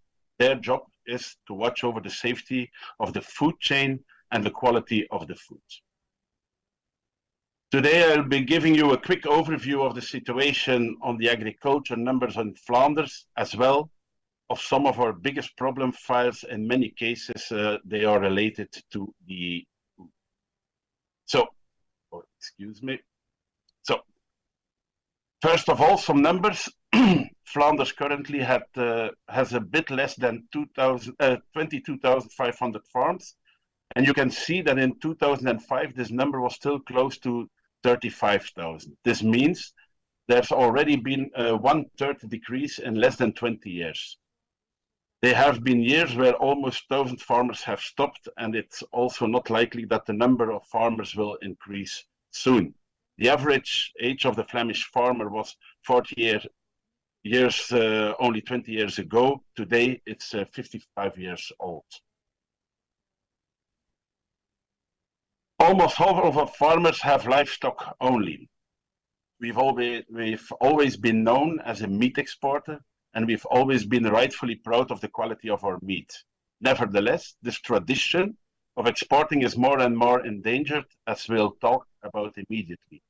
Arable farming accounts 1/3 of our farms. Earlier, I told you I was born in Roeselare, which is in West Flanders. This province clearly has the most of the farms in Flanders and accounts to 60% of all farms, together with the one in East Flanders. Even though Flanders is relatively small, looking at the total territory of 30,500 square kilometers, there are definitely differences to be observed in several regions. Specific of West Flanders and Antwerp, specific parts of West Flanders and Antwerp will be consisting mostly out of livestock farms, for example, whereas in the province surrounding Brussels, which is Vlaams-Brabant, there's a bit more arable farms. And Limburg, on the other hand, you'll find a lot of Flemish fruit. The classic products from there are the apples, the pears, and the cherries.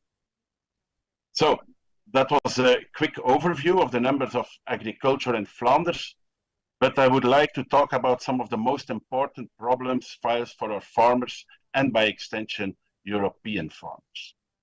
I could obviously speak about the common agriculture policy and the difficulties it brings with for Flemish, French, Czechs, or basically for all the EU farmers, but I'd like to focus on some other topics. Some of those are well known, others might be a bit more unknown, at least in some of the EU countries, but nevertheless, that doesn't mean they will remain hidden forever, as I'll explain in a second.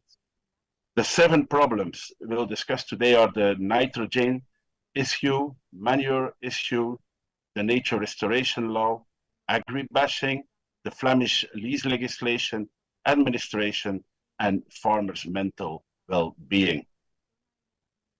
So, first of all, there is no way around the problem that's been holding Flemish agriculture and all possible innovations and the future for Flemish agriculture captive since the beginning of last year. Stikstof. As you would say in English, nitrogen.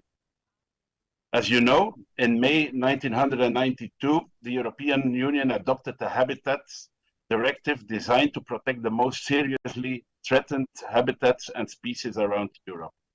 Together with the Bird Directive adopted earlier, 13 years earlier, they have formed the cornerstone of Europe's conservation policy and make up the Natura 2000 network of protected areas. In Flanders, the government now decided the use and emission of nitrogen of farms is suddenly the biggest threat to habitats and species. And I say suddenly because in 2019, when the Flemish government was formed, the whole nitrogen issue wasn't even in their coalition agreement. Yet last year, this became big when in February 22, they made a nitrogen agreement in which they agreed how to reduce nitrogen emission and deposition on Natura 2000 areas in Flanders. The rules they agreed upon were simply horrendous and simply means the end of Flemish agriculture.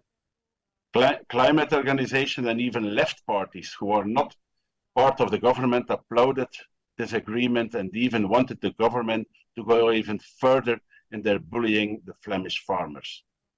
When asked for an explanation of why they want to do this exactly, the responsible minister, Zuhal Demir of N-VA, which is a so-called right-wing party and part of the ECR in the European Parliament, said they have to do it because of Europe.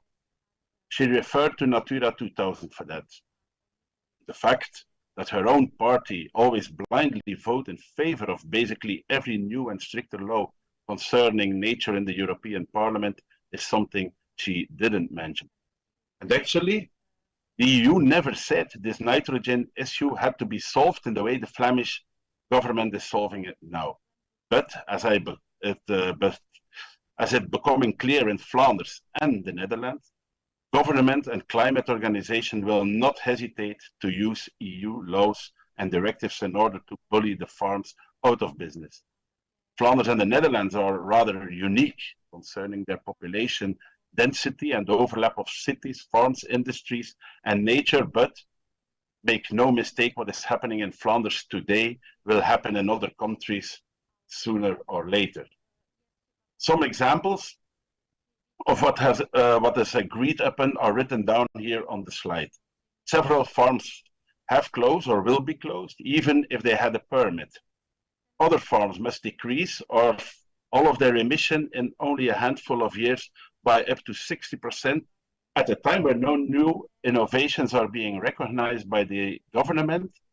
And when we know that Flemish farms are already very innovative and clean. The government also wants at least 30% less pigs and also a huge reduction of other livestock numbers. And finally, some arable farms could see a total manure stop in 28. I believe it's definitely not an exaggeration to call these so-called solutions to the nitrogen issue widely out of proportion. As you know and are able to see on this map here, Flanders is a small state, and every business within a radius of some 100 meters to even kilometers nearby the red areas on the map would be subjected to stricter rules. Basically, that is almost all agriculture in Flanders.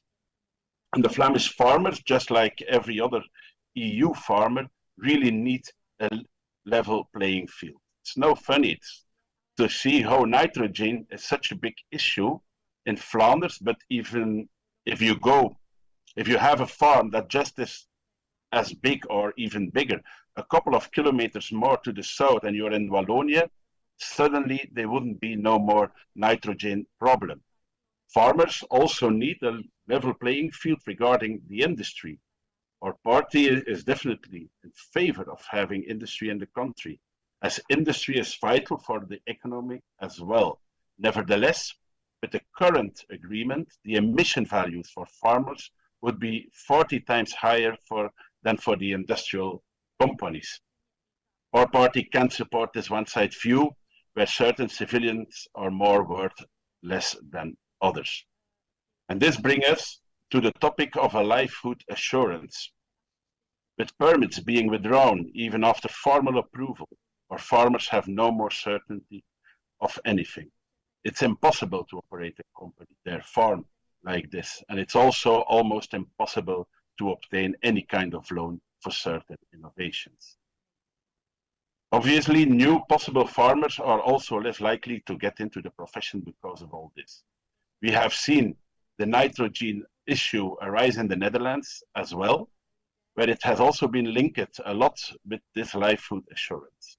Out of nowhere, the Farmers' Party, BBB, won the Senate elections in March this year, whereas our friends from the PVV also supported the farmers and the live food assurance of both farmers and other civilians as well, heavily, leading to their landslide victory in the elections last week. Then we get to something else. That's the Manure Action Plan. The European Water Framework Directive sets out requirements for a healthy water system. Every time Flanders creates a new manure action plan to put new and/or stricter limitations on the use of manure for farmers in order to fulfill these requirements from the EU. Just as with the nitrogen issue, the Flemish government used an EU directive to bully our farmers and convince the other citizens that it must be done because of the EU says so. So once a EU directive is the cause for a national regional government to increase the pressure applied on our farmers. And the nitrogen issue has been going on since February last year and is still not done at all. There's been a third agreement this month, but nothing has been put into law, and it's even not certain the State Council will approve of these rules. They have been very hard on the previous agreements, and they said they didn't make any sense whatsoever, with the legislation also being called legal malpractice. And we can see a similar scenario with the Manure Action Plan as well. This has been going on since the end of last year, and we are still now here today.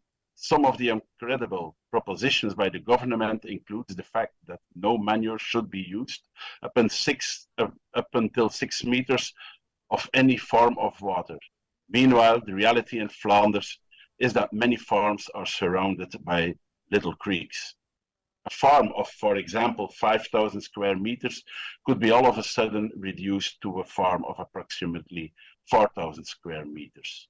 Meanwhile, the minister wants to forbid any harvesting of potatoes after September 1st, which in reality means 80% of the Flemish potatoes. What the minister and high officials do not seem to understand is that the weather doesn't blindly follow the rules and dates set by them. It reminds me of the famous quote by Dwight Eisenhower, who said, "Farming looked mighty easy when your plow is a pencil and you're 1,000 miles from the cornfield." But like I mentioned, both the nitrogen question and with this problem, farmers have been totally uncertain about what to expect and when to expect it for over a year now, which obviously causes a lot of headaches and stress.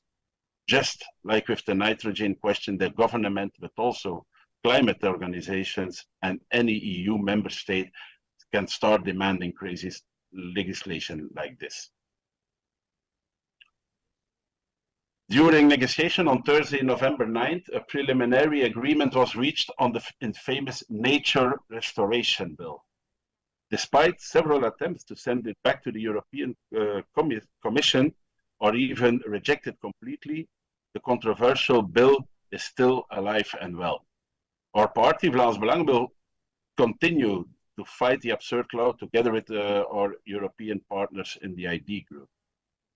Climate fanaticism must be stopped somewhere. It has become a religion divorced from any sense of reality. And the media is now painting a picture that the compromise is a watered down version of the nature restoration law, but that does not mean anything. Despite the fact that the proposed law is less radical than the initial proposal, it should be stopped by all possible means. After all, if it is passed, the law will serve as a foundation on which a follow-up law then will be built, in which all the initial radical proposals will return. That is how it always goes. The problem with the nature restoration law is that it is in fact a law and not a directive, which means it will become European law. This law will then be used by the bureaucrats, lobbyists, and NGOs to fight all kinds of court battles. This agreement is also yet another stop on the already controversial path on an even more controversial law. Delays, failed committee votes, and then still the controversial adoption in the European Parliament. They have truly tried everything to keep this fanatical climate law alive. These maneuvers come as no surprise. The green climate fanatics are still trying to push through as much climate legislation as possible in the last months to the European elections. So after all, they fear they will lose their already narrow left liberal majority in the next term. Besides, supposedly right-wing parties have also collaborated on 4 years. Entrenched centre parties thought they could achieve a rejuvenation in their crumbling electorate by surfing along on the climate agenda. They too will pay the electoral price for this. People, young or old, are fed up with these invasive climate regulations to seek to control every facet of human life, from how one moves around to what one eats. And I'm confident that the electorate will bring about a reversal next year. So that's already 3 big problems, files for not only Flemish but also other EU farmers. And I briefly like to discuss the 4th one as well. Agribashing. There used to be a lot of respect for our farmers, because they put the food on our table, they work very hard and very long hours with very few days off, but at the point that respect starts to decrease. That's where we see the increase of agribashing throughout the years. Left-wing parties, government, ministers, and also climate organizations keep putting farmers in a bad light, portraying them as culprits of environmental damage, wildlife, and poor animal welfare. Even in Flemish schools, even in Flemish school books, there are images of farms being very polluting and farmers doing nothing for the animal welfare of their stock. And I can imagine this is the same in other countries. We can also observe the youth being less and less conscious about what farmers actually do and where the food on their plates come from. This is definitely very worrying, according to us. But luckily, we did notice in Flanders in the last couple of months is that the very negative view on farmers is slightly turning. There are a lot of people in the countryside that are starting to talk about this, to mention how unfair their farmers, their neighbors are being treated in press, school, and by the government, and how they cannot support any party or organization that looks at farmers in that outdated view of how bad they are for the environment. And we, Vlaams Belang as a party, definitely support it. We believe our farmers are very environmentally conscientious and our most important allies in the struggle for a better environment. The previous problems were all related to the EU, and I think we can all agree that the past year and a half has already been a big hit for all Flemish and EU farmers. In addition to that, after decades of no change, the Flemish government recently renewed the lease legislation for farmers who don't have their own agricultural land but are renting or leasing them. In the legislation, you can find now a line how the government always has a preemptive right over the farmers themselves when their current lease ends, thanks to the possible public benefit. This means that when a farmer's lease is ending and he wants to actually buy the ground he's farming on or continue with, his lease, the government can basically prevent this. Their lease stops and the government buys the land at an incredibly high price with the farmer's own tax money, even fertile farmland. You already know that Flanders is relatively small and clearly does not have a lot of free land that can be used for farming purposes. So actually finding a place to farm on has become very difficult, both for existing farmers and also possible for new farmers. The price for a hectare of agricultural land in my province in West Flanders, for example, was €77,000 last year. Becoming a farmer is simply impossible. This point, together with the EU-related problem files, bring me to the last point I'd like to discuss with you. As you know, I'm a member of the Welfare Committee, so the farmers' mental well-being is extremely important. The legislation becoming stricter, together with the tons of administration and many problem files, has been causing immense stress in the Flemish farmer population and without a doubt in many other member states. If we look at the statistics from 21 to 22, we saw an increase of 30% of Flemish farmers asking questions about psychological help, an immense increase which is very likely to happen again this year. Farmers are not known to be the most talkative people about their mental well-being, so this number should really be ringing several bells. That's why our goal for the next year is to be victorious in the Flemish and European elections. All the classical political parties and left-wing radicalists are destroying the future of our agriculture and the present of our farmer citizens.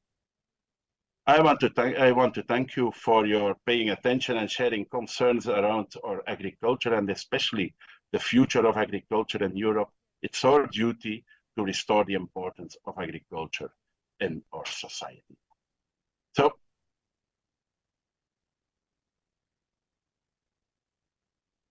děkujeme přednášejícímu za jeho příspěvek. Let me thank Mr. de Roos to his contribution, to his presentation. I must say that the issues are similar in all the countries of the EU. And I'm also happy to see that the farmers in Flanders are less attacked by various activists and that there are not so many negative statements, negative comments. I view that as a positive trend. So if Mr. de Roos, if you stay connected, I would like to ask a question that we received. Do you see that the situation of EU or the position of EU towards farmers could be improved, could get improved? What would be necessary for that to happen? We'll appreciate back the farmers and we'll see the importance of food, the independence of food supply in Europe. And I think that's the first step to have more sympathy from the people living in Europe for our farmers, and then they will understand better the problems that our farmers are coping with. Of course, we have to see that everything is in a good balance between nature and farming.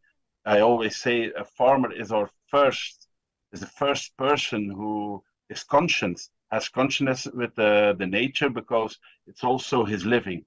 So I think that's a very important first step to see everything becoming right for our farmers.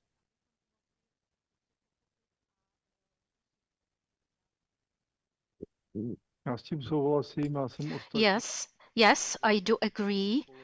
And during the morning session, I actually said the same thing, that we need to strive that the farmers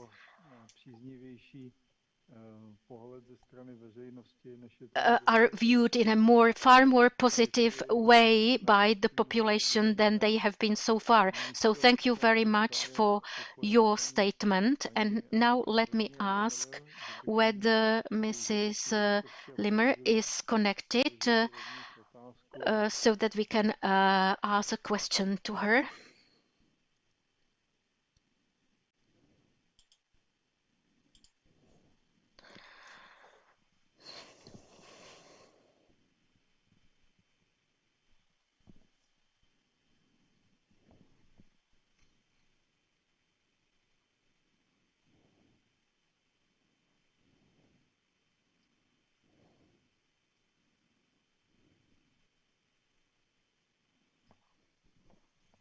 Jo.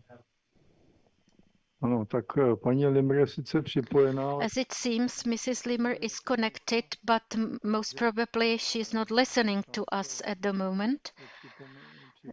So I would like to ask our last speaker, Mr. Samuel H. Clovis, whether he's connected. Good morning. It's very early in the morning here. I live in Sioux Falls, South Dakota, right at the top. Globální výzva světové zajištění potravin v roce 2050. So Mr. Clover will speak about the global challenge, which is global food security in food supply in 2050.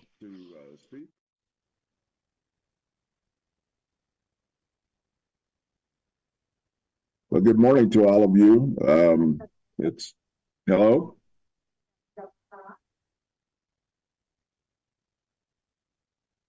Are you ready for me to go ahead? I'll assume so. Well, thank you again for having me this morning. I'm Dr. Sam Clovis. I last served in the Trump administration and the Department of Agriculture as a senior White House advisor to the Department of Agriculture in the United States. And born and raised in the middle part of our country, right in the breadbasket, the wheat breadbasket of America. And I wanted to talk to you today about the challenges of feeding the world in the year 2050. That was our goal when we came into the administration in Washington, D.C., was to turn the entire attention of the agricultural world toward the feeding of the world in the year 2050. We think that is an incredible challenge, and we wanted to think strategically. So we were looking over the horizon to see what all of the factors might be that we will have to be facing and the challenges that we'll be facing as we go forward.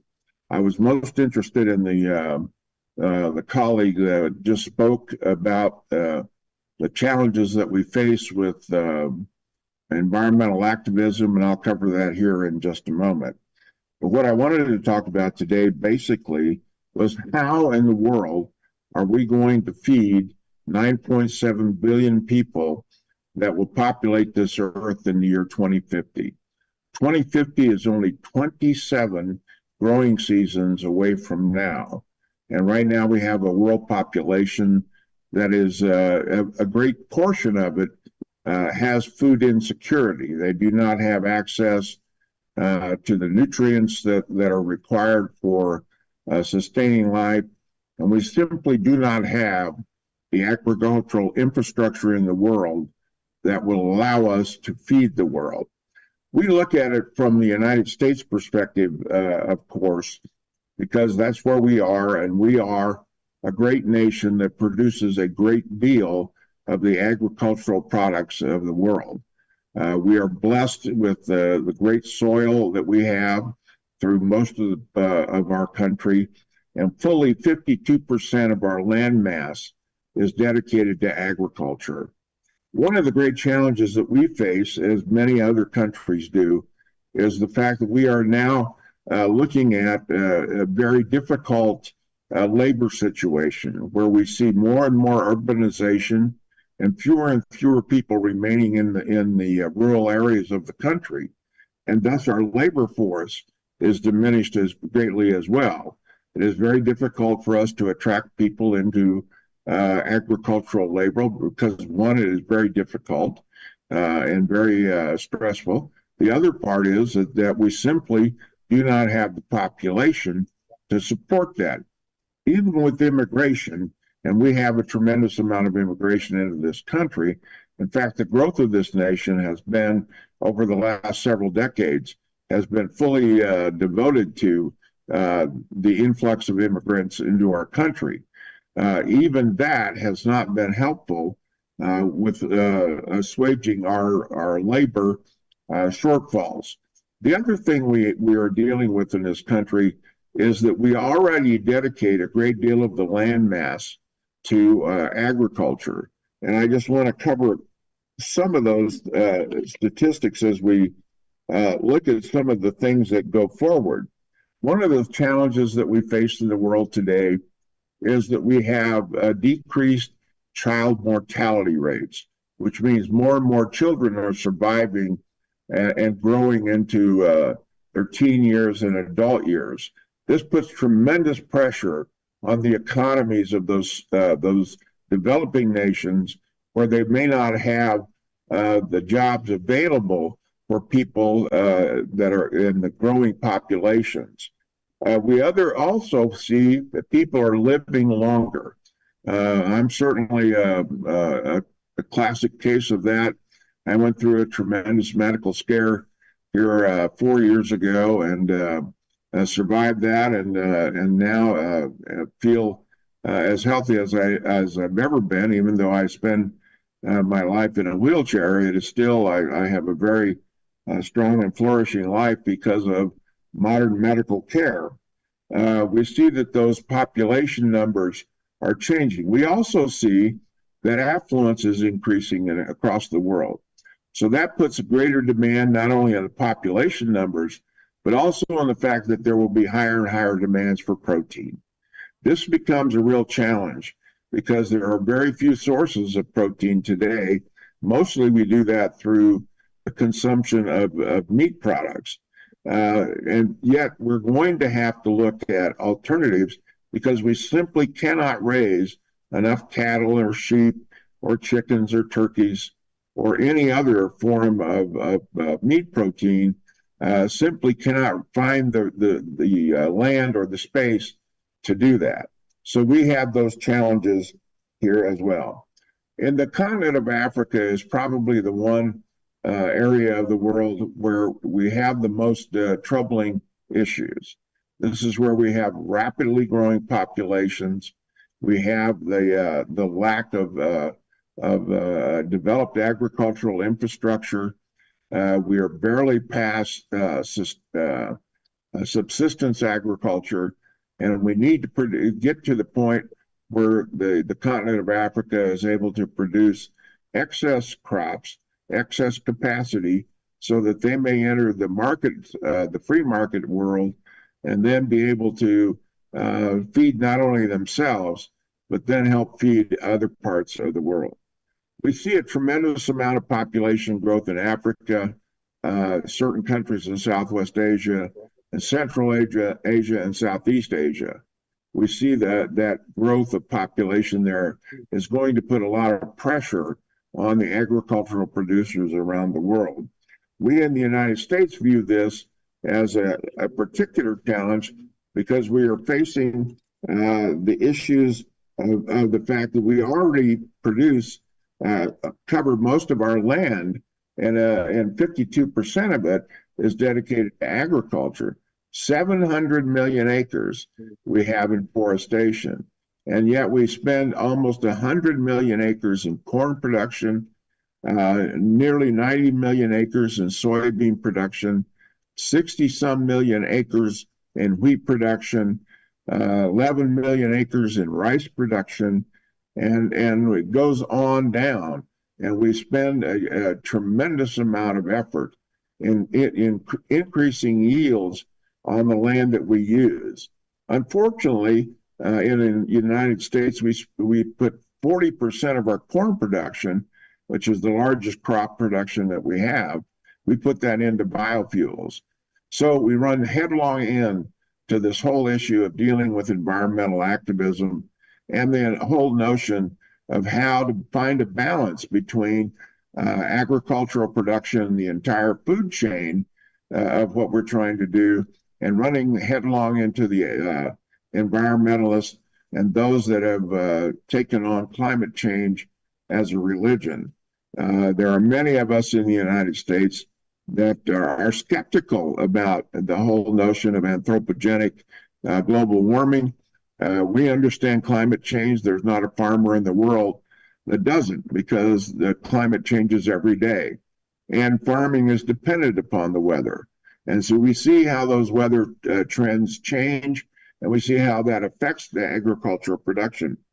But what we're trying to do is find a balance of how we are going to go ahead and produce the food that we need and to go from there. One of the things that I think that is important for us in talking about this is the whole notion, if we're talking about a global issue and a strategic issue, is water. I think water is one of the most important aspects of agriculture. We worry about water protection. We worry about the protection of watersheds. We worry about the protection of our fisheries. We worry about the pollution that ends up in our oceans and affects those fisheries. And those are the things that we are trying to get on top of. And one of the things that we're looking at is a tremendous push toward precision agriculture. This is where we are able to use technology to go out and be able to apply our artificial nutrients, our treatments to our crop and soil in a way that is does not affect the watershed and does not affect our water quality. Water quantity is an issue as well, but we're trying to work on that. So we look around the world and we see that that is one of the big issues associated with agriculture, is how do we find water to be able to grow crops, because it takes water, moisture to grow crops and to grow crops effectively and grow them well. So this is one of the challenges that we see around the world, is how do we go out and get farmers to be able to have access to water, to be able to apply it to their crops, to be able to have the ability to provide nutrients to their crops, and then be able to retain those nutrients in the soil. What are the farming techniques that we are able to give to people so that they are able to produce in excess, so that that food can feed the urban parts populations of the world, and also then be able to enter the markets that we have out there. I thought that I would open a can of worms today talking about the whole issue of climate change, but I'm glad my colleague in front of me did open that up, because I think that's one of the great challenges that we have in agriculture today. We certainly face it in the United States, and I know I've been following the regulations coming out of the EU and several of the countries in Europe. You do not have the land mass that we do to produce crops. So we end up running into a lot of the same issues, particularly in our western lands, where forestation is one of our great crops that we have in abundance, but we are unable to take advantage of harvesting that crop for profit. One of the things I think is important is to take a look at the importance of international markets. It certainly is important to the United States. And one of the things that we would like to be able to do is to make sure that all countries have access to agricultural markets, so that commodities can flow freely from one continent to another, one country to another, and be able to do that without the hindrances of regulations and over-regulating the agricultural industry. I don't think in America that farmers are cast as bad people. I think that people that produce right now, the meat production people in America, are being villainized. And that is unfortunate because the fact is that our diet is made up predominantly, or protein comes from meat. And we do that. Now, there are many advances being made in using vegetation and aquacultures for the production of protein. But right now, protein in most parts of the world is carried out by meat. I want to wrap up here quickly. I know that I'm running out of time and I want to get us back on schedule here, but I want to finish by talking about what do we do about this? What do we do about the challenges of environmental activists that are using climate change as a brickbat to bash those of us who are involved in agriculture around the world? It's unfortunate that those people, many of them, do not understand or even care about how we have to work to produce the food that people eat in the world. And so what I wanted to do, and hopefully in the question and answer period, is to be able to get to that point where we will be able to answer questions about how do we deal with the activism of those who are out there using climate change as a brickbat to bash agricultural production. I have a little bit more I could say here, but I'll wait and we'll get back on schedule. And hopefully we'll be able to go through some question and answer. And I'm very happy to have the opportunity. Thank you for having me this morning on this international Zoom call. I think it's quite remarkable. Thank you very much.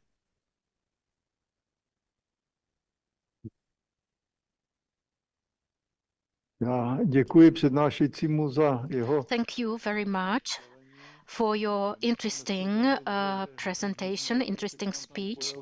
We must realize that where Mr. Clovis is, it's early morning there, so we appreciate that Mr. Clovis joined us. Now, a question to Mr. Clovis. Can you say more about the US version of Green Deal for the zero emissions target that could destroy the entire agriculture?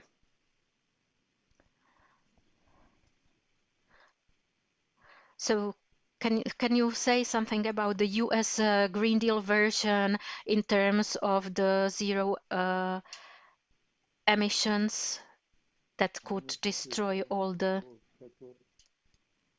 agriculture?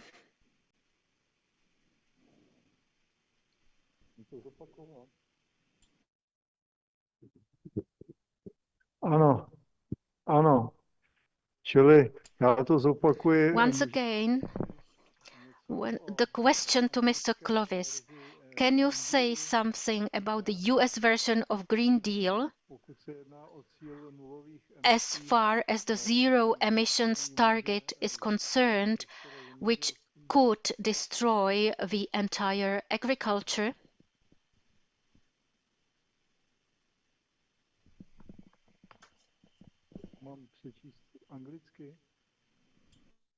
Can you say more on the US version of Green Deal for zero emissions target?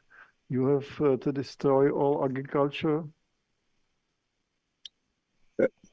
I would say that the Green New Deal is predominantly looking at taking the United States off of fossil fuels and putting us essentially basically on an electric grid to operate our vehicles and everything else. We think, many of us think, and certainly the political party that I belong to thinks that it's absurd to believe that the Green New Deal is going to offer any salvation. Frankly, it'll have marginal impact on the environment as it is. And I think this is one of the things that is very difficult for us to understand as to why we're spending billions and billions of dollars on industries that are not self-sustaining. They're not marketable. They don't fit into our free market system and only can exist through the use of tax dollars to subsidize the production of, particularly of wind and solar energy. We have a tremendous amount of difficulty with the technology that's associated with wind energy in and of itself. Solar energy, there are some options that are available that can help, but those are really community to community, almost house to house, because the idea that they're going to contribute to the electric grid in the United States is absurd, because they simply cannot do that. The truth of the matter is, if we were really looking for efficient energy production, we would be talking about nuclear energy production. But again, you can't talk about nuclear energy in the United States without causing a tremendous amount of backlash against that. We also battle over the protection of our lands out here due to the fact in our forestation. We have 200 million acres that are controlled by the U.S. government, and even in the U.S. government, we cannot go out and overcome the environmental activists that are there pushing what we think are absurd ideas associated with the Green New Deal. We would much prefer to see that money invested, that if we're going to invest taxpayer dollars in agriculture and environmental issues, let's invest it in cleaning up our water and protecting our land. That's the best way that we can invest that money. And going out here and subsidizing pet projects for congressmen is not, in our view, the best way to spend money.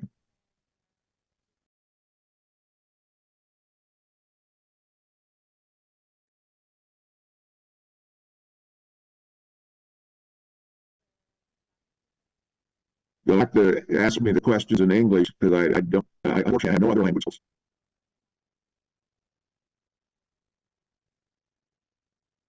Děkuji. Já jsem se účastnil akce. Thank you. I participated at the CPAC event in the States in 2020. At that time, it failed, but I believe you will be lucky next time and you will win the elections, thus having the opportunity to correct these issues. So thank you for your contribution. And by that, I would like to state that our conference has reached its end, and let me say goodbye to all the audience, all our viewers.